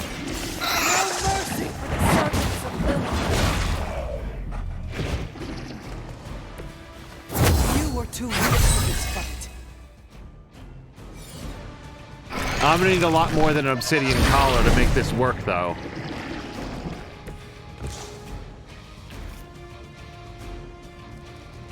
Yeah, so I can double damage somebody, but there's no way to survive this round.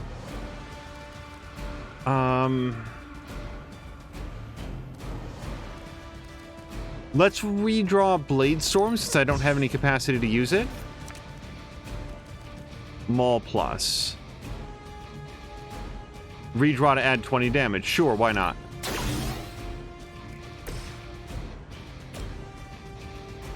Yeah, there's no way to survive this combat round. No,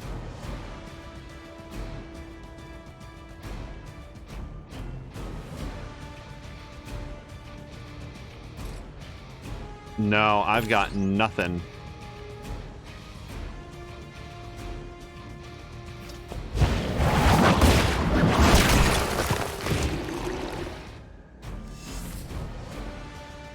If I kill this guy, I get the card play refunded, but the only options that I have right now are to discard all of her cards, gain vulnerable, or do this, which would apply vulnerable, which, like, I'd love to do.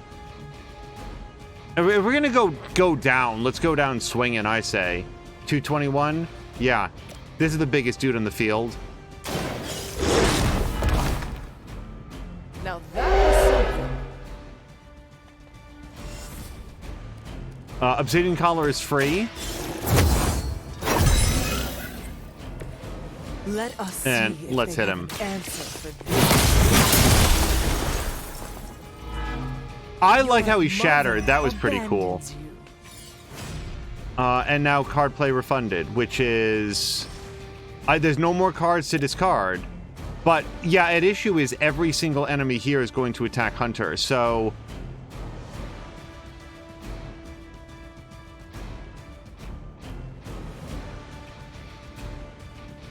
I could hit that guy. That would refund the card play. That doesn't help me. I just hit this guy. You have earned. And then with luck, I can throw that rock at him. Your to the mother of demons will be your undoing. Nope, that was her heroic. So, oh, I could probably like shoulder check him. It doesn't do anything. Shoulder check this guy. Now here's the trouble. If I do that, then they split. That's what we've learned. So that just puts more targets on the field.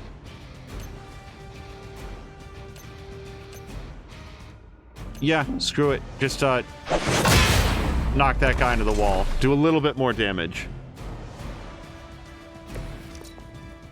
This combat is doable. I just didn't do a good job of doing it.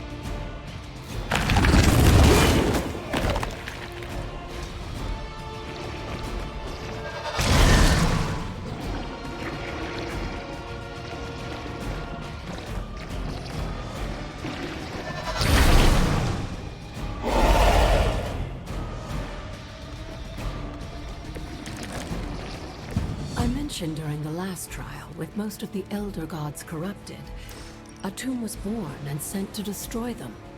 When he was done, he released their energy back to the stars. And now they watch in silence from above while I... Who am I to speculate on their intentions? So far, I'd say things have worked out to your benefit.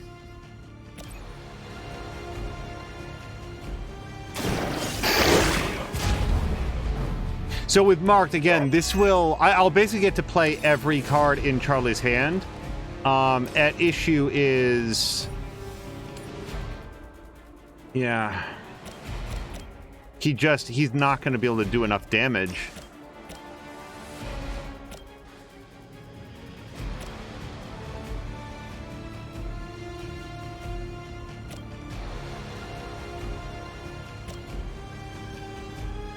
To add 20 damage, but that's not enough. Let me redraw.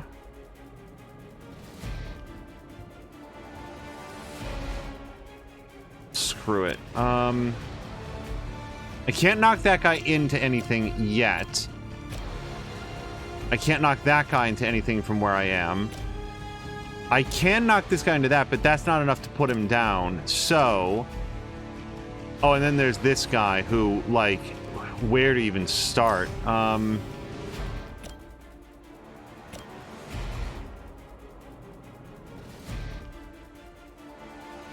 redraw that from 58 to 78, it doesn't get it there. If I redraw it a second time, that might... I'm not gonna bother. He's gonna split.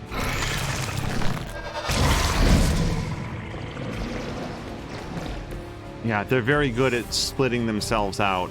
But this guy's still marked, which is what it gets us, so...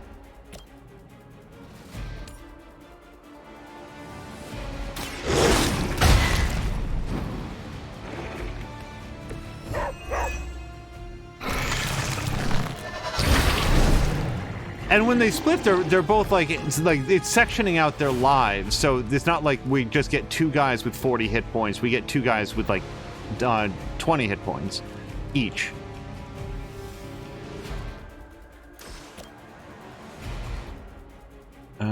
This will kill him, but not enough to on KO draw a card. On KO draw a card. Yeah.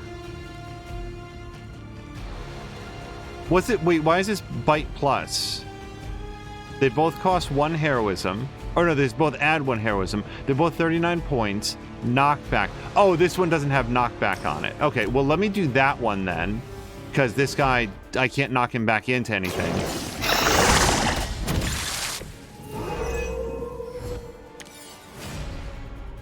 Yeah, that's useless. So let me redraw Quick Slash.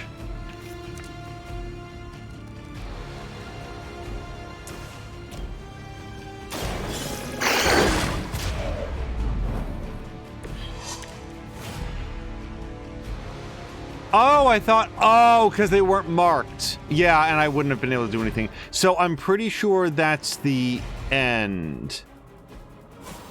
No. No. No, because I'm out of plays. So I can do a move, I think is the last thing that I can do. So we might as well, like, kill that guy. So unless one of these guys, like, straight up misses or something, I feel like we're going to have to try this again tomorrow. Like tomorrow in the game. You can always try again, Hunter. Persistence is part of the trial. Yeah, that's why I didn't stress about, like, saving before we went into this. I figured, hey, I'll do my best. And if we don't get it, then I'll just come back tomorrow.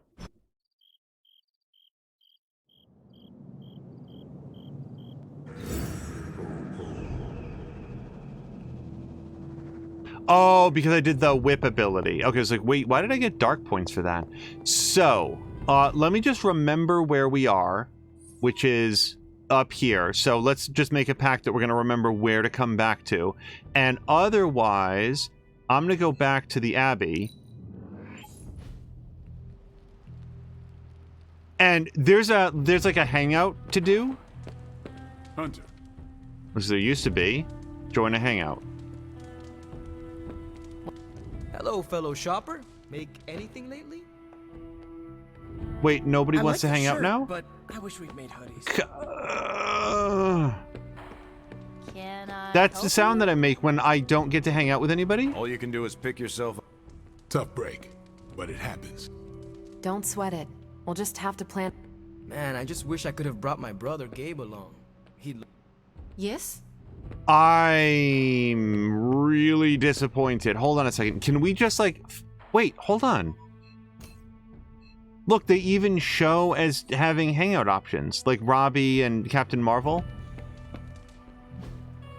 Okay, so even though the prompt isn't showing up, you can do the hangout. How many other times has that happened? Hopefully none. Okay, so who do I want to hang out with then? Because otherwise we'll forget to do it.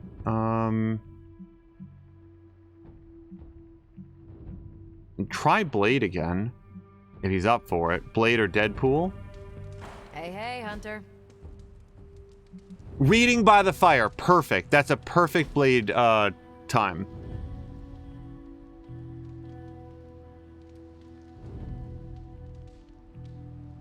Been meaning to ask, when you woke up and saw a half-vampire in the Abbey, well, was your first thought about killing me?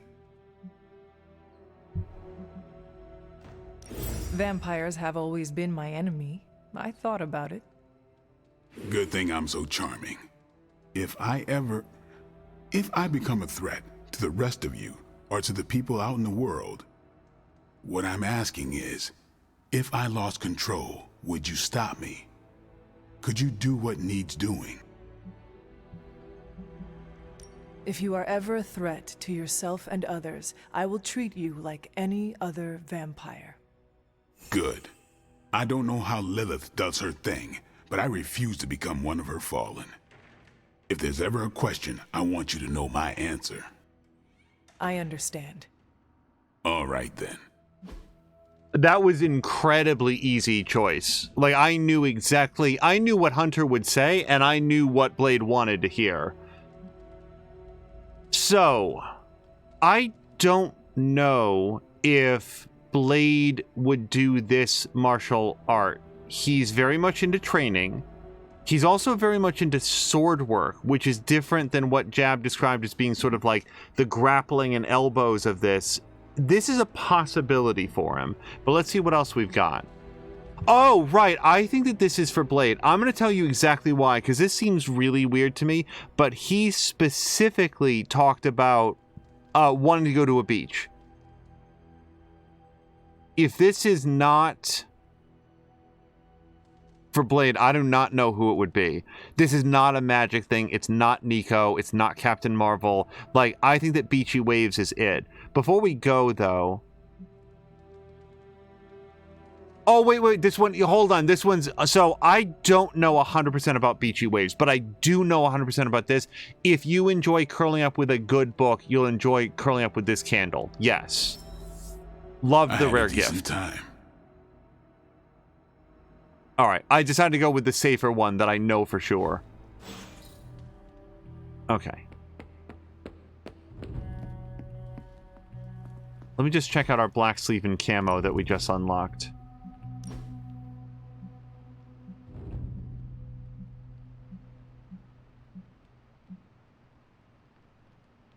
I really hate that top. That's awful.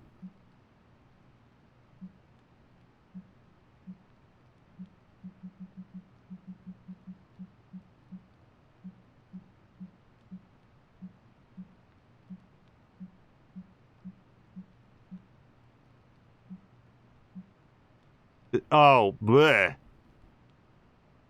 No, sorry, that's awful.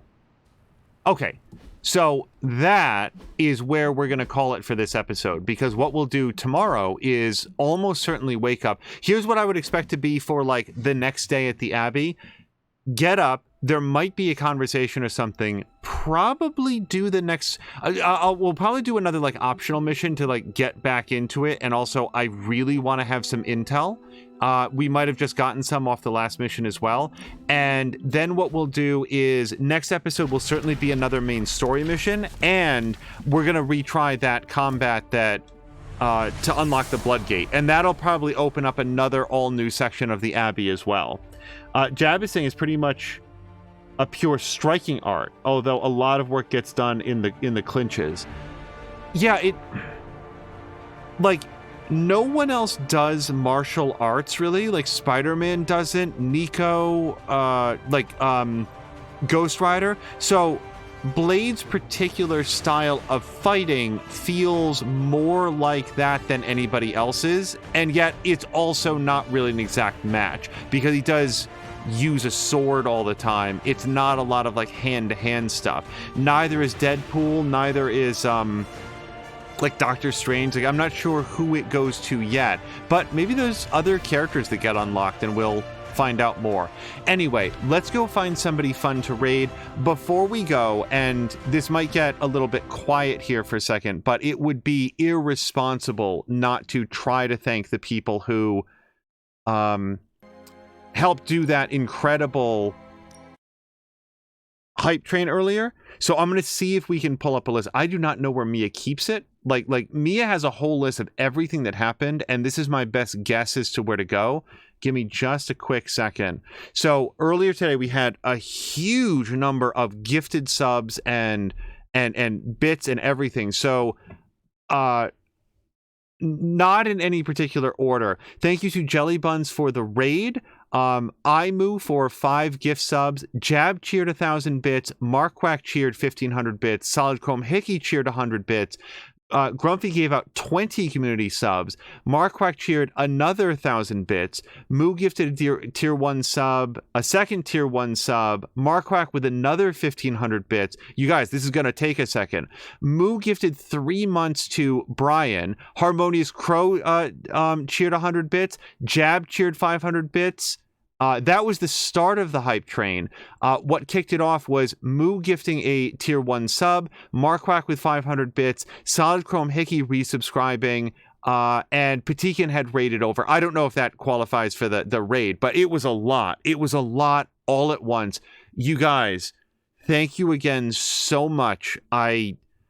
Language failed very quickly there, but we're going to call it there, and now we will find somebody fun to raid. Until next time, you guys, thank you so much for joining me for this most recent episode of Marvel Midnight Suns, and we'll see you again very soon for maybe another episode of this, but also the kickoff of something else brand new. Until then, I hope you have a great night.